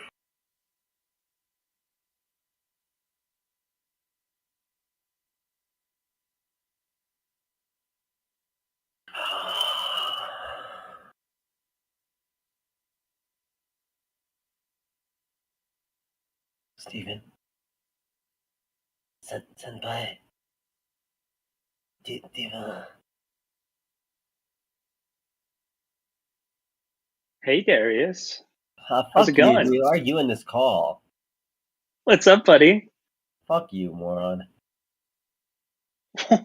Why are you shit talking me? Because all you do all day is spam autistic shit about Hannah in my chat. That's factually incorrect. That's factually I correct. donate money to spam her name. Why are you here? What do you want? I'm waiting to talk to Destiny about his debate. What debate? He had like 2 debates with Nick Fuentes. Those aren't debates, bro. Well, whatever they were. What do you want to talk about them with specifically? I don't know if he knows what Zionism is.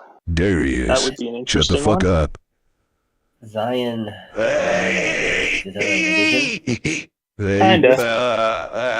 Very much like Jewish. What do you want to do about that? Why do you care to tell him about it? What are you going to entertain one? Oh, nothing. Just he made some mistakes in the debate. That's all. It's okay. Do you think that if I just mined a little harder, could have got through? No. At bare minimum, that girl's too racist to ever want to do anything with you. I'll be back. See ya.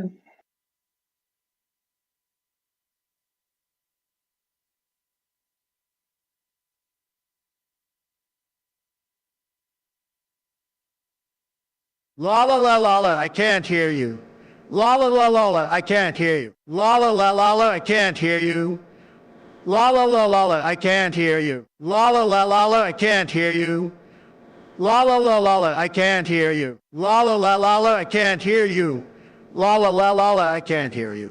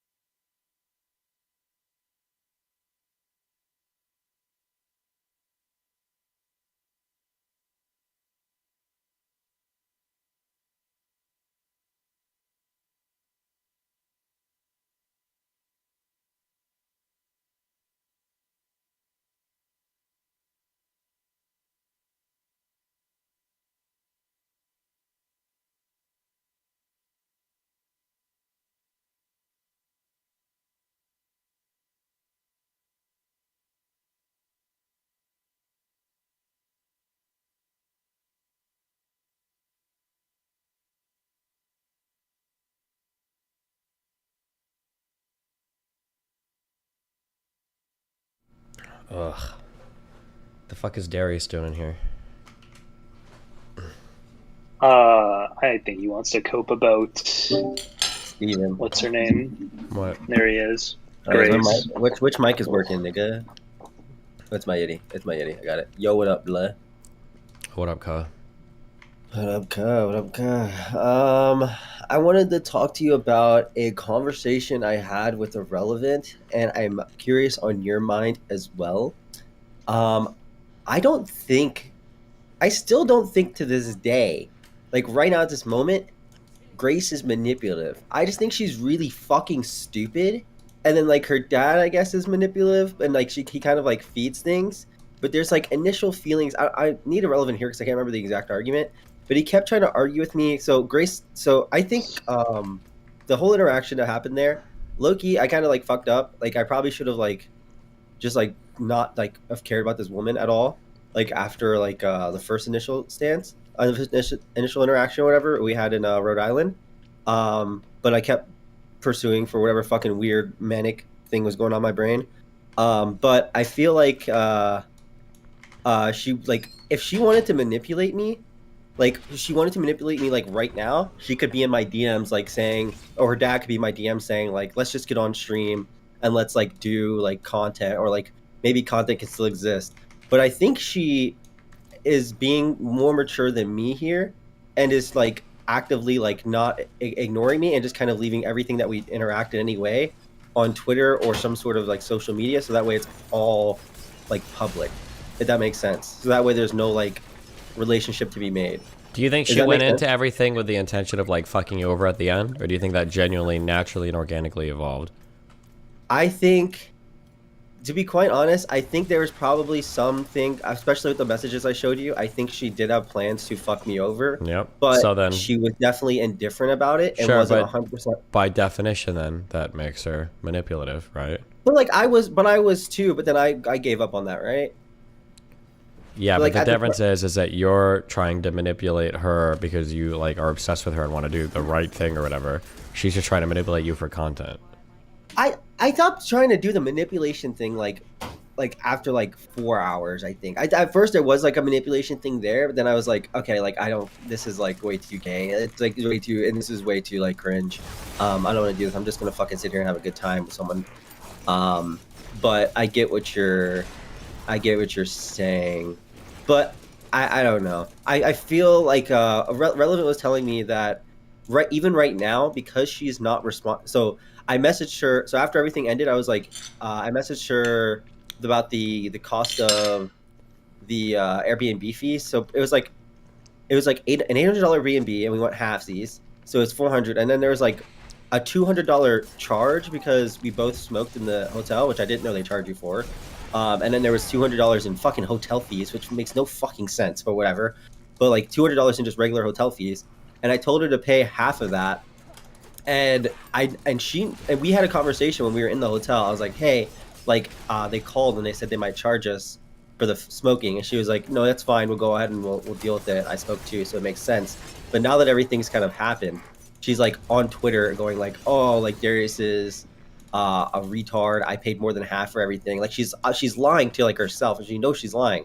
And we had conversations where she agreed of what was happening. Like you heard that apology thing. Like throughout it, she admits and she says that she manipulated things and like was being this, but now she's like saying actively like, no, Darius just did everything weird. He was pushing boundaries and being strange. And it's like, I don't think that she's intentionally trying to manipulate me now. I think she's gaslit herself into believing things so that way she can be more of a like aggressive persona. Does that make sense? Sure, there's probably some element of truth to that, but at the end of the day, it doesn't matter. She's gaslighting herself into manipulating you. Like, it's all the same effect for you. But okay, so her right now not responding to me and my sunscreen? No, nigga, what? How do you even need sunscreen? You're black. Because I don't want skin cancer or to get wrinkles. Why would you get? Wait, black people wear sunscreen? That's what I'm saying. I don't need that shit at all. Skin cancer and wrinkles, sun damage is a very real problem for even melanated folks. Says who? Oh, probably more. Science. Says probably actually black attracts the sun more. Is that unironically? Is that why there's not that many black people in Arizona? Yeah, Well, hold on. I think black attracts more parts of the visible light spectrum, but I don't know if the color black attracts more of like the UV spectrum, which is where skin cancer and all that shit comes from. I don't know if that's the case or not, but What a nerd. That is kind of nerdy. That is kind of I don't know nerdy. what the I thought UV was kill anything in modern yourself. warfare Okay, 2. never mind. Fuck all of you guys. Okay. I thought you were good. Oh, it's a 3-kill streak. Okay. But what's it called?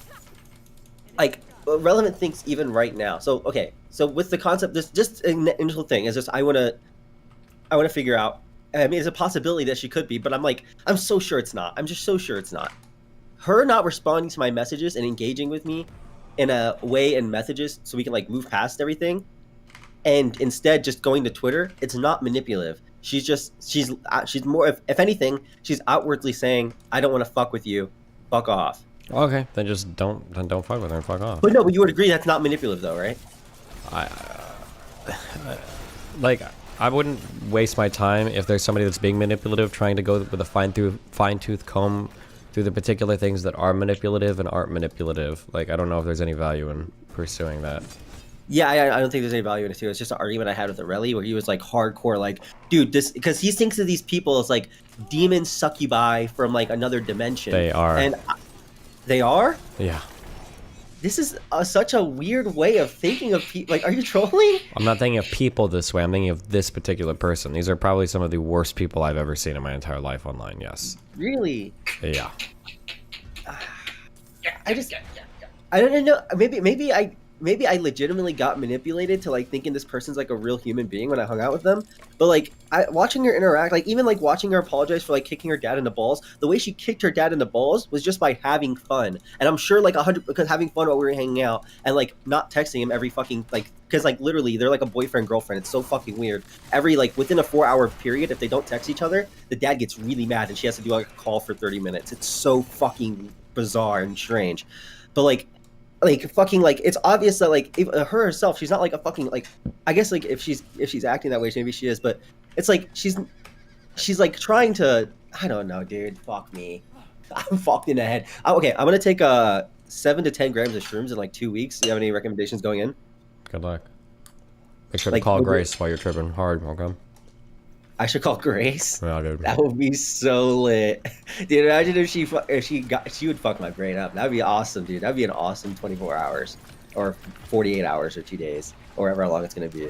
But yeah, I'm thinking of just taking shrooms because I think there is an issue I have because everyone keeps telling me these people are like subhuman Darius, demon stop demonic people. simping Like for trash. I've been fucked over by like even sushi and like some other shit. But I just don't like I'll get really mad at somebody for like a day and think like, okay, this person's like the worst human scum, like whatever. Like for like a day to like 6 hours. 6 hours to a day, sorry. And then I'll just get over it and be like, okay, I see your point.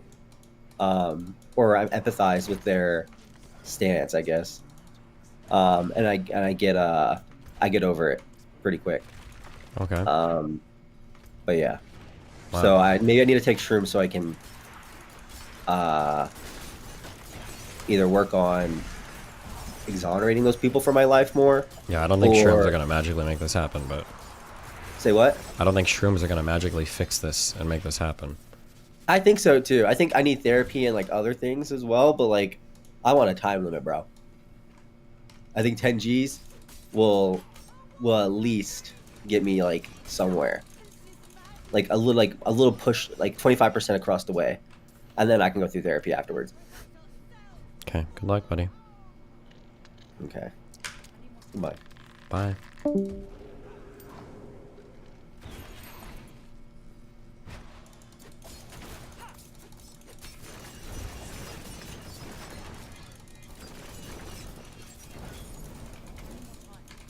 Yo, what's up?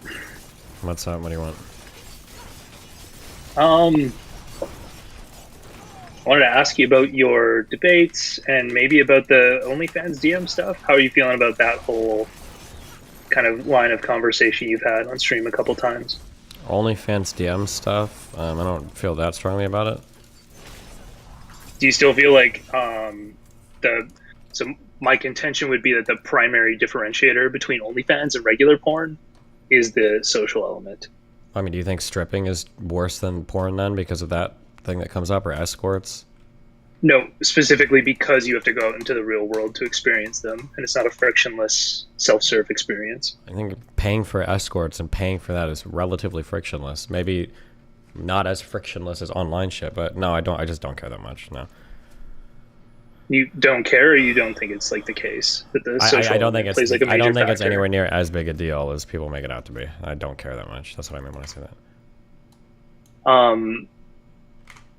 So why do you think so many of the big creators, medium creators, and even a lot of the small creators focus on it and like put it in all their menus and stuff like that? Well, they probably make a decent amount of money doing it. But you think like a substantial amount less than they'd make otherwise? Or sorry, a substantial amount less than like the rest of their subscription? I think if you offer DMs, I think it's probably going to be a big chunk of your income. But I don't know what you're. The argument that you're making is that like it's some insanely exploitative thing. There's probably a way to engage with the DMs in a healthy way. There's probably a way to engage with the DMs in an unhealthy way. Regardless, it's just not a big thing that I think much about. Like if two people want to engage in that thing, then I mean people can do it. They knock themselves out. Yeah, so you feel the same about like crypto gambling? That's very much the same then. If people want to crypto technically gamble, I kinda- guess, yeah. Okay. That's really different from what you told Smith. Like you told Smith, like guys just want to come, like they don't really care about that social interaction. Well, I mean, if which you're is engaging in fine. like DMs, sure, but I don't know what the stats are, and I'm almost sure that you don't know either. I don't know what the stats are on the percentage of like money that's made via DMs or the girls offering DM services or not. I don't even know what the breakdown is of that. Yeah, I don't know either, which is why I asked you about like if you think it's a sizable portion. It seems like we both think it's a absolutely no sizable idea. portion. What I've been told is that some of the largest girls on OnlyFans don't offer that at all. Like, does Amaranth offer that? Yep. Amaranth, Belle Delphine, Alinity were the only three I checked. And they But all obviously they don't do it, right? sure, yeah. I don't know if the people that message them know that or not. I don't know. I truly don't know. They definitely don't advertise it. I think it was a big scandal when Mira was streaming and she like leaked her Discord DMs with the people who ran it for her. No, it just seems it's one of those things that it's one of those things that lets people sort of sit in their house and like wither away, right?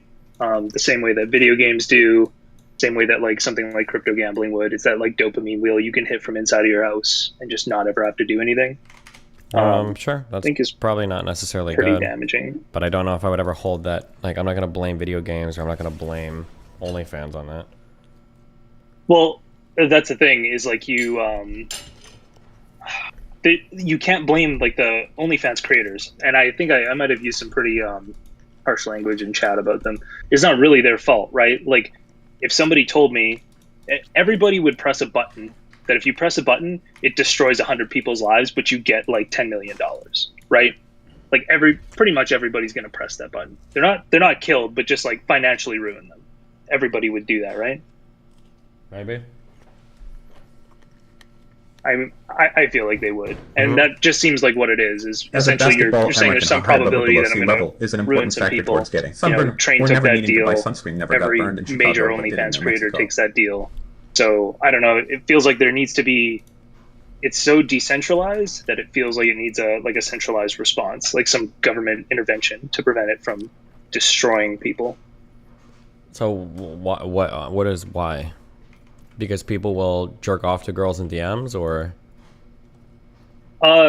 Yeah, and just generally like never ever make any attempt to like interact with women in real life or improve themselves, because they've gotten it down to where like, yeah, it kind of sucks that they don't really talk to girls or go out and do things, but like it's manageable with like the DMs and that social interaction. If you like cut out OnlyFans, I don't think there's a single guy that's all of a sudden going to start going to bars and nightclubs. I don't know if I believe in the hypothesis that these things become like complete replacements for social lives. I don't know 100% if that would be the case.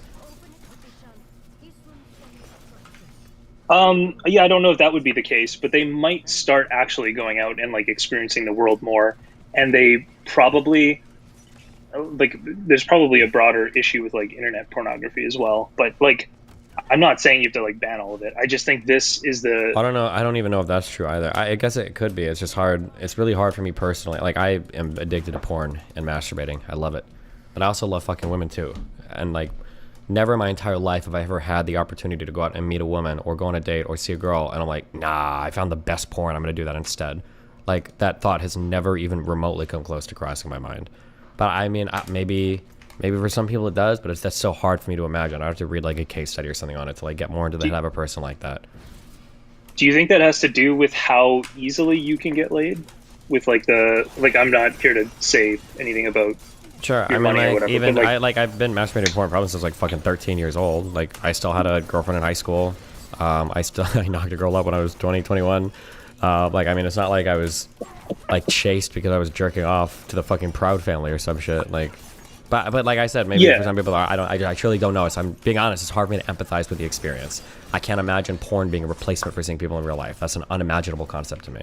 But maybe for some people it is. I guess it's possible.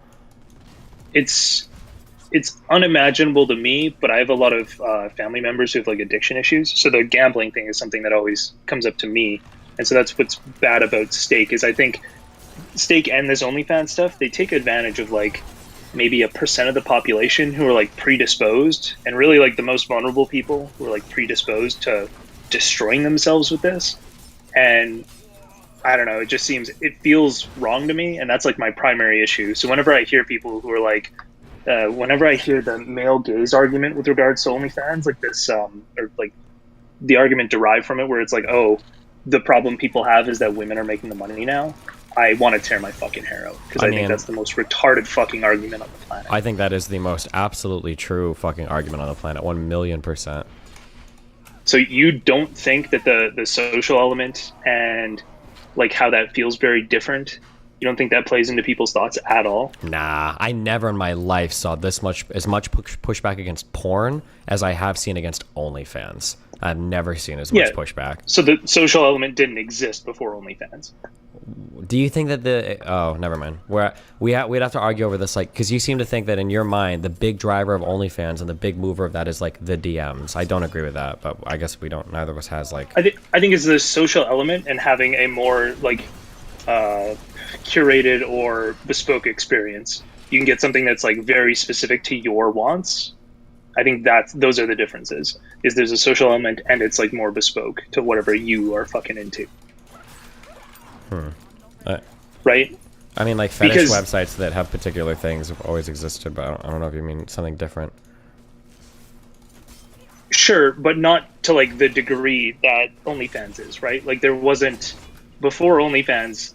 Maybe you could argue there was like mini-vids, I think, before OnlyFans, where like you could get custom videos made. But it was like, I mean, where's the male pushback against like deep fakes then? Because isn't that like a really parasocial, like unhealthy thing that I can deep fake my favorite streamer now and jerk off to her and make exactly the kind of point I want? I haven't heard a single guy take huge issues with that. That's gonna be fucked. No, I mean once that gets good and you can look at somebody's social profile and make whatever you want of the people you know, that's gonna be completely fucked. People are gonna be fucking done. Sure, but my prediction is I don't think that there's ever gonna be as big a pushback from male audiences against that as there is against OnlyFans, because women aren't making money on that area. I don't think people will care as much. I don't know if like a subset of like sort of incels or misogynists would be as mad, right? But I think that would be not because it's not bad in the same way. It's going to be bad in the same way. I think it would be, they would be happy that women would be suffering that, right? Because women would be making less. Sure, yeah. I think there part is of the OnlyFans stuff is the idea that women are entitled, they've got easy lives, women get flown out to Dubai, now they've got a way to make a whole bunch of money without doing anything, and they're making money off of like the suffering of men and blah blah blah blah blah. Like that's why people don't like the women on OnlyFans. Same thing with the people that like get all up in women's health shit about like health at every size. Like I don't think any of these people genuinely give a fuck about women's health. They just hate the fact that some women are saying it's okay to be fat because fat women don't look good to men to jerk off to. Like you can have a vested interest in health, like, and I think obesity is stupid, but like I think that the impetus for people caring so much about that is just disdain for women that don't want to adhere to like male-oriented beauty standards. Yeah, I think the male gaze argument there is fucking retarded too, but Okay.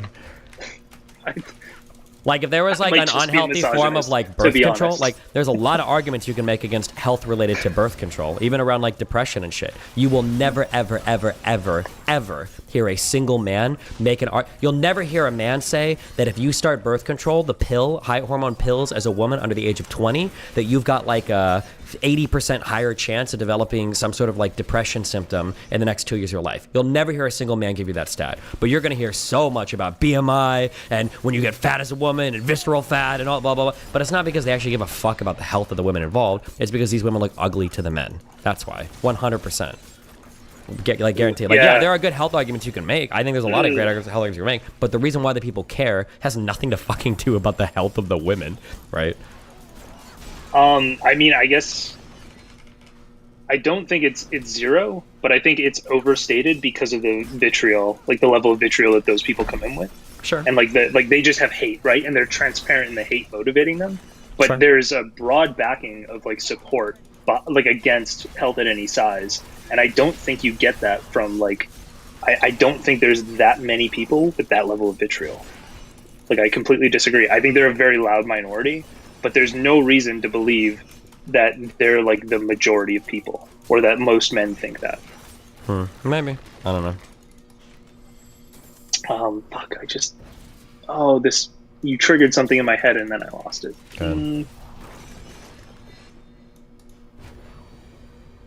Yeah. Going back to the DM's argument, my argument isn't that there aren't people who are like that. Like I think there are people who just hate women and hate OnlyFans creators, but I just don't think that. I think the primary functional difference between OnlyFans and every other porn site that's ever existed is the social element. I think it's a huge factor. Gotcha. I think if you removed the DMing element from OnlyFans, I think that the arguments in the opposition to it would be almost completely unchanged. I don't think it would affect it almost at all. But, I mean, it's hard for us to test that, I guess. Interesting. Cherry just joined. What's up, Cherry? Hello. What's up, buddy? How you doing? I'm good. I'm wondering who won the fight last night. There was no fight. I was told there was potential stabbing, but definitely a fight. Nope, there was no fight, but somebody might be banned from going back on Fresh and Fit. We're not sure yet. Wait, which one? Your mom. Got him. Fucking rude. Most likely the north one. Yeah. I don't. Do they really not see how big like a risk that is to have Cena there? She seems like a nice enough person sometimes, but Jesus. Yeah, I don't know. That's all. Listen, that's their stuff. I don't comment. I just sit here and watch from the sidelines. What made you sign up for Zerka 2 days in a row? They canceled the one show, and I said they wanted to reshoot it, and I said, okay, I'll come back for it, and it was a mistake. Especially being sick, it was a fucking mistake.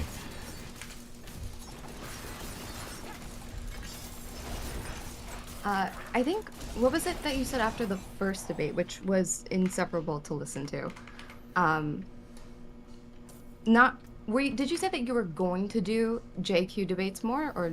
Yeah, I might start definitely not? diving into it more, because why the fuck not? It's a good excuse to, like, explore some history and shit.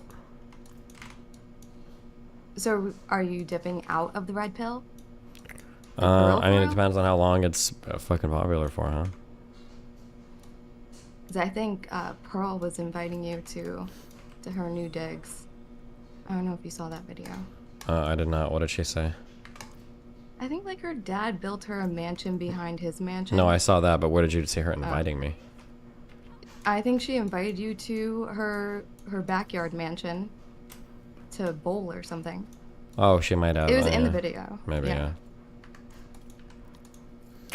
Who knows? We'll see. Maybe. If you're gonna do more JQ debates, you might want to think about Googling Zionism for the next one. Wow, good one. Just saying. It seemed like you might have been under the impression that it was like a nationality. No, what? I think Zionism just means that you support the existence of the state of Israel, preserved for Jewish people. No? Yeah, And you're aware it started long before Israel existed, right? As a state in the modern day. I mean, I would imagine so, because the desire for the existence of a state for Jewish people probably precedes the existence of a state for Jewish people, right? Like right now, I don't know if there's a particular name for it, but I'm sure there's like a belief amongst Kurdish people that they ought to have their own state, even though they don't have one yet, right? Yeah, sure, maybe. I was just saying, when you argued that Pearl guy, the author of the Clean Break memo, wasn't loyal to Israel, your proof for that was that he was born in New York. I didn't say that he wasn't loyal to Israel. I just thought it was interesting that when Nick described them initially, he made it sound like they were all people from Israel, when in reality they were U.S.-born citizens that had Jewish parents. Yeah, but there couldn't be Israeli-born citizens yet. Israel didn't exist. Oh, okay. I guess. True. I don't know the ages of all the people involved, so I wasn't sure. Well, you said 1941, and that was why I was Wait, I thought confused. that Clean Break memo was written in the 90s. Yeah, the guy who wrote it, though, the primary, I don't know if he wrote it. He was the architect, right? The guy who led the group. He was born in 1941. You must have had it up on I don't know Wikipedia. how the fuck you would have expected me to know that was a guy. I didn't know the birthday. Because you pulled it up and said 1941. I didn't know that. You pulled it up and said. Oh, I was probably just reading off. I was probably reading off a thing at like the middle of a debate where I've got like 12 people jumping down my throat. Yeah, I didn't check like the dates of every single thing that I was bringing up. If you walked away from that thinking that I thought Zionist was a nationality, you're just fucking retarded. But if that's your takeaway, that's fine. I didn't really think that, but it was funny. What's up, Cherry? Not much. Just wanted to catch up, see what you're doing, what you're up to. You look grumpy today. I'm just sick. I'm still getting over being sick. I've been staying up last night till fucking 5 a.m. was not conducive to getting better. I would ask why, but I don't know if that's something you want to talk about. Why what? Why are you up till 5 a.m.? Because I swear to God, your ass was not screaming. Because the Fresh and Fit show yesterday went till like 4:30, didn't it? Oh, I don't know. I was sleeping when you did that shit. Oh yeah, the show went. It was like a 5.5 hour fucking show or something. Like. Oh damn.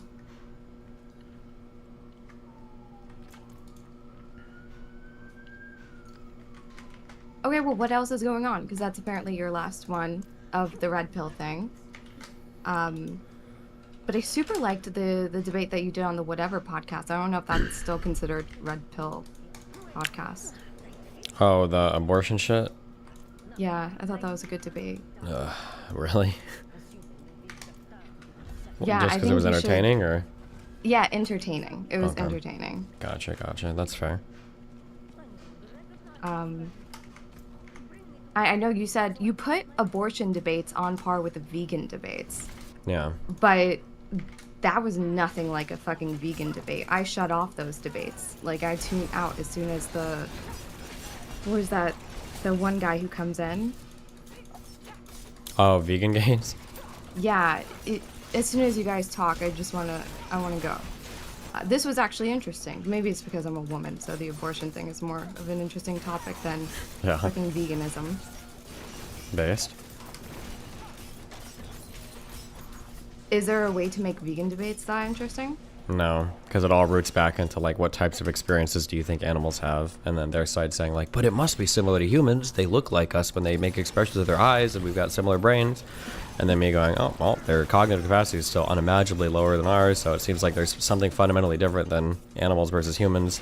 And then it's like, well, if you're talking about their cognitive capacity, what about retarded humans? Can't we kill them? And it's like, I don't know, maybe if they're ultra super retarded, if they're like hydrocephalus, maybe. And it's just like, it's all like a funnel of like dumb arguments. Yeah, it's not that they're dumb, it's that like all of it is like essentially unfalsifiable. Like talking about the experiences of animals is like, you can't, there's no way to, so there's like the arguments aren't as interesting, I don't think. I feel like most of the time that I hear, well, these are normal vegans, so I don't know about the ones that you talk to. But they usually accept like, oh, meat alternatives, they aren't like mass produced yet, it's not really affordable yet, so they don't have that expectation on everyone. But for the abortion debate, I feel like the discussion of like cost never comes up. If you ban all abortions, there's going to be like over 500,000 kids born every year. And this is coming from the side that doesn't even like funding social programs and foster care and shit like that. Like, what are they gonna do if there's a million more babies in one fucking year? Yep, but regardless of what the answer to that is, I don't think we would use that one way or another to justify killing or not killing babies, right? I mean, sometimes I think about people who owe me money and I do go to murder. I think it comes into people's mind.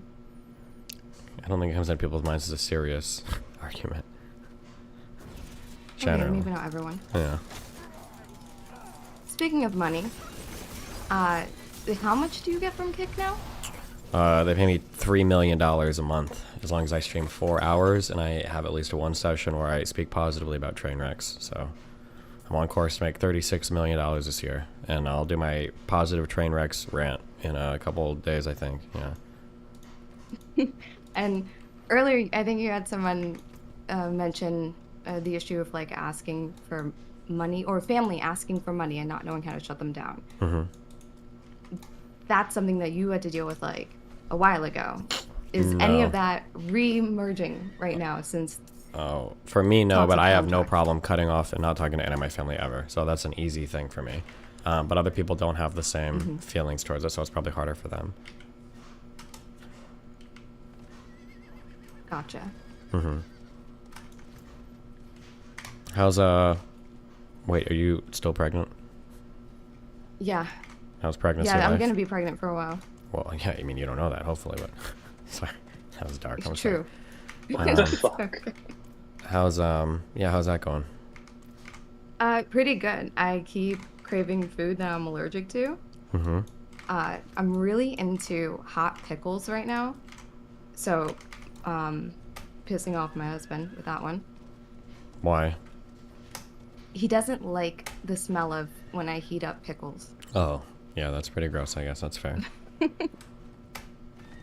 How far along are you? I am 8 weeks. Cool, based. Do you know, are you gonna try to find out before birth if it's a boy or girl or anything?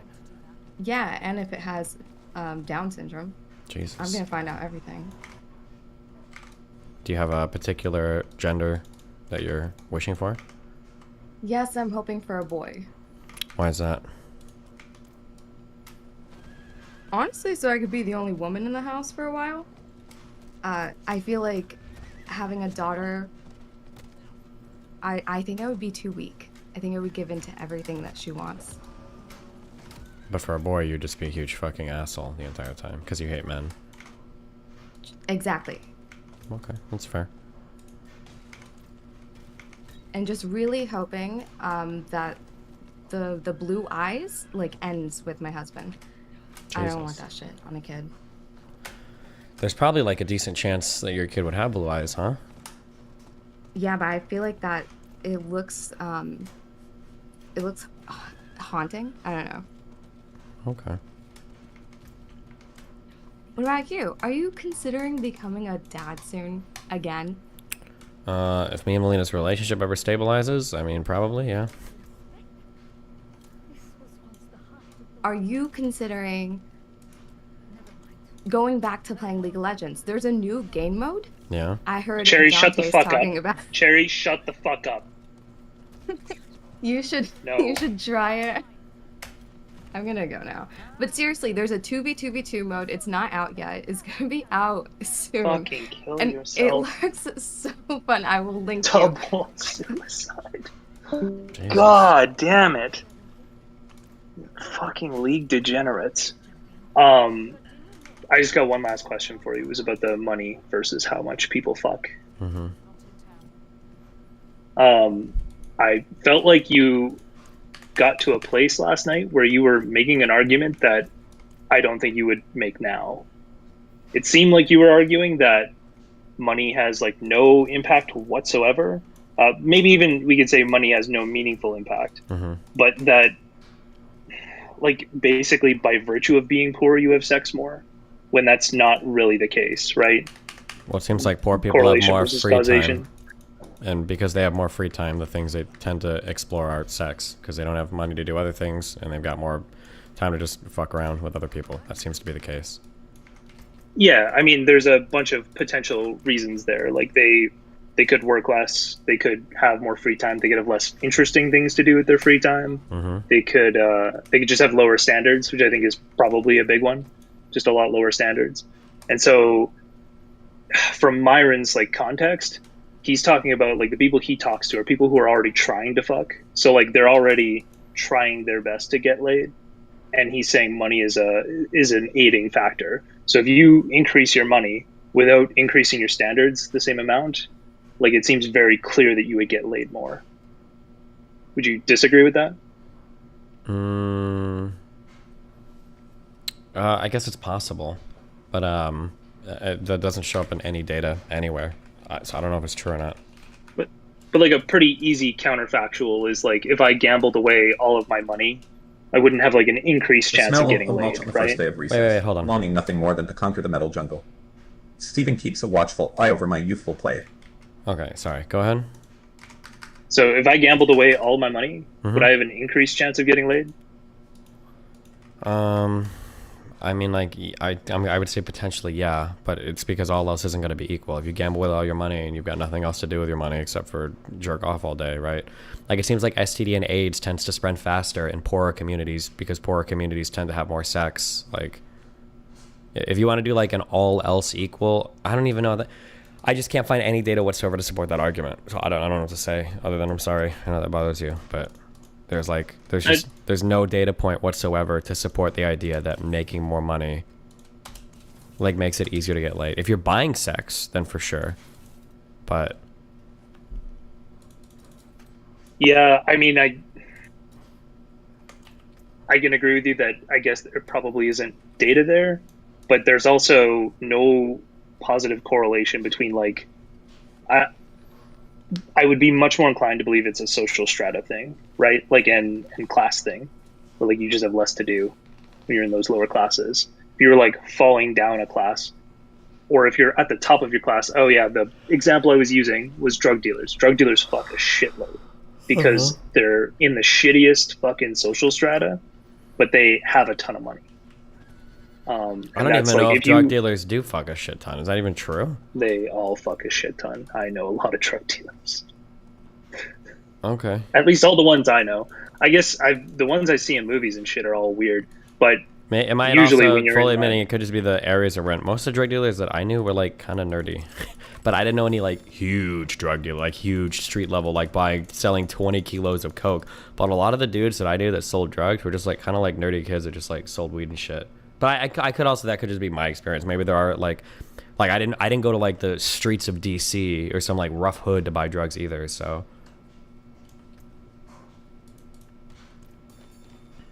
yeah.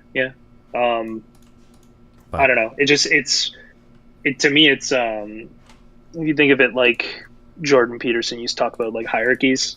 In my experience, when you're like the best at something, you're usually making a decent amount of money, at least with the things I've been good at. And once you're at the top of that hierarchy, making that money, usually sex follows. But I guess it's hard to disentangle that. It's the way I look at it, like in a personal philosophy sense. Yeah, and so when someone says like, oh, if you were to like lower your money, you would somehow be having sex more. I don't think it's that kind of relationship. I think they're correlated in that way. That might be the case, that it's just impossible to disentangle. Something else that's really difficult to disentangle that a lot of people don't realize is how attractive somebody is versus how much money they make. These things are basically like causally related. Like if you have more money, you can afford better dental health, you can afford more medical treatment as a child, you probably eat better food, you have cleaner skin, you like take better care of your body, like not even correlated. These are like having more money is probably causally related to these types of things. But people will look at like oftentimes people will look at women and go like, oh my god, like look at these really attractive hypergamous women. They're dating guys that have so much more money than them just because they're attractive. If you look at the guys in those relationships, they're usually pretty attractive too. Like wealthy people just tend to have a lot of advantages in life that help them, and attraction is one of those things.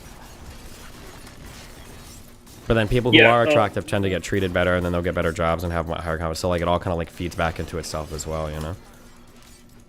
Yeah, there's just a ton of confounding factors there. Like I would say, also people who are attractive and or rich, or you know more likely both, they just have like higher standards. They're just not willing to like. It's like a fact of them becoming rich that they would have higher standards, right? Like an attention to detail and wanting like better things for themselves. So Maybe, yeah, there's just a lot of shit going on there. But anyway, I was kind of losing it watching that debate because I was like, I was happy none of them came up with that counterfactual because it seems insane to me. Like losing money would make me get laid more. But I mean, like, we can probably think of examples where that happens, where you've got like a guy working like a decent job and he's like a high-powered fucking ton, and then he loses his job and he's like kind of shit on his luck for a while, but now he's got a fuck ton of free time, so he just fucks around a lot, right? Like that's possible. Like Zerka right now is probably making more money and he's doing more shows and shit, but like Zerka's fucking less when he's on Fresh and Fit than when he was at like fucking that Mike guy's house, just like fucking OnlyFans girls all day, right? So there's like a direct correlation, almost a causal link between like money earned and sex had, right? That as he earns more money, he's doing more work and he's having less sex. yeah, but that implies a connection between the amount of work you're doing and the amount of money you're making, right? There are lots of people who are wealthy and don't do any work at all. Oh, if you could just up your money and completely disentangle the money from the work aspect and then see how it works? Yeah. Yeah. That might be possible, sure. Yeah, that might be possible, yeah. I don't know. Anyway, it was that was probably out of that last debate you had. I didn't like that argument, but they didn't really seem to. I think Fuentes kind of got there with the hobo versus rich guy thing, but except that doesn't work at all because homeless people probably do fuck more than millionaires who probably don't fuck as much. Pretty sure a lot of poor people and homeless people engage in like all sorts of like debaucherous activities and whatnot because that's literally all they have time for and that's all they do. Yeah. Or at Anyway, least that's what I've seen in all that data. I mean, but I mean, who knows? Maybe I'm wrong on something, but yeah. Yeah. Anyway, that's it for me. Got all the topics I wanted to talk about, so have a good one. Love you, bud. See ya. Loser. Cringe. Got him.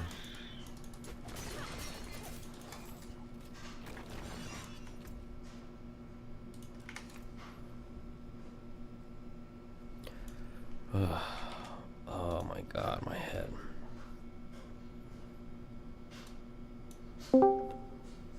What's up, buddy? How's it going? That last call. Can you hear me? Yeah, I hear you. What's up? I really liked the looping in that last call-in. It was great. The fifth loop one was my favorite. Mm-hmm. But so there's something that this is kind of an old thing because I'm usually not live watching, but the whole Max bridge burning thing, I never watched pretty much any of his content going forward, so I only saw it once it actually ended and watched the whole thing kind of Benjamin Button the whole thing in reverse. And doing that, I have a pretty massive criticism of you.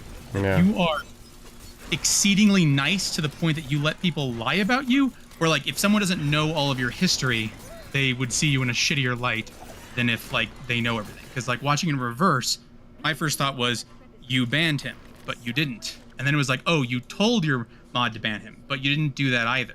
And throughout those watching in reverse, I'm okay, wait, why is everyone just lying about it? Not even saying the truth, just because we're we can frame it technically that you were that you did things, but you never did. I usually try to, when people are telling lies, I usually try to call it out, but I mean, maybe not every time. But in Mr. Girl's eyes, there was no difference between me banning him and my mod banning him, right? That was his argument the whole time.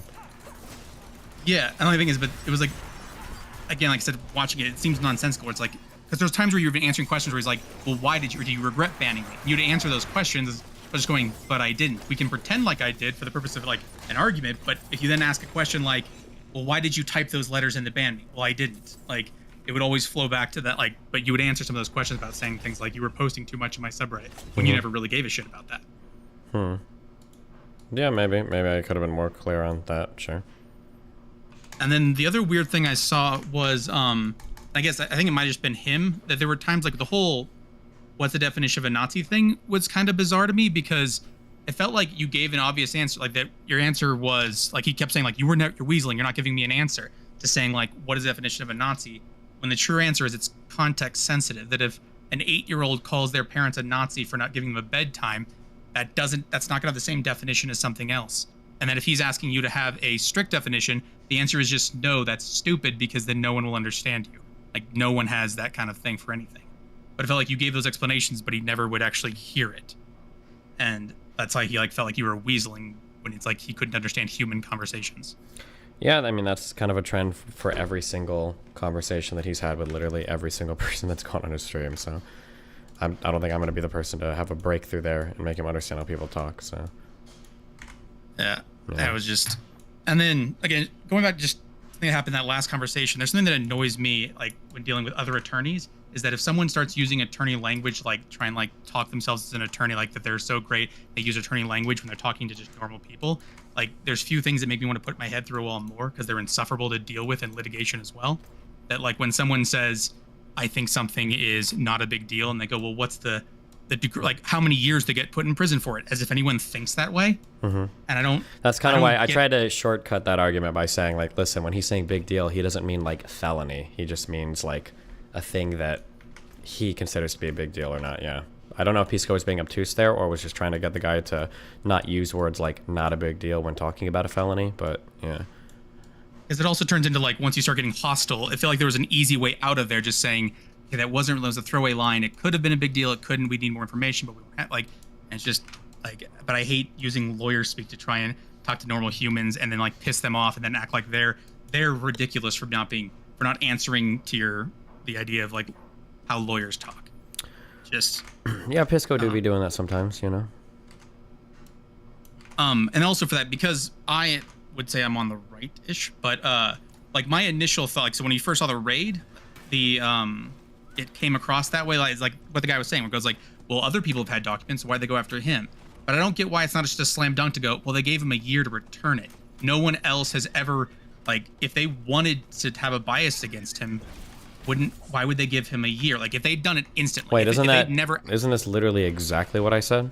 But I feel like you mentioned it and then it got dropped. Like I feel like that was the obvious, like that every single thing he said, that it's like we're arguing over whether it was serious, whether it was a crime, other things about like overall, but you're like, okay, but even if it is overall, this one can't be it for that reason. Even if there's another situation, it can't be this one.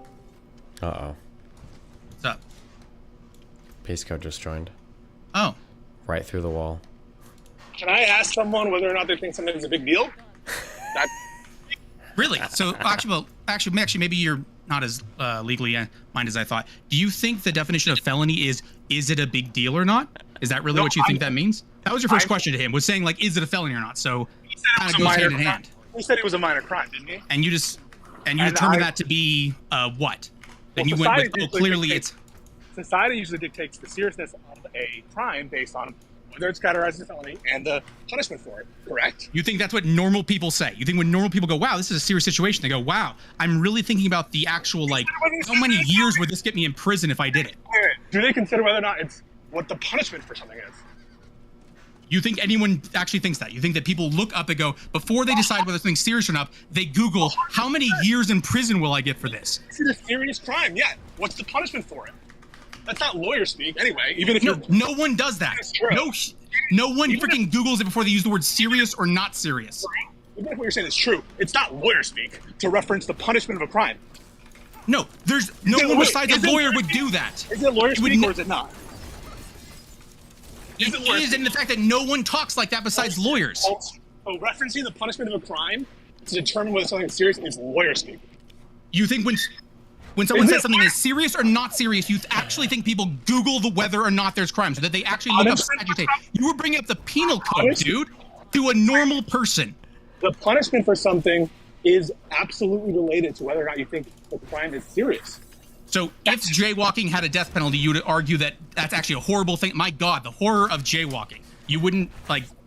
It would be a serious crime, wouldn't it? I think if I wanted to, not to side against our wonderful Pisco, but I think if I wanted to side against Pisco here, I think the obvious, like, layman's use of serious crime would be, like, if you talk about almost anything that's, like, involves, like, white-collar crime or, like, presidential crime, people will say, like, in 2007, that was a crime. What those bankers did, that was criminal.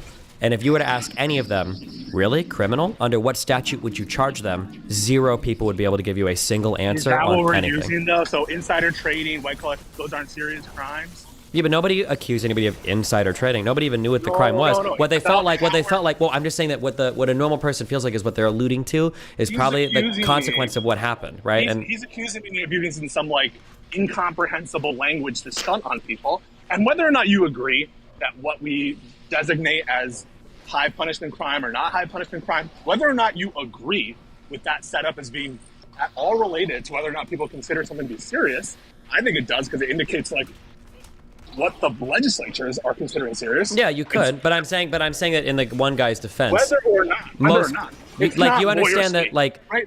Wait, hang on. Yeah. Destiny, it's not lawyer speak. It's just an argument about what are the metrics by which we define whether something is serious or not. I understand what you're saying. I understand what you're saying. I'm just saying appealing to like penal codes are like, for instance, marijuana. You would agree with me then? Marijuana is a more serious drug than fentanyl, right? No, it doesn't have to go all the way like that. Wait, hold on. Why? We're talking about No. Schedule 1 versus Schedule 2 drug. Marijuana is not a recognized medical intervention. That's a Schedule 1 substance by the DEA. There can be multiple ways you can consider something to be serious, and I absolutely agree. The inherent, like, your priors about the conduct is one way to look about whether something is serious or not. That's fine. But another way to look about it is how has the democracy responded, and how are they sanctioning something? And so my example stands. In certain places, it might be a serious offense to do something which is legal someplace else.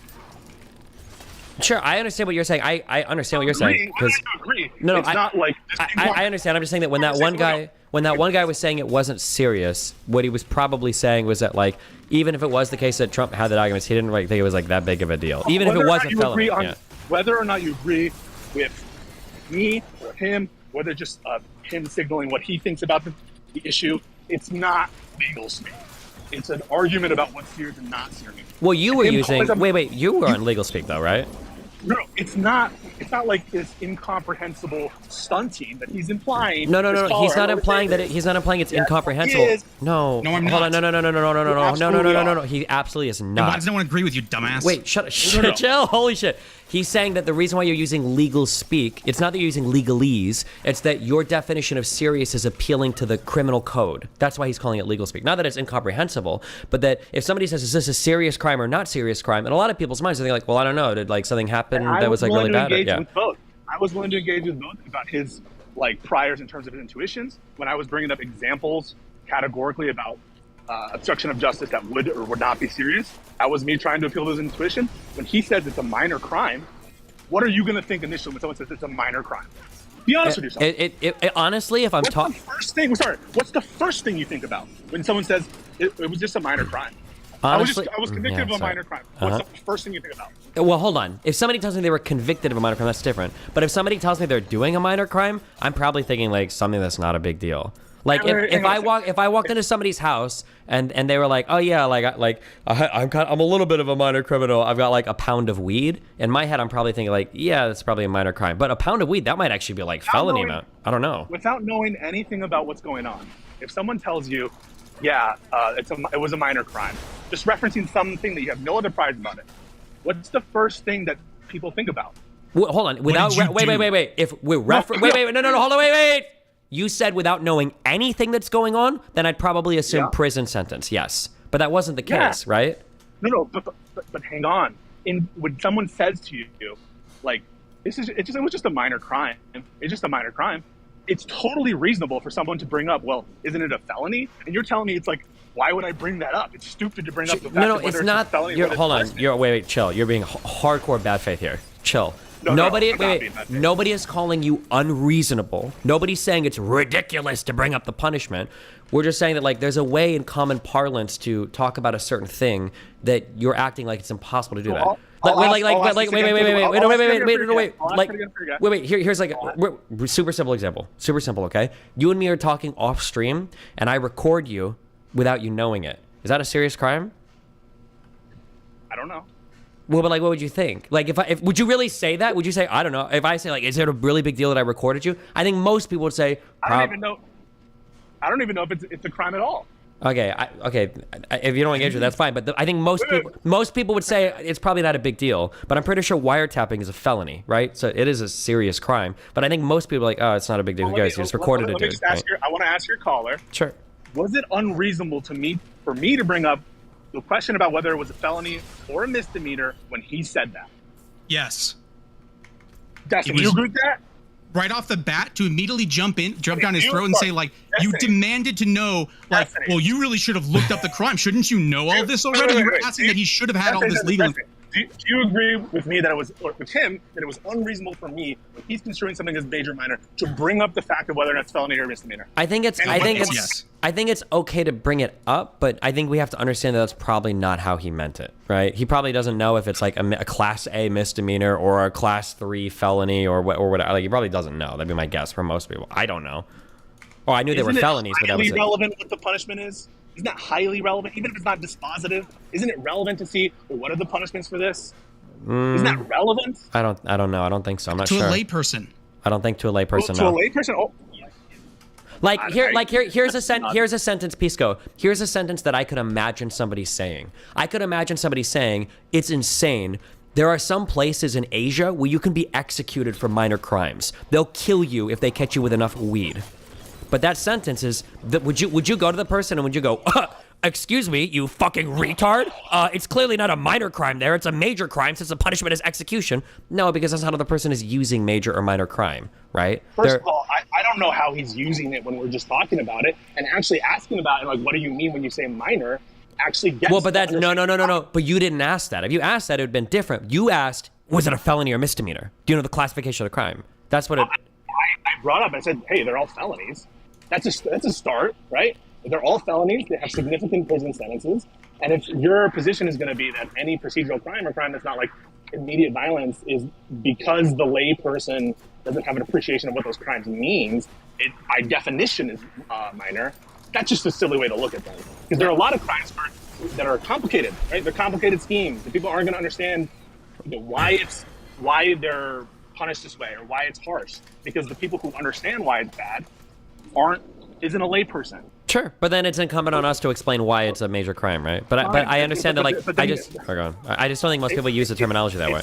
It's not enough to just say, like, well, because the average person wouldn't consider it serious, it's a minor crime. And also, as applied in these given, both in the facts and just the category of obstruction of justice, I was absolutely appealing to his intuition and using examples about hypothetical obstruction of justice to get his point the other way. And so for him to come up, like, I'm just responding in real time to someone saying it's minor. Sure, but to have that discussion, I don't think we even ever have to talk about if it's a felony or not, right? To talk about why. What? Yes, you do. No, you absolutely do not. I don't need to explain. In order to explain why obstruction of justice is bad, I don't need to talk about the prison sentence. I don't need to talk about whether it's a felony or misdemeanor. Of course not. When you're having a discussion about whether first of all, this is a conversation, remember, about government thought processes, intentionality, what the government considers to be major or minor, why they are prosecuting some things over other things. And so that is, when you're talking about what is motivating law enforcement, the punishment for a crime, whether or not it's categorized as a felony, always is influencing law enforcement. Sure, but the question wasn't about like... But the whole topic of the conversation is about the intentions of law enforcement. No, it wasn't. The question wasn't. The question wasn't. If the question was, does the federal government consider this a minor or major crime? Sure, but it was just he said. In my opinion, it's a minor crime. No, it wasn't. Right? He said no, it wasn't. My recollection is he was like. Wait, did you just say that it wasn't about law enforcement's intentions? When he made the statement. Wait, can he answer that? I don't think. No, I don't think. No. Can your caller answer that? What? Okay. And he what? What's the question again? Was the conversation about the intentions behind law enforcement or not? The conversation. We're changing the topics. You want to leave this one? That's fine if you want to. So you don't want to leave the topic? No, you don't. We weren't talking about that then. I'm not talking about the entirety of the conversation. I'm saying in the first point that you jumped down his throat when he said minor. He continually told you how much of a throwaway line that was, and yet you tried to go through like, well, do you know the actual like punishment for it? Is it a felony or not? For his throwaway line that a layman's using, you could have easily resolved that conversation in like 10 seconds, and you did later in the conversation. Why not do that from the start? You're just not understanding. You're not understanding. Sure. So first of all, I ask you, was the conversation about the intentions of law enforcement? In general, no. It was about Trump and the and that was about Trump and the actual indictments. Wait, and whether law enforcement was being biased, and whether or not they were trying to go after him for things they wouldn't go after other people for, right? That's not what you just said before, right? So you're changing it? Wasn't You it said about it's about. You think it's about law enforcement, and like you just said that it's about law enforcement, and you're saying, is it about law enforcement? Like, no, not specifically. No. Didn't I just say it's about the intentions of law enforcement? Did I say that just now? You think it was that conversation was entirely about the intentions of law enforcement? There was nothing else, no other topic there, really. Had nothing to do with Trump. You sure? Do you agree that the conversation was mostly about the intentions of law enforcement? No.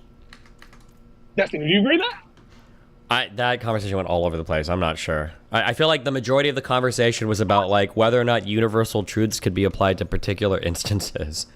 And to ascribe a particular intentionality to law enforcement, wasn't he?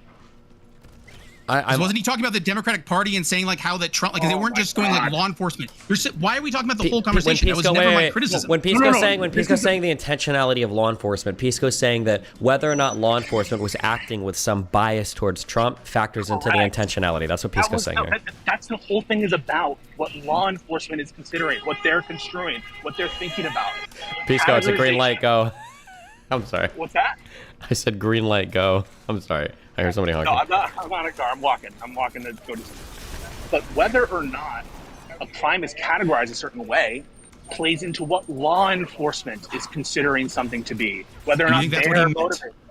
You think that was the obvious intention of what he meant, despite him continually telling you that's not what he meant?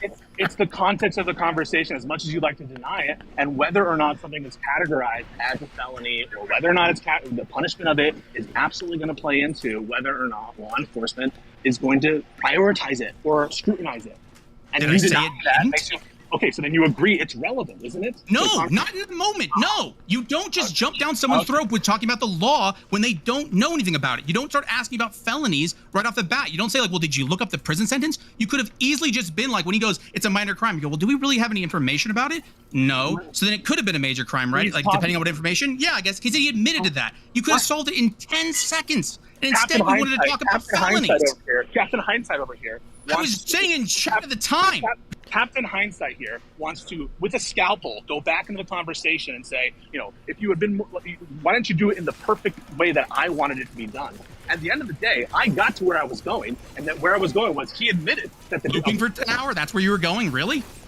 Where I was going was for him to say and acknowledge that at the very least he doesn't know that it's a minor crime, and he got there. And so you pretending that I did some big faux pas in mentioning in this conversation about the seriousness of the offense, the punishment. Faux pas? I'm saying it's insufferable. Saying that people like you, attorneys, that have to deal with like you, are insufferable. That you can't have a normal conversation with a human. You have to immediately bring the law into everything. No, that's not true. It's a conversation about law enforcement, about laws, about whether criminal laws are serious or not. And you're saying, I can't believe you're bringing law into a conversation about criminal law. See, so I'm bringing up some like word minor is not a discussion about criminal law. He's just the word minor. He even told you that he was using it as a throwaway line. Why did you not get that? Why did you not hear that? If he's saying I'm saying it as a layperson, you can go, well, then as a layperson, you can talk as a layperson. Can't you? Can you not? Are you impossible? First of all, in response to him saying that it's just my priors about my intuition about what the crime is about, like in the response to that, I was absolutely flexible to his definition of major and minor.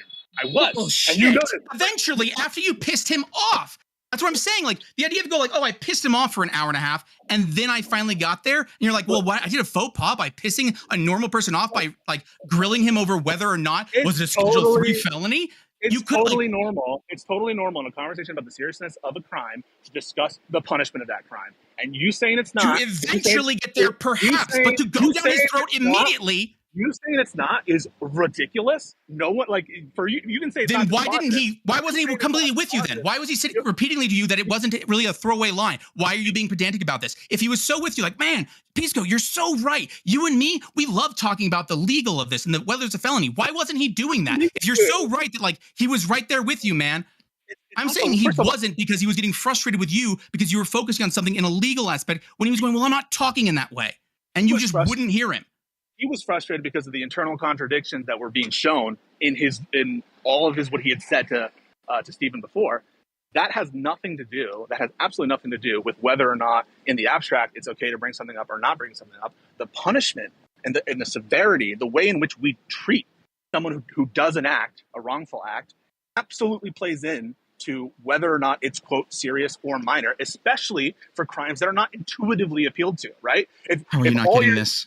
Hang on a Like, second. it's, If I know, all and I you're get it again for the millionth time, I know. All you're saying is, well, it's not ever relevant to bring up this area of offense. I never said it was never relevant. That was, dude, try. I'm Is it begging relevant? you Is it as an relevant? Is it attorney. relevant? Tell Is me it what my relevant? argument was. Is it relevant? Is it relevant? Potentially, not in that conversation, not in that moment, and all you did was drive it into the ground. And he continually told you it wasn't, and yet you kept doing it. Next time you have the conversation and you bring up the things that you think are most relevant first, it's the first thing that I thought about was about whether or not, what we punish it. And it's absolutely Monday morning quarterbacking, coming back. And Dude, I was typing in chat in the moment. How is that Monday night quarterbacking? Pretending How is me that talking it's not- as it's happening pretending Monday night that it's not quarterbacking? okay. Pretending it's not okay to bring that up at the first instance when you've just admitted that it's relevant. I didn't say it wasn't okay. I'm saying it makes you insufferable. Why would bringing something relevant up make me insufferable? Because he really, so you think that bringing up whether you asked him specifically, you said, well, as soon as he said, well, you said it's minor, and you went straight into, is it a felony? And then we're like, well, you really should look up the punishments for this before you start saying the word minor. You think that's really the time to bring it up? You don't think that makes you insufferable in any way? You really don't think that would piss off any layperson if you started demanding that they go read like the penal code 2 seconds into a conversation when all they did was say a throwaway line of, well, I think it's minor.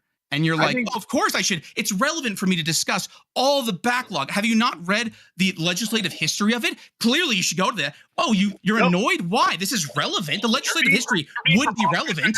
No one at any point said, look to legislative history. You pretending and going to legislative history or going to I'm saying that it's the same thing as you trying to demand that he goes and reads the penal code, that he should know it off at the top of his head. Otherwise, you're like, well, you really should have known that before saying the word minor. I have no understanding that he knows what crimes are charged or alleged. Don't you think before he says that something is a serious or not serious crime, you should know what crimes are alleged? You should know a little bit about them before you're coming out and making statements about their severity or non-severity. You think it's irrelevant to bring that up? That people should be able to just... It's insufferable to bring it up, jump down his throat over something, a throwaway comment. It's unbelievably easier for you to just have that conversation. You could have even brought that up if you didn't fucking jump down his throat with it 2 seconds of the conversation. That makes you insufferable. I have to deal with people like you, and it's insufferable. I shouldn't have even brought up his comment that it's minor. I should let that stand. I should let it stand. I should let it stand. You even did it correctly after 2 hours. Hang on a second. First of all, you're totally misconstruing the timetables on. We spent not as the significant amount of the conversation was spent on other stuff. As you know, you're exaggerating now, which is insufferable. But furthermore, exaggerating is something everyone does, which is something you can actually do. Which again, while maybe insufferable, isn't something specific to attorneys, which is insufferable. Do you think you should have exaggerated there? That's just going to piss me off. You shouldn't have done that. Are you pissed off? I mean, your standard is just absurd. You just said, are you pissed off? I didn't think you were. It's a joke. It's a joke. But okay, so then it wasn't insufferable because I didn't piss you off. You did piss him off, though. I think I should have let it stand that these are minor crimes. I should have just let it go. No. Okay, so I brought it up. Say my argument for me, please. For the love of God, try one time. You're saying that I shouldn't have started with that and asked him specific questions about specific things. You should not have jumped down his throat demanding legal justification for his... Be nicer. Legal justification? I was asking... asking for law-based and criminal code, jumping down someone's... Because you didn't come in and say, hey, what do you think? Sometimes we think felony crimes are... You're like, dude, well, is it a felony? Well, maybe you should fucking look that up beforehand. Don't you think? Don't you think you should have looked up the crime stats beforehand? What the crime is before you had this conversation? Before you made that comment? The answer is no. He's a layperson. Why would he ever do that? Why would you demand him to do that? Before you have some opinion about the severity or non-severity of a crime, did you know what that crime is? No, you don't actually to have on whether it's you personally and a layperson idea of whether it's severe or not. Is leaking documents severe? Well, not really. And the person goes, well, then you can easily go into, well, I mean, depends on the document, right? Oh, I guess you're right. Well, shit, that resolved it in 2 seconds. That's not Monday night quarterbacking. That's called being a normal human and not trying to fucking suck yourself off about being a lawyer. You've agreed that it's relevant what the punishment is for a crime to bring that up. You agree that it's relevant. Isn't it at the end of the conversation? If something's relevant, no. If it's helpful, the prejudicial value did not exceed the probative value. Does that work better for you, or can I not talk like a layperson to you? Listen, you're talking. Are we talking to lay people right now? You feel like that I'm communicating to you in like a real fashion, as a real person would? At the moment, no? yeah. Okay, so then I really am failing to grasp what your issue is. I understand you're failing to grasp it. That's not surprising to me. No, when I say I fail to grasp, I'm sorry. You failed to grasp it for an hour and a half, and I don't surprise that you're failing to grasp it with me for 20 minutes. I don't think you're ever going to grasp it. Your problem with what I say is something I would characterize as nitpicking, especially when you consider that it's a highly relevant thing, what the punishment is for a crime when you're discussing the severity, especially for crimes where you're discussing the intentions It's not of really relevant to that conversation, no. When you're discussing about the intentions of law enforcement, it increases the relevance of bringing up. Well, of course, if you're tasked with enforcing the law in the United States, you're going to consider things like what the punishment is. You're going to consider things like if it's a felony. And by the way, no, I heard you loop it for the 12 times before. Do I need to hear you loop it again? Yeah. Again, you've said this 12 times. I don't need to hear it the 13th. Agree or disagree? Do you agree or disagree? Just in general, disagree. I don't know what you're asking. Do you disagree that the severity of a crime as defined by the law is relevant to its prejudicial value is exceeded by its probative value? Isn't the punishment for a crime highly not that conversation, no. Of law enforcement's intentions and priorities? If you were having that conversation, if you weren't talking to a layperson, if you didn't say a throwaway line. As a factual matter, isn't it highly So you're running away from the conversation again. Fine, whatever. Do you want to run and talk about something else? Do you agree or not? What I just said? Sure, let's run to something else. That's really what you want. Wait. Sure, it's relevant. Since you don't want to talk about it anymore. Since you agreed that we were. It doesn't relate in any way back to the conversation, but sure. You just agreed that we were having a conversation about the intentions of law enforcement. No, I didn't. Yes, you did. Do you agree I did now? not say you. I didn't. I'll ask it again. Wait, you're saying, are we right now? If you want to have that one, sure. If you're saying, that was what that conversation was all about, no, it wasn't. It was. And why did he bring up the Democratic Party and the Republican Party and like whether the government was serious? If it was all about intentions for anything else, why did you talk about things that weren't law enforcement? Destiny, go to the gym now. Let piss go and this random piss around until you come back. Garland, top-down influences on investigators. He absolutely is. He's talking about law enforcement. He's talking about the reasons why law enforcement's doing one thing versus not doing another thing. You're getting away from it again. Wait, what am I taking away from? Where am I running away from? So we're dealing with again, the same. You keep trying to go like, well, an hour later in the conversation we had this. My whole criticism was that the moment he said one thing that said, "Hey, man, I feel like it's a minor crime," and you jump down his throat. I keep repeating myself. You're never going to hear me. There's no point. In the moment, the conversation is about the intentions of law enforcement. If you disagree with that, you weren't paying attention. You weren't paying attention, and we're having. I'm not addressing it. Okay, hold on. Can I just answer this because it's pretty simple, in my opinion, right? So the issue is that the guy wanted to come on and have a discussion on whether or not there was some implicit bias in the scrutiny applied to Donald J. Trump, and in the course of having that conversation, he said a throwaway line about something being a minor crime, and once he said minor crime, I think, Pisco, in your brain, it was like, minor crime. Well, do you know if it's a misdemeanor? Do you know if it's a felony? Which isn't really relevant. When he said minor crime... I'm going to stop you right there. No, okay. It's highly relevant. Destiny, if we're talking about whether law enforcement is motivated by unconscious bias or any kind of bias, really, it's highly relevant if we're just stopping someone for a speeding ticket. If it truly is a minor crime as lay people see it, or as law enforcement sees it, that's a red flag. No, that's it's not. highly suspect. No, it's not that relevant. No, come on. No. Come on. No, hold on. If somebody's like, I think the cops are racist because I think they pull over black people for no fucking reason. And let's say that there was a guy that got pulled over and there's a difference between him going 16 miles per hour over the speed limit or 14 miles per hour over the speed limit. Whether or not one of those is a minor or major crime, I don't think has any bearing on that conversation for a layperson whatsoever. This is a conversation about the investigation and indictment and criminal process towards powerful people in elected office. That's what we're talking about. And everyone, including Rob Noor and everybody, has recognized that the severity of the crime, whether we think that it's worth it to charge someone of great importance, absolutely depends on whether this is a nothing burger, whether it matters, whether or not you did something wrong in a form or not. Right? That's one of the reasons why people are highly mad at the Hunter Biden. Wait. Let me finish this. The Hunter Biden indictment has been largely criticized Why? By Republicans, among other reasons. Because he's only been charged with misdemeanor stuff, except for I think one. Yeah, but this guy doesn't care about any of that. Felony. I don't think this guy even knows or cares about literally any of the things you just said. People care about the severity. We're not talking people though. You're doing the same thing. Hold on. You're doing the same thing he was doing about like using a heuristic and applying it to a specific now. No. When you say people, this guy hasn't come on to argue about fucking Hunter Biden or like his political favoritism of like Trump. I don't even think this guy likes Trump. The argument about double standards is inextricably linked with the punishment and severity of offenses. Inextricably. The reason why people think that Hunter Biden is being let off easy has to do with the designation of the offenses and the punishment level. That's why they think there's a double standard. They Wait, hold on. What you just said, that's not true.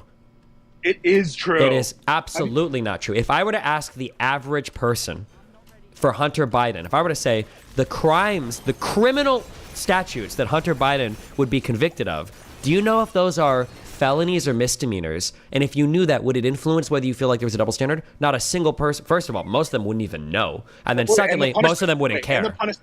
And the punishment for them.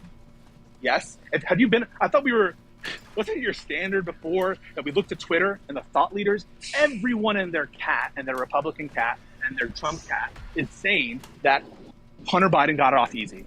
And why are they saying? Because they're saying it because of the severity of the sentences no. And the designation of the offenses. Okay, no. First of all, they don't. I can't tell if you actually think this or not, or if you're in debate mode. Most of the people think he got off easy because they think that he's a foreign agent trying to commit treason on this country, misusing. Oh my God. Okay, never mind. I think you're delusional on this conversation point. So you think the average person knows the criminal statutes by which they believe Hunter Biden is evading prosecution? Do you really believe that? They're angry, among other reasons. They're not only angry. No, hold on. What is the percentage of people online that know, even can vaguely reference a criminal, felonious action that they believe Hunter Biden has committed? The direct statute, probably very No, little. not even the direct statute, just like broadly speaking. You think the average person knows if he's even done like felonies or misdemeanors? Yes, that's the talking point, that they're misdemeanors. He was let off, he was given a slap on the wrist because he was given misdemeanors for things that are clearly felonies. And that mismatch between the felony and the misdemeanor is driving their argument about whether or not it's fair or not. And you failing to see that is just being willfully blind. Okay, I'm 100% willfully blind then. Because my understanding this whole time wasn't over whether or not Hunter Biden was going to get a felony for a gun charge or some shit. It was about Joe Biden being the big man and him conducting illegal business on behalf of Joe Biden's name overseas with companies like Burisma. No, it's not. No. If it's both, the gun shit is like 1% and the big man shit is like 99%. Yes. It's both. One is because they feel that they're not investigating relevant conduct and that things that relevant conduct is not being examined in the way it should. And that forms the basis of independent criminal action, including but not limited to bribery, among other things. But they also think the alleged conduct. I never want to hear the words unconscious by Sleep Pisco's mouth when it comes to race and gender in the justice system. Undercharged. Okay. Haven't you seen that argument everywhere? No. All I've seen. This is. I'll ask the other guy. I'll ask the other caller. I mean, to be fair, I have seen some people. Like, if I'm looking at like Rob Knorr, he's making that argument. But the average person. Oh no. Everyone in conservative media is making that. Okay. Fox News is making that. Wait. I can pull. I mean, I'm outside in the city right now, but I can show you clips of Fox News saying that. Everyone's saying congressional Republicans are saying it's slap on the wrist. Okay, there might be some. Do you disagree with Fox News? Okay, never mind. You're right. Everybody's having a legal argument constantly. Never mind. Wait. Right now, in regards to the very specific gun charge, you might be correct about the specific thing that's just leaked. This hasn't changed any of the conservative positions on any of these things. The vast majority of people, when they talk about serious criminal charges, I know this is a debate tactic. The number one way to shut down every single conversation against somebody who claims this is go, oh, what's the crime that they're committing? Nobody has an answer to that ever, Pisco, because when people are quote unquote arguing about major or minor crimes, they don't actually know what the fuck the crime is. That's why when people like Tim Pool, this is the common person, not a lawyer. When I'm arguing against Tim Pool and he says, oh, George W. Bush and Barack Obama, those guys committed war crimes. Really? What war crimes are we talking about? They never have an answer. Nobody knows the criminal statute that people want to be charged by. They just think people did wrong things. Separately from the actual what you're identifying, which is true, it is the case that there are people who think that the substantive conduct is not being considered, that are alleging substantive conduct on the other side, that is way worse than what they're alleging on their side. But the other, an indisputable fact is central to their arguments of double standards is the notion of undercharging people in the Democratic sphere, whether it's Hunter Biden, whether it's Podesta, which you got pinged on, right? You got pinged on in the Rock Moore debate. I noticed it. That was part of his allegations of a double standard, was the FARA violations with respect to Paul Manafort versus the Podesta group. It's central to their arguments. It's central to what Trump is saying when he's saying that they're just process crimes, they're not serious offenses, he's overcharging, it's overzealous. It all has to do with severity of crimes. These are crimes. It's centrally relevant. And I don't even think your Carla would dispute that it's central to their claims of double standards. But the severity of the crimes is not the difference between like a federal paperwork charge versus a civil paperwork charge. The severity of the crimes is they think these people are like committing like treasonous acts of like massive magnitude where they're selling out the United States and like running U.S. policy to like fire prosecutors. It's both. It's the non-alleged conduct and it's the alleged conduct. Gotcha. I don't think we're never going to grant this, but you can make your arguments if you want. Because you're too stubborn. I mean, no, it's not. It's because I'm arguing them. It's because I know as an argumentative tactic, the way that I can shut down 99% of these conversations, go, oh, what's the criminal statute? What's the crime that you think the person committed? And most people that argue with the vast majority, except for like Rob Knorr, sure, who's not the average, the vast majority of people won't have an answer. Yeah. Wait. If you ask like random any conservative on your street, you say, you think Hunter Biden was undercharged? What do you think they're going to say? And now with relation to the very recent prior stuff about like the gun stuff, maybe. But when it comes to like the big man, which is what was driving, hold on. So you think that all the anger about Hunter Biden has to do with the gun thing in the video, Pisco? How many times do you have to say not all of it? No. What percentage? What percentage of anger conservatives do you think they have about Hunter Biden over the gun thing? How the hell? How am I supposed to guess? Take a guess. Just take a guess. What percentage? I have no idea. I have no earthly idea. Okay. It's all, and I don't know if they would distinguish in their head. It's all part of the same. It's trend. not. It's You're saying not. that it's just. It's not. But what do you mean it's not? It's not because you've been in this space for years. The driving force behind this was the laptop, the big man, and unethical dealings where Hunter Biden was trading on Joe Biden's name. That was the driver for all of us. Not like the biggest one in my conservative family. No. But what they're saying is people who've done the same thing as Hunter Biden get along with they get charged way worse, way worse. That's what they're saying. When they're looking at the comparisons of the charges in the David Petraeus case when it comes to classified information versus what's going on with Donald Trump, the same exact thing. Their argument is, as always, that the conduct alleged is similar, and the charges for one is way harsher than the charges for another for the same thing, and that's the basis of a double standard. They don't even know the vast majority of these people don't even know the fucking mens rea for mishandling classified information. Like they don't even know what the criminal charge is. Wait. Oh no one's saying they're correct. Okay, so they just don't know. So then they're not making they're not making legal arguments with reference to criminal statutes. They're just saying, I think somebody did something wrong, which is my whole point. No one is saying that they're making legal arguments about anything. The only thing that I'm saying is their perception on unfairness, double standards, is highly related to the severity of offenses as defined by the government. And that plays into their perceptions on the fairness or unfairness of law enforcement who is initiating these investigations. To deny that is just to close your eyes, not to listen to conservative media, and pretend that has nothing to do with what's clearly motivating many calls to double standards. And I don't even think your caller would deny that. I'll ask him. What? Sorry, you're gonna have to restate the question. Don't you think the severity of an offense, it's relevant, and the punishment is central to many claims of double standards with respect to government investigations? To many, yes. Yes. Okay. So then, shut the fuck up. No, when I bring up you missed it again. God, again. If you and I were having that conversation, it would be it would be the first thing I would expect you to say. But I would never say that to a layperson. Ever, especially when they say something like minor or major. I wouldn't go, did you read the statute? Did you look up the crime? No? Then why are you talking about it? Shouldn't you really have done that before you had this conversation? Before you said the word minor? I don't have the first earthly idea what this guy's credentials are. I've never heard of him. I don't know who Consumption is or whatever the hell he is. I don't know anything. But I know when I talk to conservatives online that I always have to justify why things in one case are deserve lower charges than things in other cases. And that the severity of the offense is what's motivating a lot of their thinking in terms of conspiracy theories and allegations of improper conduct on behalf of the Department of Justice. I've had so many conversations, even like, 'cause don't you have conversations like with clients, like where they don't think, where they're like, well, it wasn't that big of a deal. I would never go, well, actually, here's the jail time you're facing. I would never say that. This is not a client. I'm on here. I'm saying that a client's a layperson. I'm not talking to a client. You're talking to a layperson.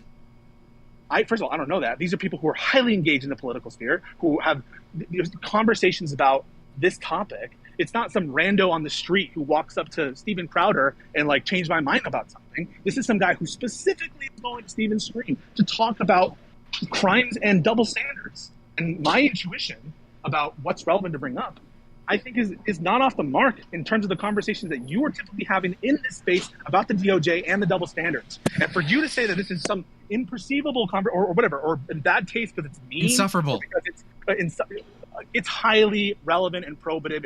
It's about what we're talking about, and something can be relevant and insufferable to bring up as an attorney. That you go again. I'm not saying it's not relevant. I'm saying that you're talking to a layperson and you jumped down his throat within seconds, and he continually told you how it was a throwaway line. He wasn't really saying this. You're being kind of pedantic, and you just kept hammering on the legal aspect of it. You're like, no, this was absolutely part of it. Then why didn't he agree with you? Why wasn't he like, oh, this is great? Like, you know what? This is a great conversation piece. I completely agree with how relevant this is. He's so proud he doesn't even want to admit a change in position. Because he did, because his position of his general statement of, my guess is he still thinks it's a minor crime. He doesn't, I doubt, but you did get him to say that. You did get him to walk it back because he said, well, we don't know what the information is, right? Yeah, we don't know what the information is. So if it was like nuclear secrets and he was posting it in Mar-a-Lago, that'd be pretty bad, right? Yeah. Well, then I guess you've changed your position. He didn't. That's not a change in position because he was never saying that in the first place. You need to be able to understand what someone else is saying. He was saying it was minor. Yes, that's all he said. He used it as a throwaway line. No, it wasn't something that's like, there's no amount of information that can be provided me to change my mind. He ended up saying, I'm not sure if it's minor or not. He said that afterwards. He was saying whatever he had to get you to shut up. Oh my, this is such coke. He wanted to escape that topic so badly. You're telling me he didn't want, that he really wanted to talk about the word minor. He wasn't desperately trying to tell you he didn't want to talk about the word minor. You don't think that was happening in the conversation? You don't think several times he told you, this is pedantic, I really don't want to go into this, this isn't really what I really think the topic is? I think he was caught and he realized his position was unjustifiable and trying to move on. That's not surprising. You don't think that he thought it was a throwaway line? You think he was lying about that? No, I think part of his argument... Okay, I'm going to say something. You tell me if you agree. Sure. Do you think that part of his outlook is like, oh, they're just treating him badly. Oh, this doesn't even matter. It's not even important. Like who cares about this kind of crime? It's not even, like, relevant. They just found whatever sticks. Isn't that the tenor of his argument? From what I gather, the tenor of his argument was he thinks that there's some sort of universal truth around if you don't like someone, you're going to look into them more, that you're going to have a more harsh view on them. That's why he gave examples for that. And so he said for Trump, he goes, even if he believes all the things he did were wrong, he goes, if it was someone else, they wouldn't have looked at him so hard. I think he's wrong. I think that he gave him a fucking year to get the stuff in. So there's the idea that goes like, oh. He's insulated himself. Oh, sorry, I'm insulating ourselves from having to hear like, this is nothing. He would have been talking about how like little this matters like he wouldn't be saying, okay, this is serious, guys. But he was starting that argument. He was starting to be like, minor, there's clearly double standards, other people did that. Like that was part of the argument. And I was insulating ours from having to hear that nonsense by getting him to admit, no, these are actually quite, at least I don't know that they're minor. And I think anyone who's looking at that the fact that he said it was serious for the Discord servers, when he had like no information about what's going on, he just took us on face value about what was in the Discord server. That should show you the clear hypocrisy and why eventually stop talking about it. Thing is, I'm saying like you were able to talk to him as a normal person and get him to admit that like, well, we don't have information. I'm saying that worked in like 10 seconds. And it's not Monday night quarterbacking to say that jumping down his throat about the laws was insufferable. If you had started off as a normal person, you would have resolved it and moved on in seconds. It wasn't 10 seconds. It took grinding through teeth to make the comparison between the Discord server and through the conduct of Trump. The Discord server wasn't the thing that convinced him. The whole like he changed his mind. All you said to him was, Well, do you know what the information was in those leaks? No. So then if they were something serious like a nuclear secret, wouldn't that be bad? Yeah. And that was when he changed his mind. You have a problem hearing because the base of what I was saying was using as a discussion point the fact that he had already conceded that the Discord server was serious, and so that he could not therefore make a categorical argument that all types of this crime are unserious, since he had already said that at least some are serious. And so once we were off that front, and once that was in the air, the next step is saying, well, if we don't have the specific information in this case, I have to be ambiguous about it. His statement to the Discord server was that he goes, I have no idea what the hell that was. No, but he said it was serious, as alleged, as we were describing it. You were able to get him to say that, but the problem is that after him continually going, well, I don't know what this is about, I don't know what this is talking about, and then just no, Keysco will not stop on it, and then eventually, again, he doesn't want to fucking have that conversation. Yeah. So it either was easy or wasn't easy. A second ago, you said it was easy to get him to do that, and now you're saying he was with the actual argument. The Discord server had nothing to do with it. So you understand your contradiction, right? You said it no, there's no contradiction. Yeah, the Discord server had nothing to do with it. You didn't have to bring up the Discord server. He didn't even know about it. It's the idea that goes, obviously, this story we discussed of the well-knowledged Discord server that he knew nothing about was clearly what changed his mind. Yeah, so Stephen, this is a contradiction. He starts off saying, once you're able to speak like a regular person, like a lay person. That wasn't the regular person talking.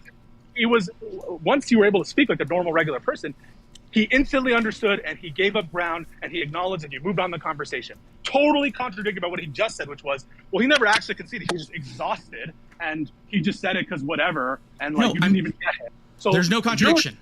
Absolute contradiction. You explain None. Zero. There's no contradiction. His original statement of saying, I think it's a minor crime, was not discussing the actual aspects of the documents and whether it related to a Discord server and how we did, like, that was never what he was saying. Then if you go, well, let me drag you to a new topic and say, well, how about all these things? And you go, and then he concedes immediately, which is what you wanted to hear about. But he was never talking about what you were talking about, which is why he kept telling you were being pedantic, why he kept telling you that, like, this was a throwaway line, because all these things that you're bringing up, all these arguments, which, again, for the most part, you're right on these arguments, but it wasn't the conversation he was having. He made a throwaway line, and you go, you felt he was making that argument, but he wasn't. Hence why he kept telling you he wasn't. I'm not easily distracted. Nice filibuster. You started this conversation. You started this conversation saying that it was easy to get him to acknowledge the rightness of your position once you just started speaking like a normal person. That's what you just said, isn't it? You of different positions, right? The first one, no. The second one, yes. Isn't that what you just said? You just said that, and then later on, now you're changing it. Now the story. There's no contradiction, dude. They're the same story. Different. Now, what was the story before? And what's the story now? I'll repeat it for the third.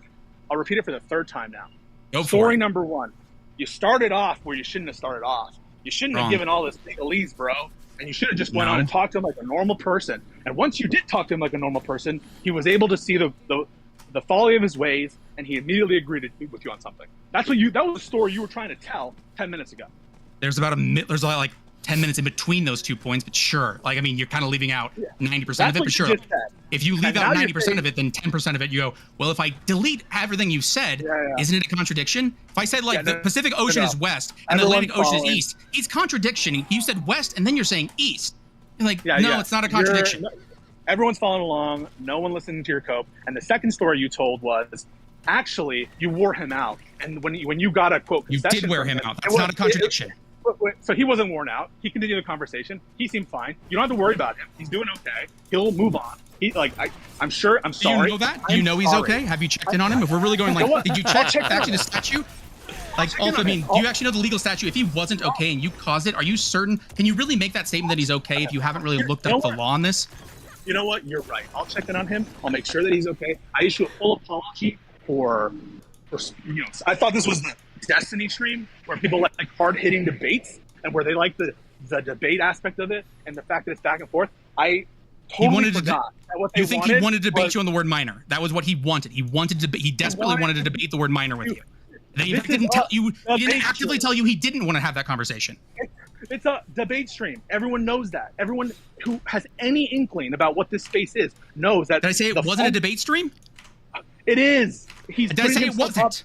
He's opening himself up to the world for ridicule on all sorts of parts of the internet, Reddit, Twitter, everyone who's watching it.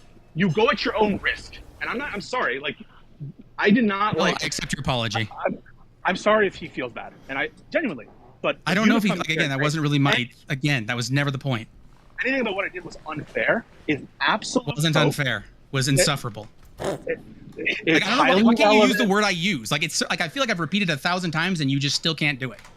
It's That my hard position for was me- that jumping down someone's throat with demanding that they should know legal statutes and the punishments of crimes when they continually tell you that it's a word, that's a throwaway line, makes you insufferable and that it's frustrating to deal with. No one was Because- demanding that he Yeah, you have did. knowledge. You said he shouldn't have You don't said even know the what word wait, minor wait, unless he said it.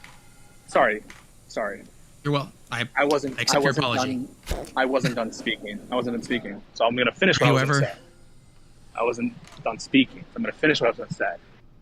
No one's demanding that he have perfect knowledge of where the statute's located, what the words are of the statute, what are the elements of the statute, what is the case law surrounding the statute. No one is demanding some crazy information when you're discussing the seriousness of offenses. What I pointed to was the designation of felony and misdemeanor and the punishment. You've agreed that those are relevant. I think that they're highly relevant in a conversation about the priorities of law enforcement, which of So they course weren't are going to be relevant. dictated. Of course, are going to be dictated largely, not exclusively, largely by the seriousness of offense as enacted by the Congress, the Democratic representatives in whatever jurisdiction we're talking about. And so, for you to come and say that's in poor taste, I think that's lame. I didn't say it was in poor I taste. think Wasn't the word I used.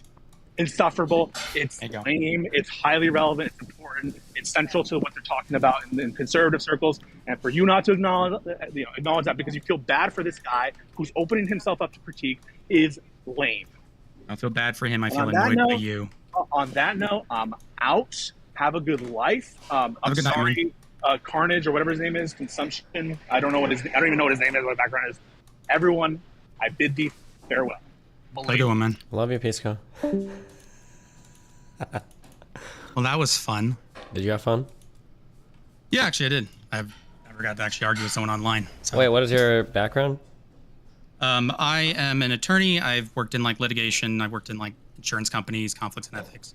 How old are you, or how long are you out of law school? 34. I graduated when I was 26. Cool. I've been one for 8 years. Wow. Where do you practice?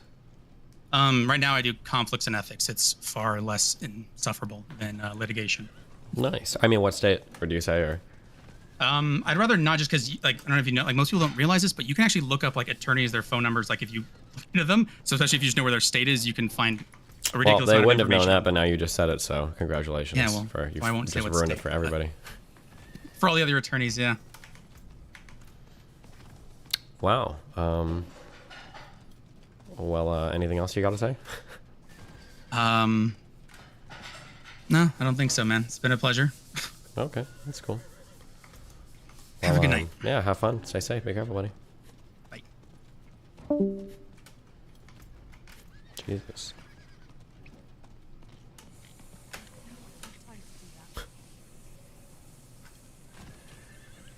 It's a good stream day. I haven't had to do anything for you guys.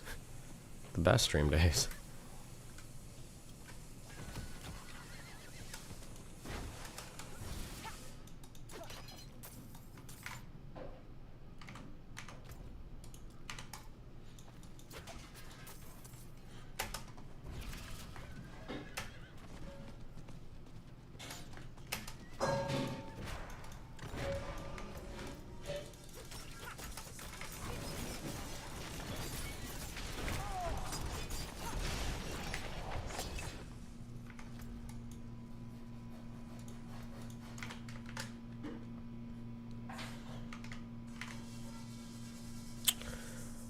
Are you gonna show the capstone tomorrow? I just want to get. It'd be nice if I, depending on my fucking sickness, if I could just finish all of my.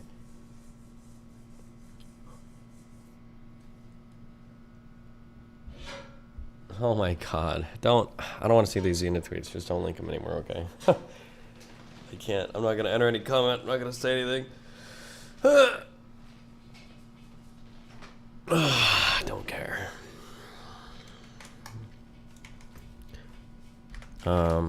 Yeah, I just want to get if these are like my last 4 Paragon points, I think. Were you sick on Fresh and Fit? Yeah.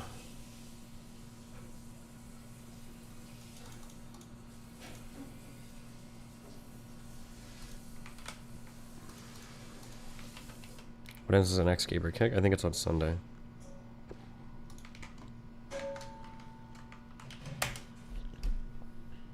This groundbreaking AI proposal that they gave us yesterday, and that groundbreaking AI proposal they proposed. Wait, can you give me 27 seconds? I just want to listen to this, okay? Hold on. Yeah. But this groundbreaking AI proposal that they gave us yesterday, and that groundbreaking AI proposal, they proposed that our background performers should be able to be scanned, get paid for 1 day's pay, and their company should own that scan, their image, their likeness, and should be able to use it for the rest of eternity in any project they want with no consent and no compensation. So if you think that's a groundbreaking proposal, I suggest you think again. But this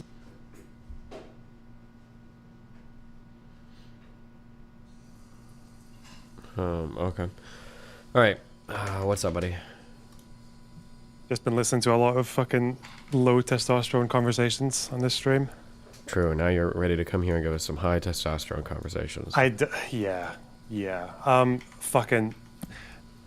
I was gonna talk about the Jewish stuff, but then I've also been doing quite a lot of reading on violence in the Civil Rights Act, Civil Rights Movement. Yeah, hit me up. Wait, real quick. Can you sell me on? Can you sell me on Malcolm X? No. Maybe a bit more than you might say. I think so, because I started, especially on my plane ride back and forth, I started reading a lot more on, because I thought I was going to have a debate on it. I started reading a lot more on civil rights, on what happened in Albany, Montgomery, Selma, like a lot of the stuff that was going on with MLK and all this shit, the Birmingham stuff. And I'm going to be honest, I also tried to look up like stuff related to Malcolm X. Did he accomplish, this sounds really bad, but like, was he an important figure in the civil rights movement? That sounds so mean to say, I'm sorry.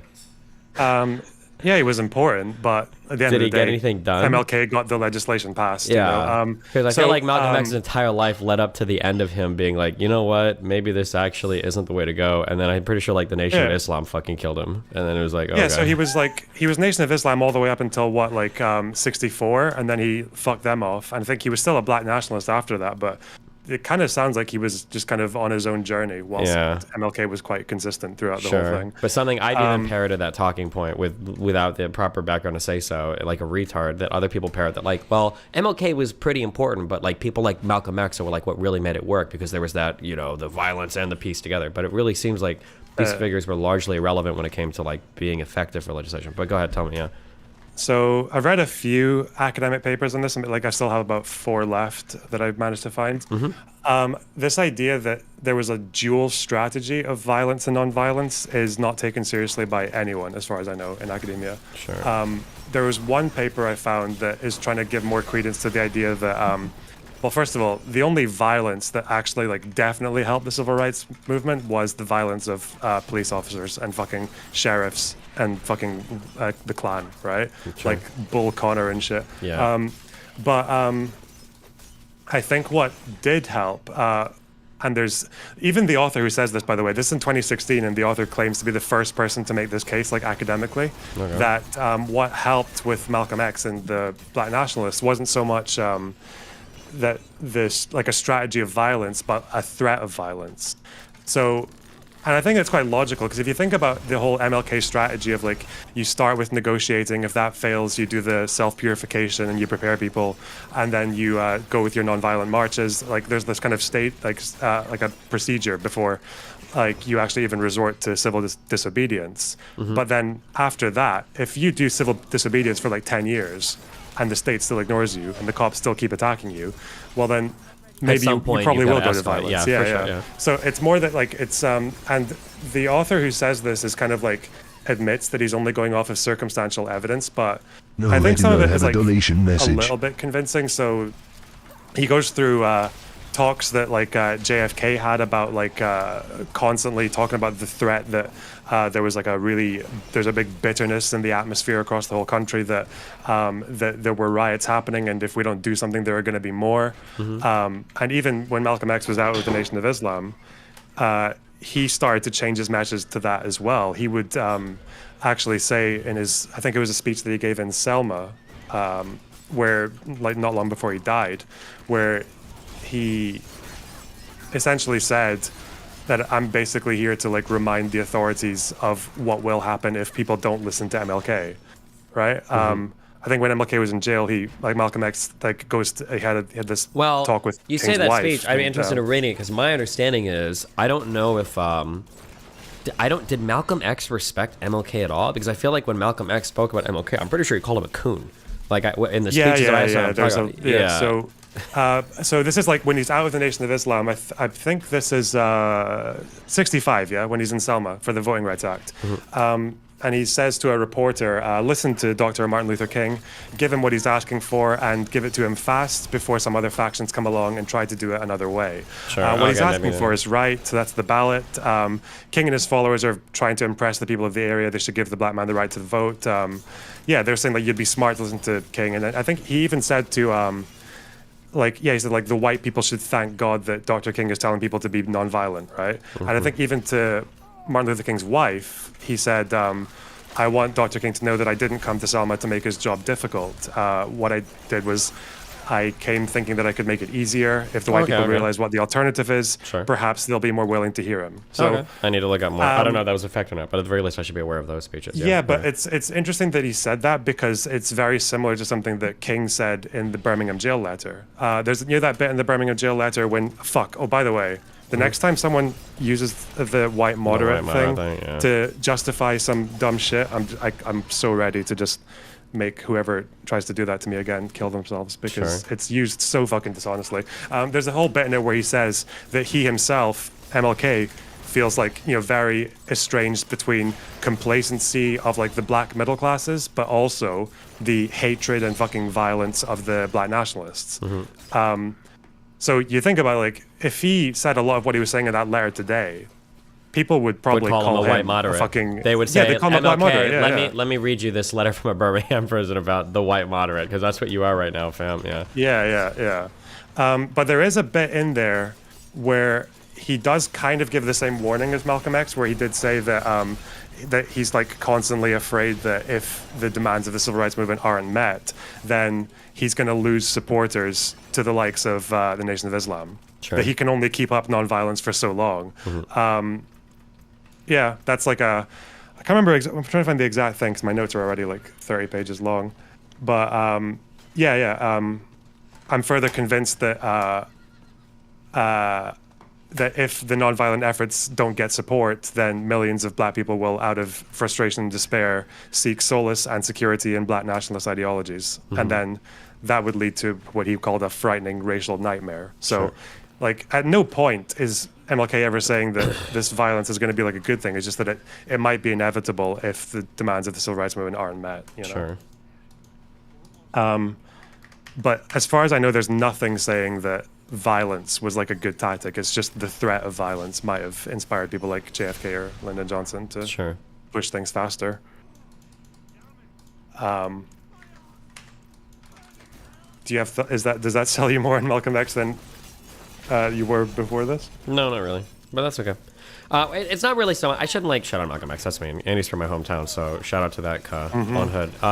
I think that the just the issue that I had was that there is like this weird like. This is like some cringe shit that I'm noticing, okay? I feel like I learned something in high school, and then I feel like I get a little bit older, and then like I'm starting to learn on social media shit that everything I learned in high school was wrong. And then when I dig in and I do more research, I learn that actually it was pretty correct. I think that like I remember when I read about like civil rights and the little bit I remember from high school, it's like civil rights was all about nonviolence and like don't no matter what you do, hold arms and don't ever attack the police and blah blah blah. And then I get older and it was like actually it was the really violent the Black Panthers and Malcolm X and all these things. That's what actually frightened people. And it's like okay. And then when I do now that I've done a bit more reading and very scant, I haven't this is like 3 hours of reading, right? So I haven't like dug into this a ton by any stretch of the imagination. But now as I dig into it more, it seems like this is something that came up in an argument that I had with Pisco too, and I didn't have the language for this yet over the Anna Kasparian tweet, that not the principle of nonviolence is way different than not being violent. That those two things are like, they're a completely different thing. And that the tactics that were employed by both sides of civil rights seemed to revolve around that concept of nonviolence and how important it was to show videos of your ass getting beat by the other side without you doing anything wrong. That was before I think before Birmingham, there was Martin Luther King's movement was losing steam because they had just failed pretty fantastically in I think it was the Albany movement. And as I was reading through this, one of the reasons why they think that movement failed was because the police on the opposite side of that movement had become familiar with Martin Luther King's tactics, and they explicitly avoided at all costs having violent confrontations with protesters. So they expanded the prisons, they started moving people around to different jails in the county, they did everything they could to lock up protesters peacefully. But once they got to Birmingham, you mentioned Connor the Bull, whatever the fuck that guy's last name was. That dude was ruthless. And not only was he ruthless, people that were MLK's allies, because they were having a hard time getting citizens to be like ideologically united, they did the incredibly controversial tactic that MLK I don't even think was on board with initially, of going into schools and training high schoolers and shit to like, you guys are gonna march, you're gonna get your ass beat, you're gonna get eaten up by dogs, and that's what's gonna like make this work. And that's essentially what they did. But that there was like this weird like psychological warfare on both sides of like, all I need to do, I just have to get pictures and videos of you being mean to my people without us actually being mean to you, and then we win. And like, that's it. That's like the goal. And I didn't realize that like the nonviolence principle stuff was like that hyper focused on like that. It really is that specific of like, we're going to be nonviolent. We're going to show us like just standing here, literally the kumbaya shit, and we want you to beat the shit out of us. And then we're going to go like, we're going to get clips viral on TikTok worldwide, and we're going to get the Civil Rights Act passed. Like that was like, it seemed literally that was the strategy. Yeah, they called it self-purification. They would spend like weeks and months preparing young people to get like to just constantly remind themselves like, can I take a hit from the police without hitting back? And like gathering all the knives and shit like that. But the fact that they called it self-purification is like to not hit back to cops. Again, it's like people would just call that tone policing or whatever the fuck.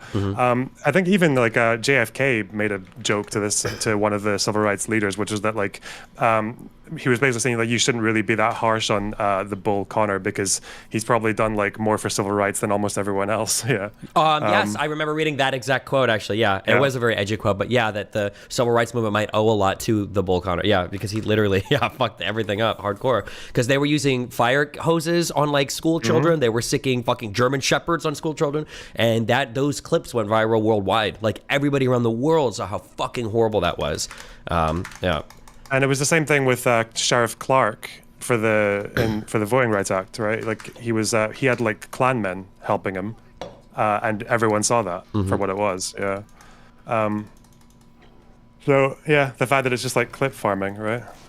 It's irritating now because like so many lefties online are like, they're trying to whitewash the Civil Rights Act. In reality, it was like brave Antifa warriors that did it. It was all the violence. And it's like, not only do we know today empirically with BLM that didn't work, and like we all saw it in real time, right? Like George Floyd galvanized the nation because you just saw like a black dude getting like fucking killed by a cop for it didn't seem like a good reason. And same thing with BLM when you saw people getting attacked. But on the flip side, right? Look at like Kenosha, for instance. I think you can make an argument that both sides of Kenosha were mobilized by the same type of violent on nonviolent action, right? You had the initial reporting of Jacob Blake getting shot in the back, which was horrible. And then I had at least one person, I think one person from Kenosha emailed me, I should fact check this, but he said that one of the biggest reasons why the Facebook groups were posting ads trying to recruit people to go and help defend Kenosha was because of the viral video of that one. There was like a store owner outside one of the stores in Kenosha. I think it was getting beaten up with a fire extinguisher. Do you remember this at all? The person who was trying to put out a fire, wasn't I think it? so, yeah. And then I think he got his ass beat by protesters. And he said that video is what encouraged so many people to move into Kenosha to do like the counter protesting or whatever.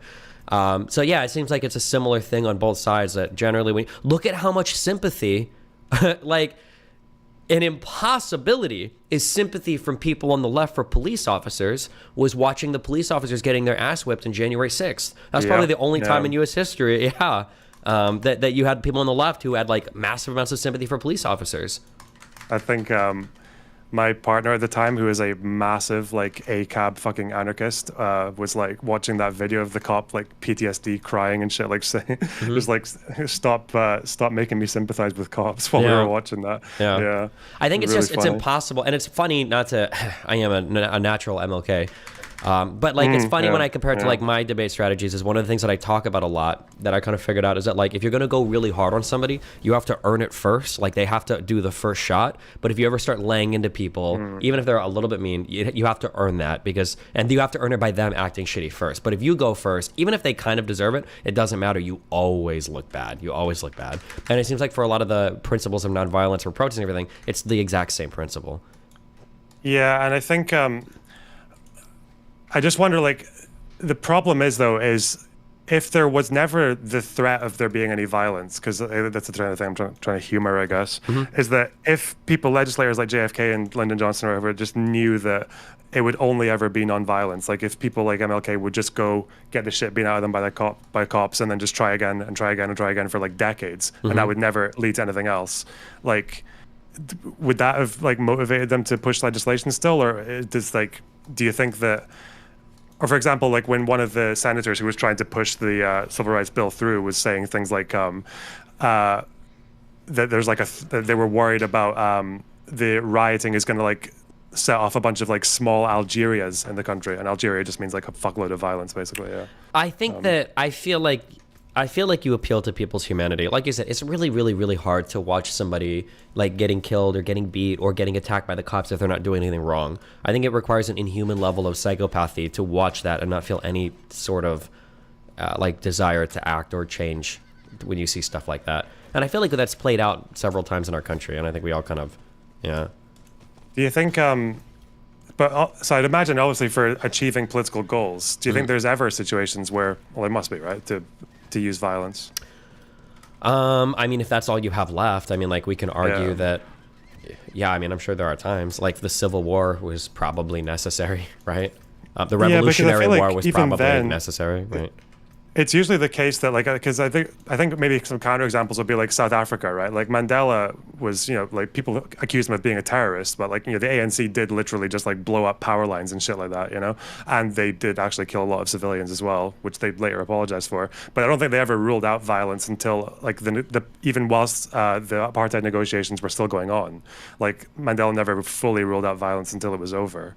So, but I think the argument there is that you're in such a different situation when it comes to like how much recourse you have otherwise, because apartheid South Africa had like a lot less room for peaceful protest than somewhere like America did. I wonder if in the United States, it was important too that like you had like the North, that you saw that there were black people that lived like much different lives in the North than they lived in the South.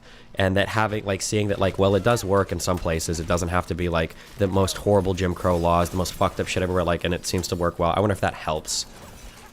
Probably, but also even outside of the country as well, where you've got people like Castro saying, look at America, where they still have like, because I think Castro and his propaganda used that a lot. Like he used the lack of civil rights and the violence against civil rights protesters in his speeches a lot to make people anti-America. And especially since at that time, America is trying to win allies across Africa and the Middle East away from the Soviet Union.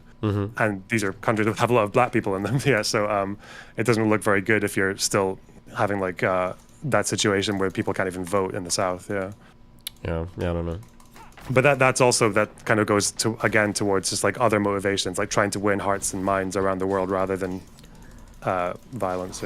Yeah, and it's hard to measure like how much of what is actually having an impact, right? Like it's hard to say for sure, Yeah, so I don't really, I really find it quite difficult to see I need to look more into Malcolm X and what he was doing throughout that time, but it just seems to be that he was very popular for kind of illustrating the bitterness of black Americans at the time. Sure. But at the end of the day, he wasn't there at the end with the pen, like signing legislation and shit. Sure.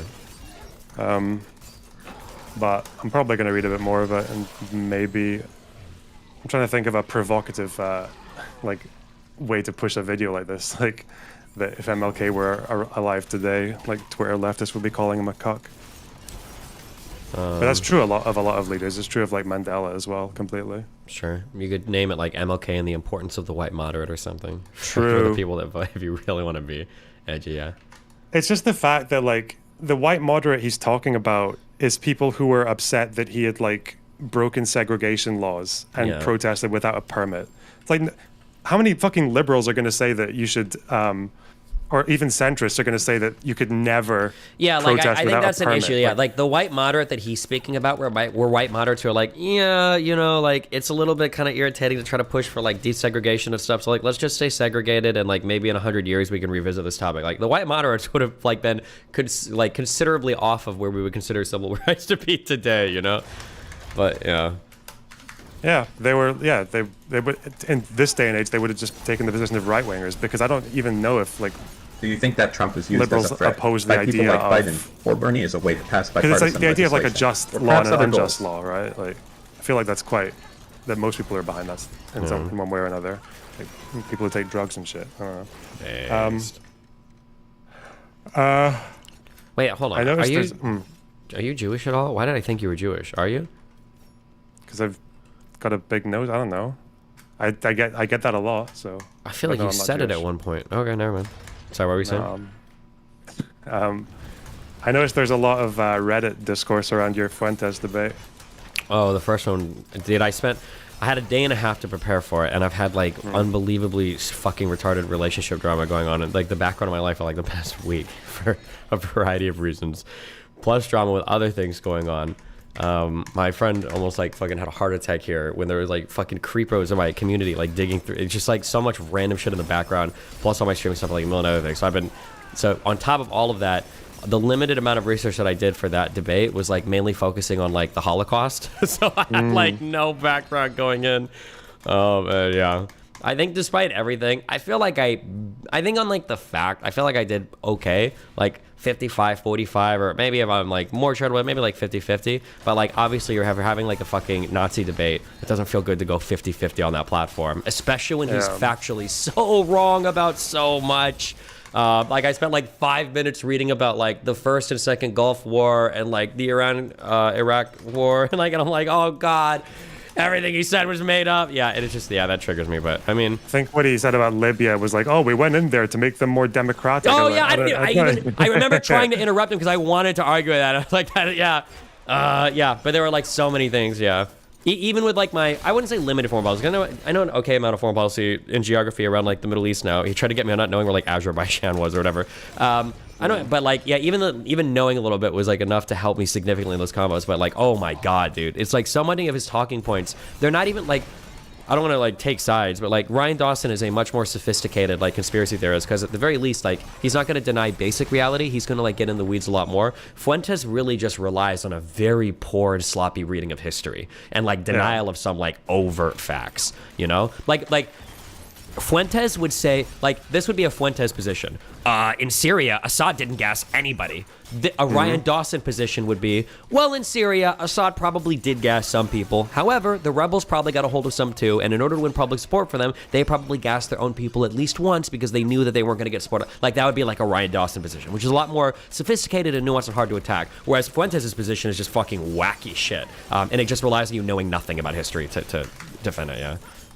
I think, yeah, because this conspiracy theory on Syria is like it's over one attack. It's not over like that's like the broad one. Yeah. But I feel like when it comes to especially any Middle East stuff or just any even most foreign policy, is I feel like extremists are so.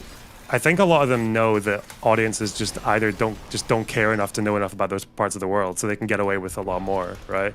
I've definitely had that experience with it as well. I think maybe from like a debate perspective or just someone on the outside, I think he probably came off as like, I think he looked more informed than you on a lot of stuff, but maybe, yeah. But that's because a lot of it's just like bullet points and like, yeah, with a lot of myths. But I think the thing he was asking you about, I feel like there are a few areas that whole thing about like Israel controlling Western foreign policy, right? I feel like there's quite a few very basic things that kind of cut through that really, really easily. And I just wanted to see what you thought of them. Like, you know, the idea, first of all, that like he says Zionism has like a huge influence over American foreign policy. I guess the first thing you could point out then is like why has that not been a constant, right? America didn't always support Israel in the way that it does now. In the Suez Canal crisis, America condemned Israel pretty harshly for them moving into Egypt.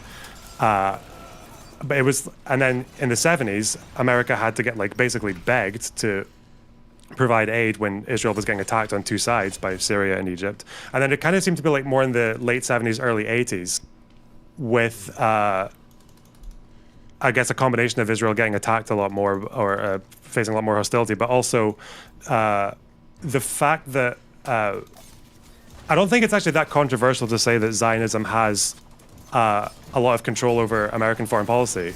But a lot of that's to do with Christianity as well, like Christian Zionism. Sure, but with the I birth think of the that new right in the 80s, like that was like a big thing with Reagan, especially that Christians in America who like the evangelical wing are really weird because they don't like Jews. They're quite anti-Semitic, but they love Israel. Like Glenn Beck was a really good example of that. Yeah, I wish that it was possible because I think for a lot of these younger people, they just don't realize the fervent like support for Israel. Because I don't think my parents like Jews. I don't know. I don't think they hate Jews, but oh my God, dude, growing up, every neoconservative fucking loved Israel. They're like, they're the only peaceful nation in the Middle East. Like it's the most important thing in the world that we defend. They're the only democracy in the Middle East. Everybody is evil and terrorists and our Jewish allies, the Israelites, they're the most important. Like I heard that so much growing up. That's why I said, I think I said in my Dominican second, I said I was like, basically any single person who's politically active over the age of 40 in the United States is probably going to be like an ardent supporter of Israel. That's just like the politics of the United States. One thing that's like frustrating to me that Nick Fuentes fuck, I just read a retarded comment in chat. I did totally slipped my mind. Just kidding. Go ahead. Oh, I might remember later. Yeah, there's the whole thing about yeah, so I don't think, because like obviously if someone comes to you and says like, okay, sorry, I just remembered it. One thing that was really frustrating, I've tried to define this a couple times, is the Jewish question is not that like there are some Jews in the United States that have preferences and like sometimes the United States' foreign policy aligns with Israel.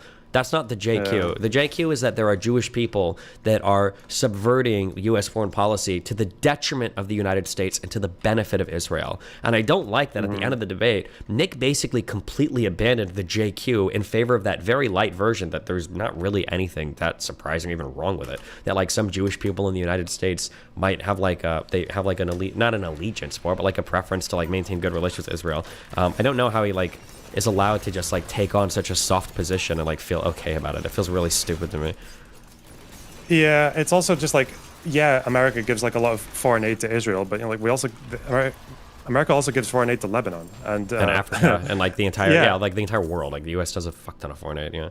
Yeah, and with Lebanon, it's not just Hezbollah. Sometimes Lebanese soldiers, like the official army, will just like go astray and attack Israelis. Like, so it's kind of weird that America would be giving them money as well, if it was just to the detriment of the United States. But I think like one thing about foreign policy that I think could have come up was reasons countries support other countries, and I think a lot of it is that a country might have an original reason for allying with another state, but then that reason might go away. But the fact that they allied in the first place starts building up more reasons for them to stay allies in the future. Sure. So people always say, oh, NATO was supposed to be to keep out the Soviet, supposed to be a wall against the Soviet Union. The Soviet Union's gone. Why just don't need NATO? Well, we need NATO because Russia attacks, still attacks countries, and like lots of other reasons. Yeah, and being in NATO is a really good way to not get attacked by anybody. Yeah. So like just because the original reason's gone, and I think with Israel, one very big reason for the United States starting to get involved with Israel was that was like the one state that they could support that would kind of stay the Soviet Union's influence in that area, because the Soviet Union they supported like Assad in Syria and fucking and I mean even like the Afghan civil war, right? Like when we poured money into there, was that at the behest of Israel? I actually don't know. Was it? Because my understanding was that was just we were just supporting the opposition there to the Soviet backed government. It was that the they opposition. Were it was like, because there was containment policy. Yeah, exactly. If they're communists, you support the opposition. Yeah. And there were all these like the Arab socialists like Assad's dad and shit, like, and just because the Soviet Union's not there anymore and communism's definitely not in the Middle East anymore, well, like it's Assad's son who's in power now, so like a lot of that still stays even though the original reason is gone. And then also as part of America helping Israel in the 40s and 50s, another reason for that as well is like, do you know that the Soviet Union was actually the first country to give de jure recognition to Israel? Oh, I didn't know that. Israel. Yeah, they were the first ones, not America. So obviously America sees that, and then like Suez Canal and all like is quite important, so they kind of want to have like some presence there, like in that area. But as they're supporting Israel, then throughout the 50s, 60s, 70s, 80s, Israel gets attacked multiple times, and then that also means that Israel needs to give a bunch of fucking there's a lot of military focus to aid to Israel, and then that means that Israel basically becomes like a tiny little military base, and they become very good at military stuff. And then I think even to this day, because of that initial support, like Israeli military intelligence and research and development is like very important to the United States, because they seem to innovate in quite good ways when it comes to military stuff. And yeah, I had at least one person contact me and list me like 6 or 7 different like huge benefits that the United States has from intelligence gathered from Israeli sources, from being able to monitor countries like Iran, like other places in the Middle East, from testing certain types of military technologies, including the Iron Dome, from installations that we used to like spy into Iran and shit. Like, yeah, that there's like a whole, and then there's like $50 billion or whatever of trade and shit, and like there are like a decent number of reasons why having Israel as a support, and because it's like a relatively stable country, which is always good too, that has like U.S. interest, right? The same reason why Putin supports Assad in Syria is because it gives him access to ports, and it's like a relatively stable country, right? Yeah. I think I also wouldn't downplay the fact that Israelis just look a bit more like Americans. I had a college professor tell me that once, but I think it's actually like because the archetypical Israel is like a white person, you know, Possibly, even though half of them are white. That probably helps a little. Yeah, sure. But it's mostly, I think a lot of it is unintended consequences. I think at the beginning, the United States wants to stay Soviet influence in the area. And then as a result, that friendship builds more and more. I don't think the United States or Israel told the Middle Eastern countries to keep invading Israel or keep attacking Israel, but they did. Yeah. And then that meant that Israel got quite good at military stuff. And then the United States likes that. So yeah, that's like, yeah, we sell a lot of weapons and shit kind to of them and everything too. Yeah. And I think also with what was the thing about terror attacks from like in Europe, that Israel's intelligence has actually helped to foil a lot of those over the years. I don't know any specifics, so I wouldn't be able to bring it up, but yeah. Yeah, it's just like no, I don't think I know either. But I think it was actually to do with Iran. But anyway, the other thing about, because I think I've heard Karantos talk about this, I'll maybe see if it comes up again. The idea of do you know much about the Balfour Declaration? Nope. That was like the first time when Britain basically promised to give a state to the Jewish people in Israel. Gotcha. It was 1917. But people say that, and I think the anti-Semitic version of it is that one of the Rothschilds was involved in it, which he was, but I think he was asked to be. He wasn't like pulling strings or whatever. But I'm starting to come up with a few reasons for why but then I guess a question you would ask there is like, if Britain was offering a state to Israel, why then, if it was like because of Jewish control or Jewish power, then why did they like constantly walk back promises and shit like that? Because initially, in the early 1920s, they were offering not just all of historic Palestine, but they were also offering Jordan to the Jews. Mm-hmm. But they were also promising the Arabs other things at the other end, and almost like accidentally playing the two against each other. So it's kind of weird to think that like Jewish control over the United Kingdom or European politics would lead to the British acting in the way that they did, because a lot of Jewish people in Israel before the state was founded were really, really unhappy with the British. There were like terrorist groups who would bomb British buildings in historic Palestine because they were dissatisfied with the amount of help that they were getting. Yeah, I think one of the things I tried to stress that Nick would bring up like over and over again, like I don't like the idea that sometimes the Jews are like all powerful and can accomplish so much, and then other times they seem like woefully incapable of like getting anything done. But it seems like there's always a reason why. Like even if they get what they want, it's because they wanted to, and if they didn't get what they want, it's because they didn't want it yet. And there's like everything at some point becomes completely unfalsifiable. And there's no smoking gun anywhere either, right? Like none of this. Of course, there's never any evidence for any of this. It's always like, well, this guy was Jewish, and 20 years later we happened to do a thing that was in a document that a Jewish guy like was authored, and it's like, oh, okay, like. It's just like somehow the Jews got the British to promise them an entire state in the Middle East, but they couldn't get any European powers to accept Jewish refugees during the Holocaust, right? Sure, yeah. Or even they couldn't do, even though I think quite a lot of them wanted to leave. even before the 40s. So yeah, and that was actually a big problem. I think there was one historian who even said that part of what led to the final solution happening the way it did was because the Nazis initially wanted to sell Jewish people to the Allies, and no one took them. Is that true? I've never heard that before. It's called the Schacht-Ruble negotiations. Wait, I think are you Heydrich 100% called sure it of that? the- Because I was under the impression that like Hitler was so adamant about like elimination of the Jews that like at points in the final stages of the war, like he was actually diverting military resource and shit away into the death camps because they were so adamant about like the liquidation of. So this is after it's happened. This Yeah, is yeah, like yeah. after This the would be fact, after, yeah. But before, so 1939, 1940. There's a few things. One was like they were calling it the territorial final solution. That's what Heydrich called it. oh yeah, first of before all. they got to the actual final. Yeah. Yeah, I think Himmler wrote a memorandum where he rejected the idea of mass killing. I mean, Hitler did initially say, he'd already said that annihilation was like an option. He kind of like made that clear. But yeah, the Schacht-Ruble negotiations, I think, was when they wanted to send Jewish people over to the Allied states, because the idea was that if a bunch of Jews arrived in the Allied countries, they would start to sympathize with the Nazi cause. They would see all these Jews arrive and they'd be like, oh, wow. Yeah. Actually, don't. Yeah.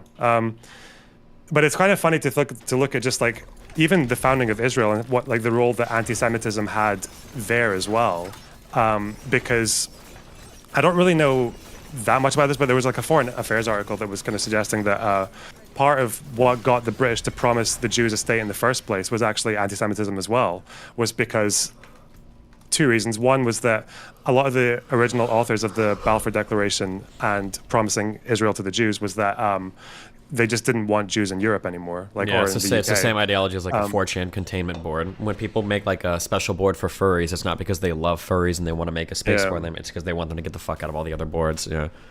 But another potential reason, I don't know how sold I am on this, is that potentially, well, we know that the people who wrote the initial Balfour Declaration were anti-Semitic. I think Balfour even said that the Jews had like incredible power over the world and shit like that. And that, like, Churchill was involved. He wasn't very keen on Jews. David Lloyd George wasn't very keen on Jews. But I don't know if I even want to say, but yeah, one of the things I read was that potentially because Britain was doing so badly in the war, that they might have offered a state to Jews because they thought Jews were like powerful enough to help them in World War One. And apparently there is like a historian who's written a book about this, but yeah, I don't know. Potentially. Did you leave? What? Oh no, sorry. I did blow my nose. Alright. My bad. Okay. Yeah, I just got up. You were pretty boring. I had to just take the fuck off. You know. Oh yeah. Go to a line, but now I'm back. True. Anyway. What do you think you're gonna do more JQ stuff in the future?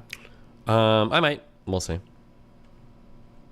Wait, when I said blow my nose, I mean I was here at my. I didn't actually leave. Yeah, I know. Oh, okay. Oh, just because you changed topics. I don't know if you thought I actually just like walked away. Yeah. Yeah, and I think against Fuentes and that ilk, I think I probably could, because the conversation was nowhere near as challenging as I expected it to be. Like I said, I'm used to like more thorough conspiracy minded people, but the Fuentes stuff was like pretty surface level. And then his limitations on, especially like foreign policy centering around JQ, were way greater. His limitations were far greater than I expected them to be. I was worried once we got into foreign policy that he was going to just start like running circles around me on everything and I'd be completely lost. But like it didn't seem like he actually had that much depth of knowledge of anything. And he kept running away from like pretty basic questions.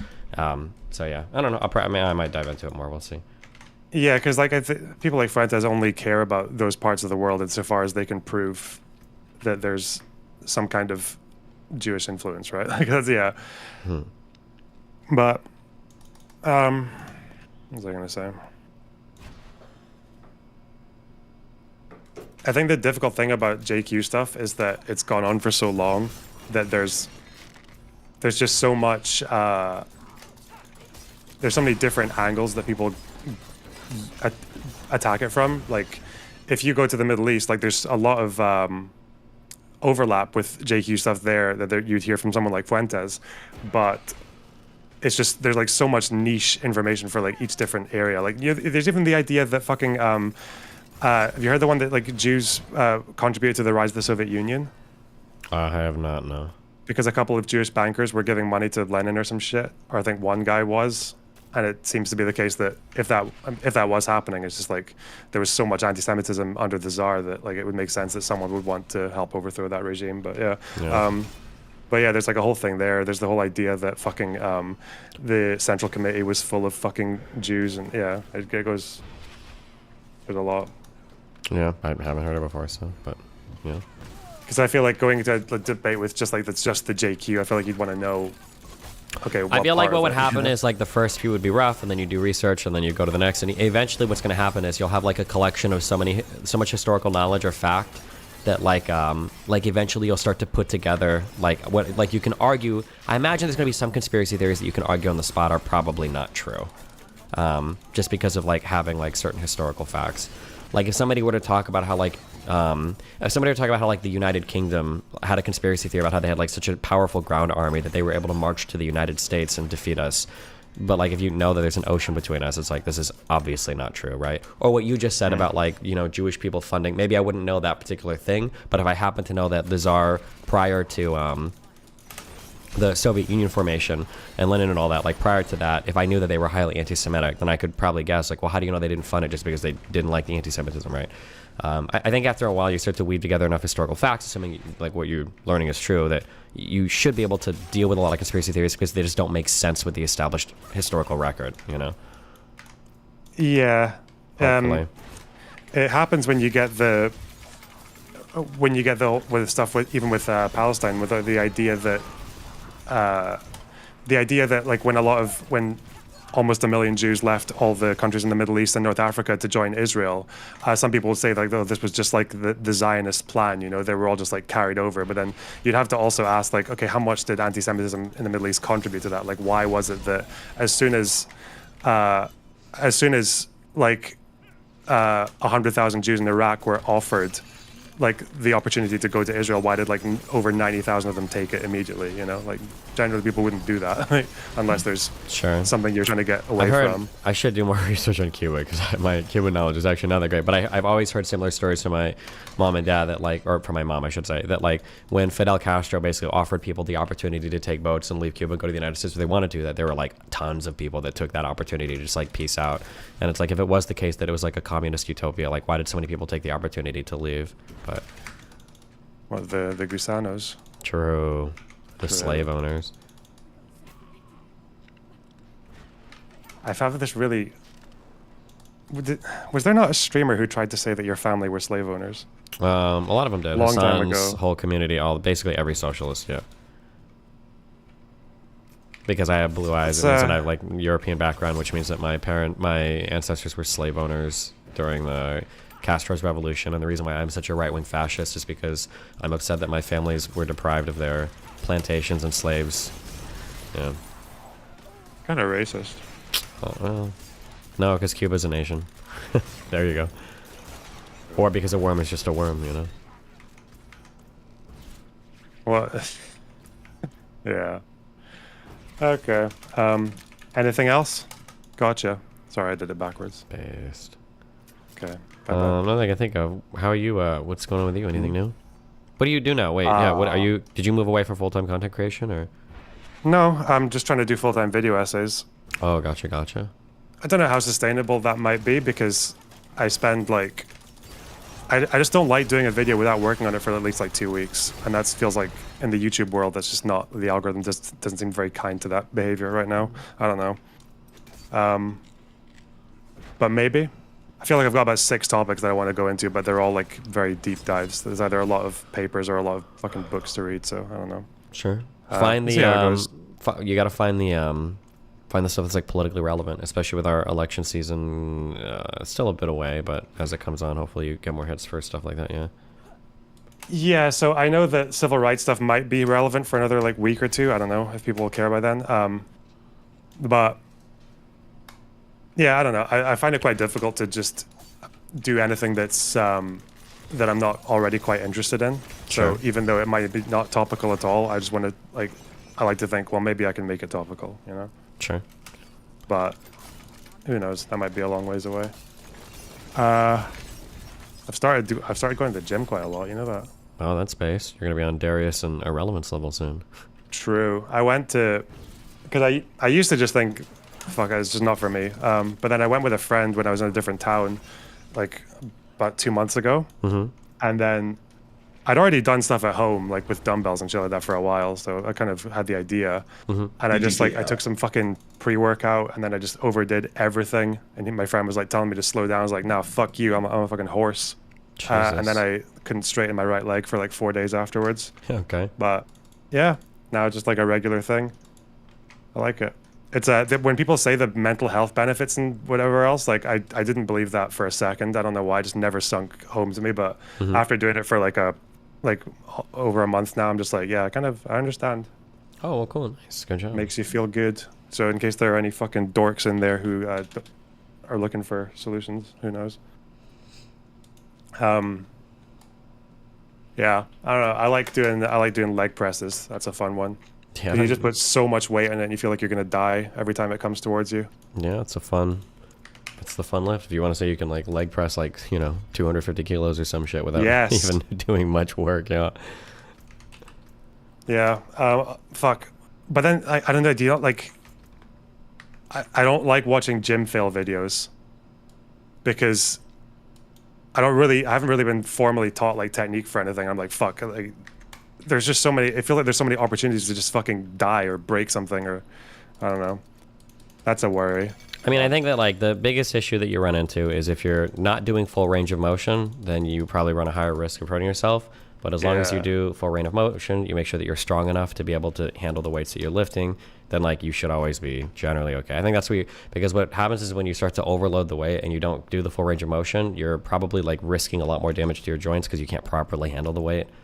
Like people will say things like, don't lock out your legs on a leg press machine, but like you should absolutely be able to lock out your legs on a leg press machine with every single rep. And the only reason why people hurt themselves on it is because what'll happen is people will load like hundreds of pounds or kilos onto a leg press machine, and then they can't really do the weight, and they'll go down like 2 inches and then go back up. But the reality is like your joints, your bones, your muscles aren't really strong enough to handle that much weight. And then when you do like quarter reps or less, you're gonna overload it to a point where you're just gonna like snap your shit. Yeah. But I mean, as long as you're doing everything like you're trying to do it properly and so on all that, you're probably fine. Yeah, I definitely see people in there doing kind of stuff that they don't seem to be built for. Sure. Yeah. Yeah. The leg press machine is probably the most guilty of that. Most people will like quarter rep or something on the machine. Oh god, and I always see people in the fucking leg press machine like tilt, like bent, their ass slides forward and their lower back is like at a 45-degree angle. Oh fuck, it's disgusting. Yeah. Yeah, I mean that's bad, but I don't know because technically I don't think your back is supporting much on that machine, so I don't think it's as bad for you. But if you start like squatting or something, that's gonna fuck you up hard. But yeah, but everybody's on their own journey. Just don't hurt yourself, True. Okay. I think I'm probably gonna get back to it. I will. What's next for you? I need to like take a week or two and just like play games because my voice is destroyed. I've been doing so many fucking shows and like. Yeah, I'm setting up my next round of shows for LA, probably maybe at the end of this month. I think that Bradley Martin guy, is that a real name? Some fitness guy who had the one dude that died of the vaccine supposedly in a show. I might be doing that in a couple more shows at the end of LA, or at the end of this month in LA, maybe we'll see, but yeah. Someone died of the vaccine? Huh? Well, no, it was a guy that used steroids and shit a ton during his life. He was like 30, and he died of like some heart issue, but people are blaming the vaccine on it. And you just have to debate someone's personal experience. Well, no, we're probably not going to debate that. It's just like random shit we'll talk about. But yeah, we'll see how it goes. Okay. I've kind of... I wasn't massively into debating during the COVID cycle, but I always felt like... I had a couple of friends who fell down the anti-vax rabbit hole, but I always felt like, as far as non-debaters went, or just like lay people, the easiest thing to get around it was just to ask them what mRNA stood for, and none of them knew. Remember, that was like... I didn't really do that much research into COVID because like that was all I had to ask my skeptical friends. It was just like, what did mRNA stand for? None of them knew. So I was like, okay, fuck. Oh yeah, I read a really interesting paper recently. A friend sent me this, and it was an academic paper detailing the differences between echo chambers and epistemic bubbles. And what the paper goes into talk about is that like an epistemic bubble is just like you have a certain amount of friends, you subscribe to a certain amount of news sources, and you just kind of see all the same information. And so because you're in like an epistemic bubble, you tend to have like certain opinions that you get from said epistemic bubble. But to break people out of an epistemic bubble, usually you just have to show them some new information. So maybe like asking somebody like, well, what does mRNA mean? Or like, what is this? Like, generally it's like, they'll see it like, oh shit, okay, I haven't seen this. And then like very, like a little bit slowly, but you can kind of move people out of epistemic bubbles like pretty easily. But that the really harmful thing the paper referred to were echo chambers. And the dangerous part about an echo chamber is that epistemic truth can only come from one source, and external epistemic truths are constantly invalidated, and every epistemic outer source reinforces the inner source, and that breaking somebody out of an echo chamber is significantly more difficult because of the intentional unreliance or the intentional discrediting of every type of like external source of truth. It's just like interesting because it talks about like the differences that people fall into these and like the different strategies to break somebody out of one versus the other or whatever. So yeah. Do you have a good example of that? Of the difference between like an epistemic bubble versus an echo chamber. So like an epistemic bubble might be that like I go to college and I've got a bunch of friends that are conservatives, and then I follow all of them on Facebook, and then on Facebook they post news stories and shit, and I see that like, oh, Hunter Biden, you know, like fucks minors and oh, blah blah blah, and it's just like this is just what's in my feed, and I see it all the time. But it's just like it's an epistemic bubble. Nobody's saying like don't trust any of the Democrats, don't do any of that. This is just like I just happen to see all of this news coming from similar-minded people. But if I were to introduce a person like that, to be like, hey, look, like, you know, there's also this too, like you could check this out, or you could look at this, that when they see that, they might be like, oh shit, okay, I'd never even seen this before, I didn't hear about that. They'll maybe be a little dumbfounded. But for an echo chamber, so like what Sneako's in right now, right? An echo chamber, not only does an echo chamber rely on an epistemic bubble where you only get sources of information from one point of view, outside sources are actively discredited. So I think one of the examples the paper gives is like the way that Rush Limbaugh, for instance, would create his own vernacular. So having like code words for people, like I think Rush Limbaugh might have created the term SJW, I think. That was the example they gave in the paper, at least. But like you're actively, basically what it is you can't introduce a person in an echo chamber to more information, because when they see that, they've already developed schema to discredit that information, right? Like, well, I know the vaccine makes you grow wings. Okay, well, look at this study from the CDC. Of course the CDC is going to lie about it. The fact that they have that study like even proves more that there's probably harm in it, right? Like it's basically like every single external source of truth is there's an intentional effort to discredit it and invalidate it, so that you can never ever rely. You can only become reliant on certain authoritative sources of epistemic truth, and you'll never see an outside perspective. Because there's an active effort to say that not only is our information correct, every other source of information is by definition incorrect. I can shoot you the paper if you want to. It's like 21 pages. Yeah, it's not sure. too long. Yeah. I always need more papers, apparently. I definitely noticed that it's difficult when you're in a lot of communities that just like there's so many truisms that that people take for granted that aren't actually true, is something I've noticed. And I'm trying to think of an example, but it feels to be that that there are some kind of positions people have that are wrong, but even the act of correcting it kind of works in their favor. So I remember having this argument with someone about Churchill, who I don't like. He didn't seem like a very good guy. But there's this thing that goes around lefty circles that he once ordered the use of chemical weapons in Iraq, right? That sounds really, really bad. And there's the quote that's always, if you ever see it on a lefty source, you'll always see the quote begins mid-sentence of him saying it would spread a lively terror amongst the masses. You read the full paragraph, he's talking about tear gas for rioters. And the purpose of using tear gas over other weapons was that it would like disperse the crowd and stop the protest without killing anyone. Sure. Like with causing minimal. Like, so he's actually trying to like crowd control in a non-lethal way. But you bring that up, and it's like the response is always, "Oh, you're defending the imperialist Churchill now." I'm like, okay, fuck. No. I do it. Yeah, that's really frustrating. Yeah. But I feel like for so many different things that happen there, like, that's usually the place you end up in.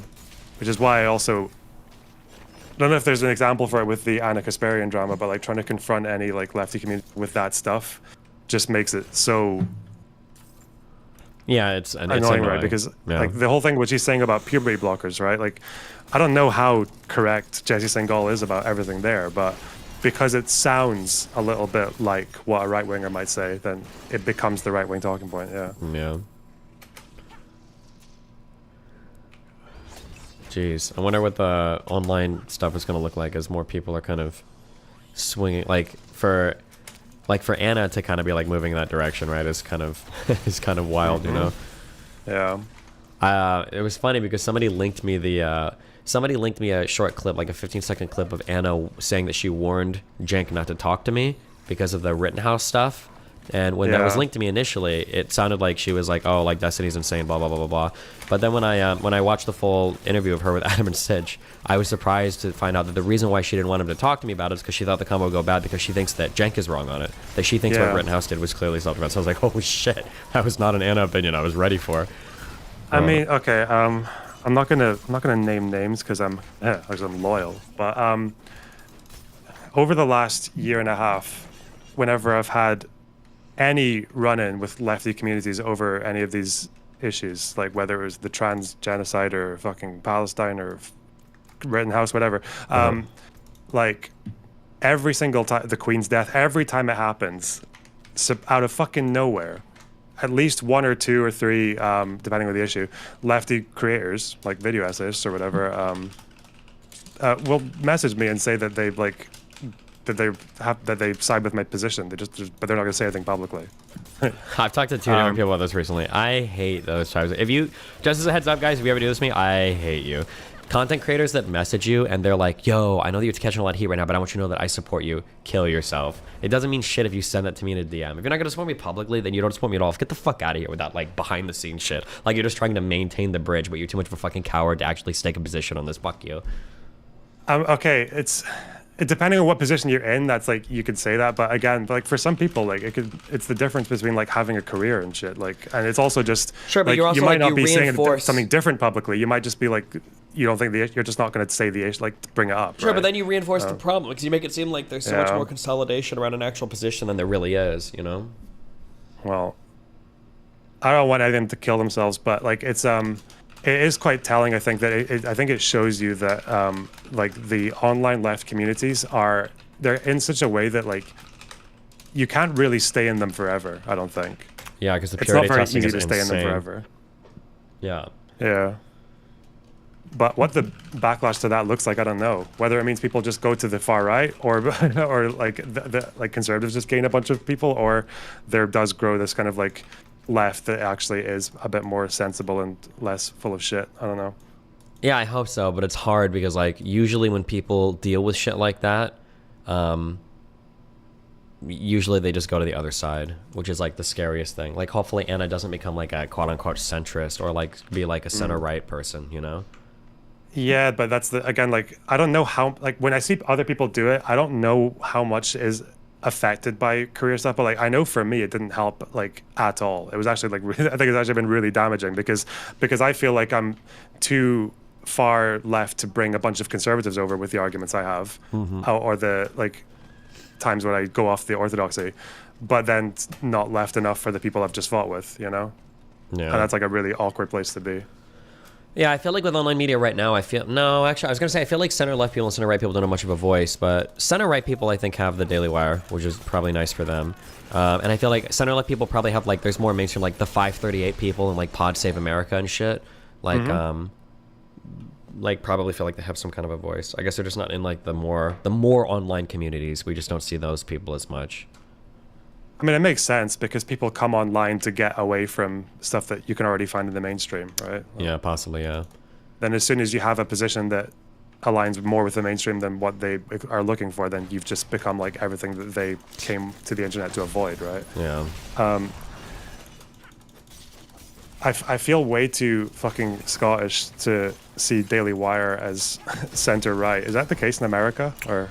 I mean, just in terms of like overall where they sit, like they're not like ardent Trump supporters. They're not like fascists. I think they don't push, generally speaking, they don't push as much on like the vaccine conspiracies or the stolen election narrative, like the big MAGA people. I think that like people like Steven Crowder is probably the biggest like to the right of the Daily Wire. And and then like all of your alternative medias, like your OANs and all that shit. I don't even know how big they are anymore.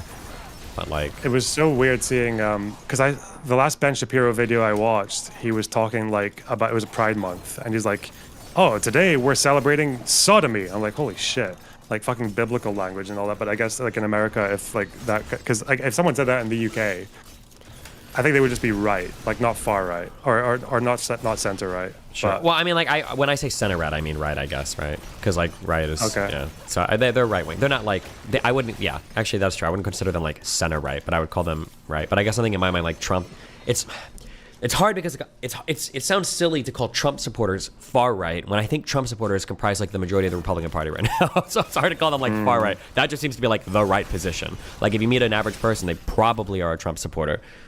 So yeah, but our political paradigm is like super fucked right now in the United States.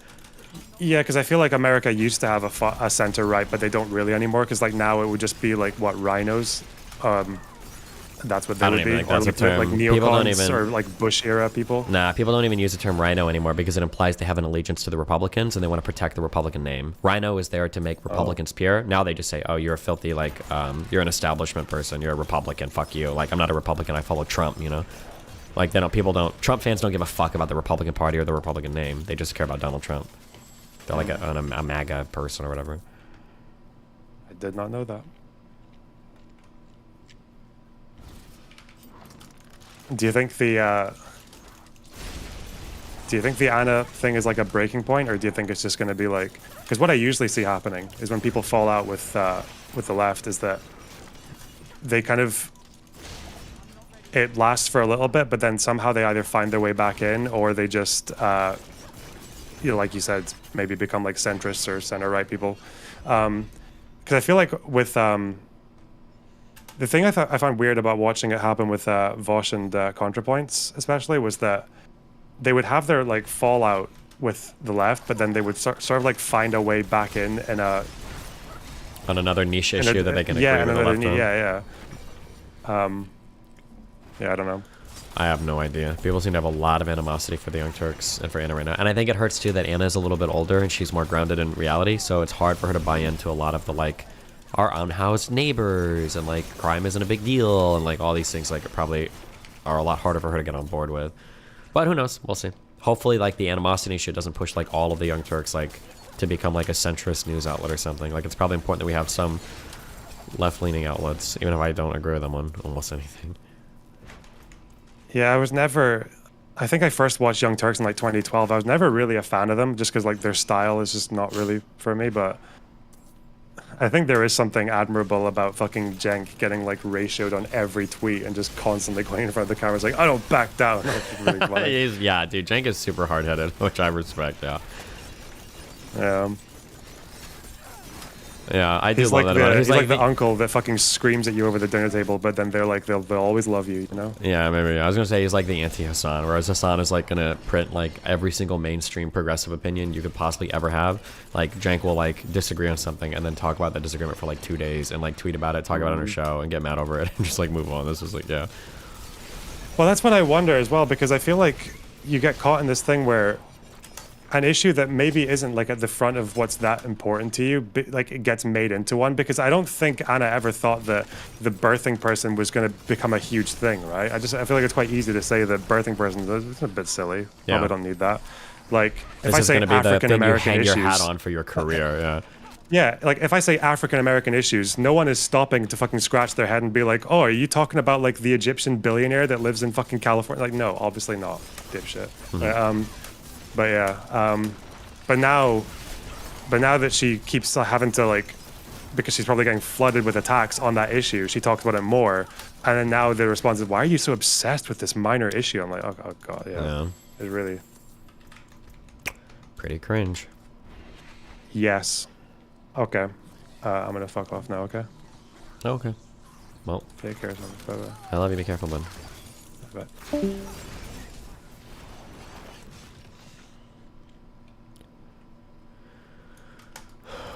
Ugh.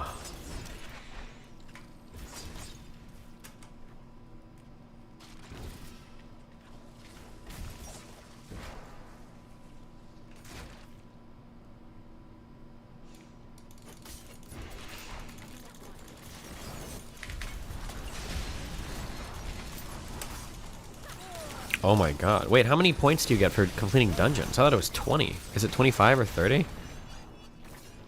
Based. Can you just... Fuck off.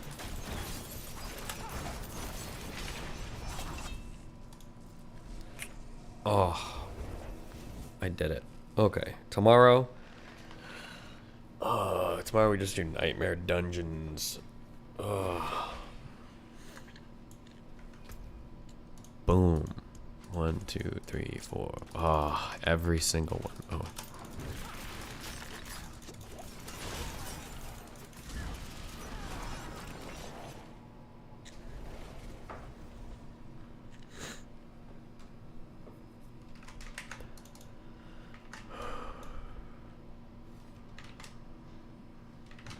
Wait, did I miss a... Oh, no, that was another thing. Cool.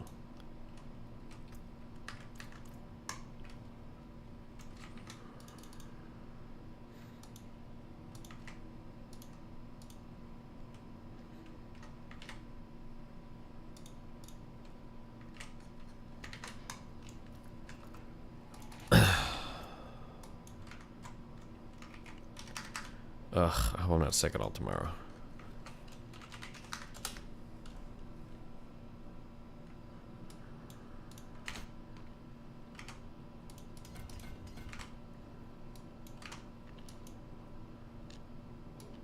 Based, based, based.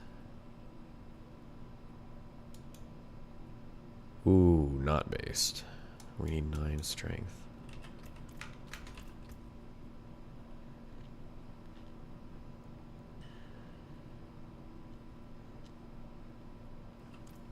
Okay.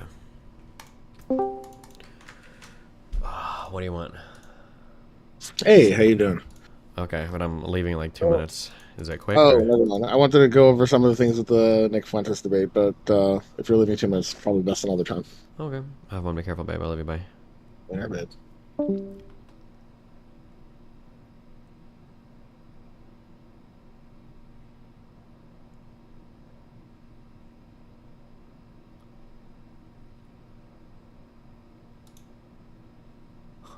Why would Sneeko say this?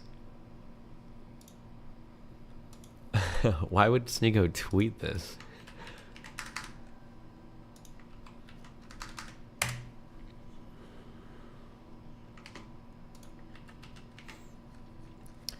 Bro, how about you tell your CEO that you're in a group chat right now trying to come to Kick? Shit's getting annoying. All you Rumble creators are insecure about Kick when you guys are in no way, shape, or form competing with Kick. LOL, how are you Jewish and don't know what negotiation is? Why would you publicly admit to this?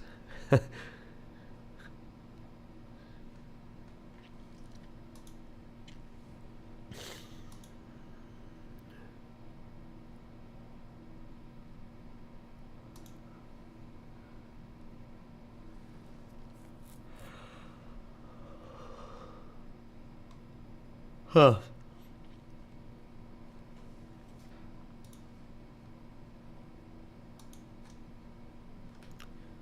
Alright.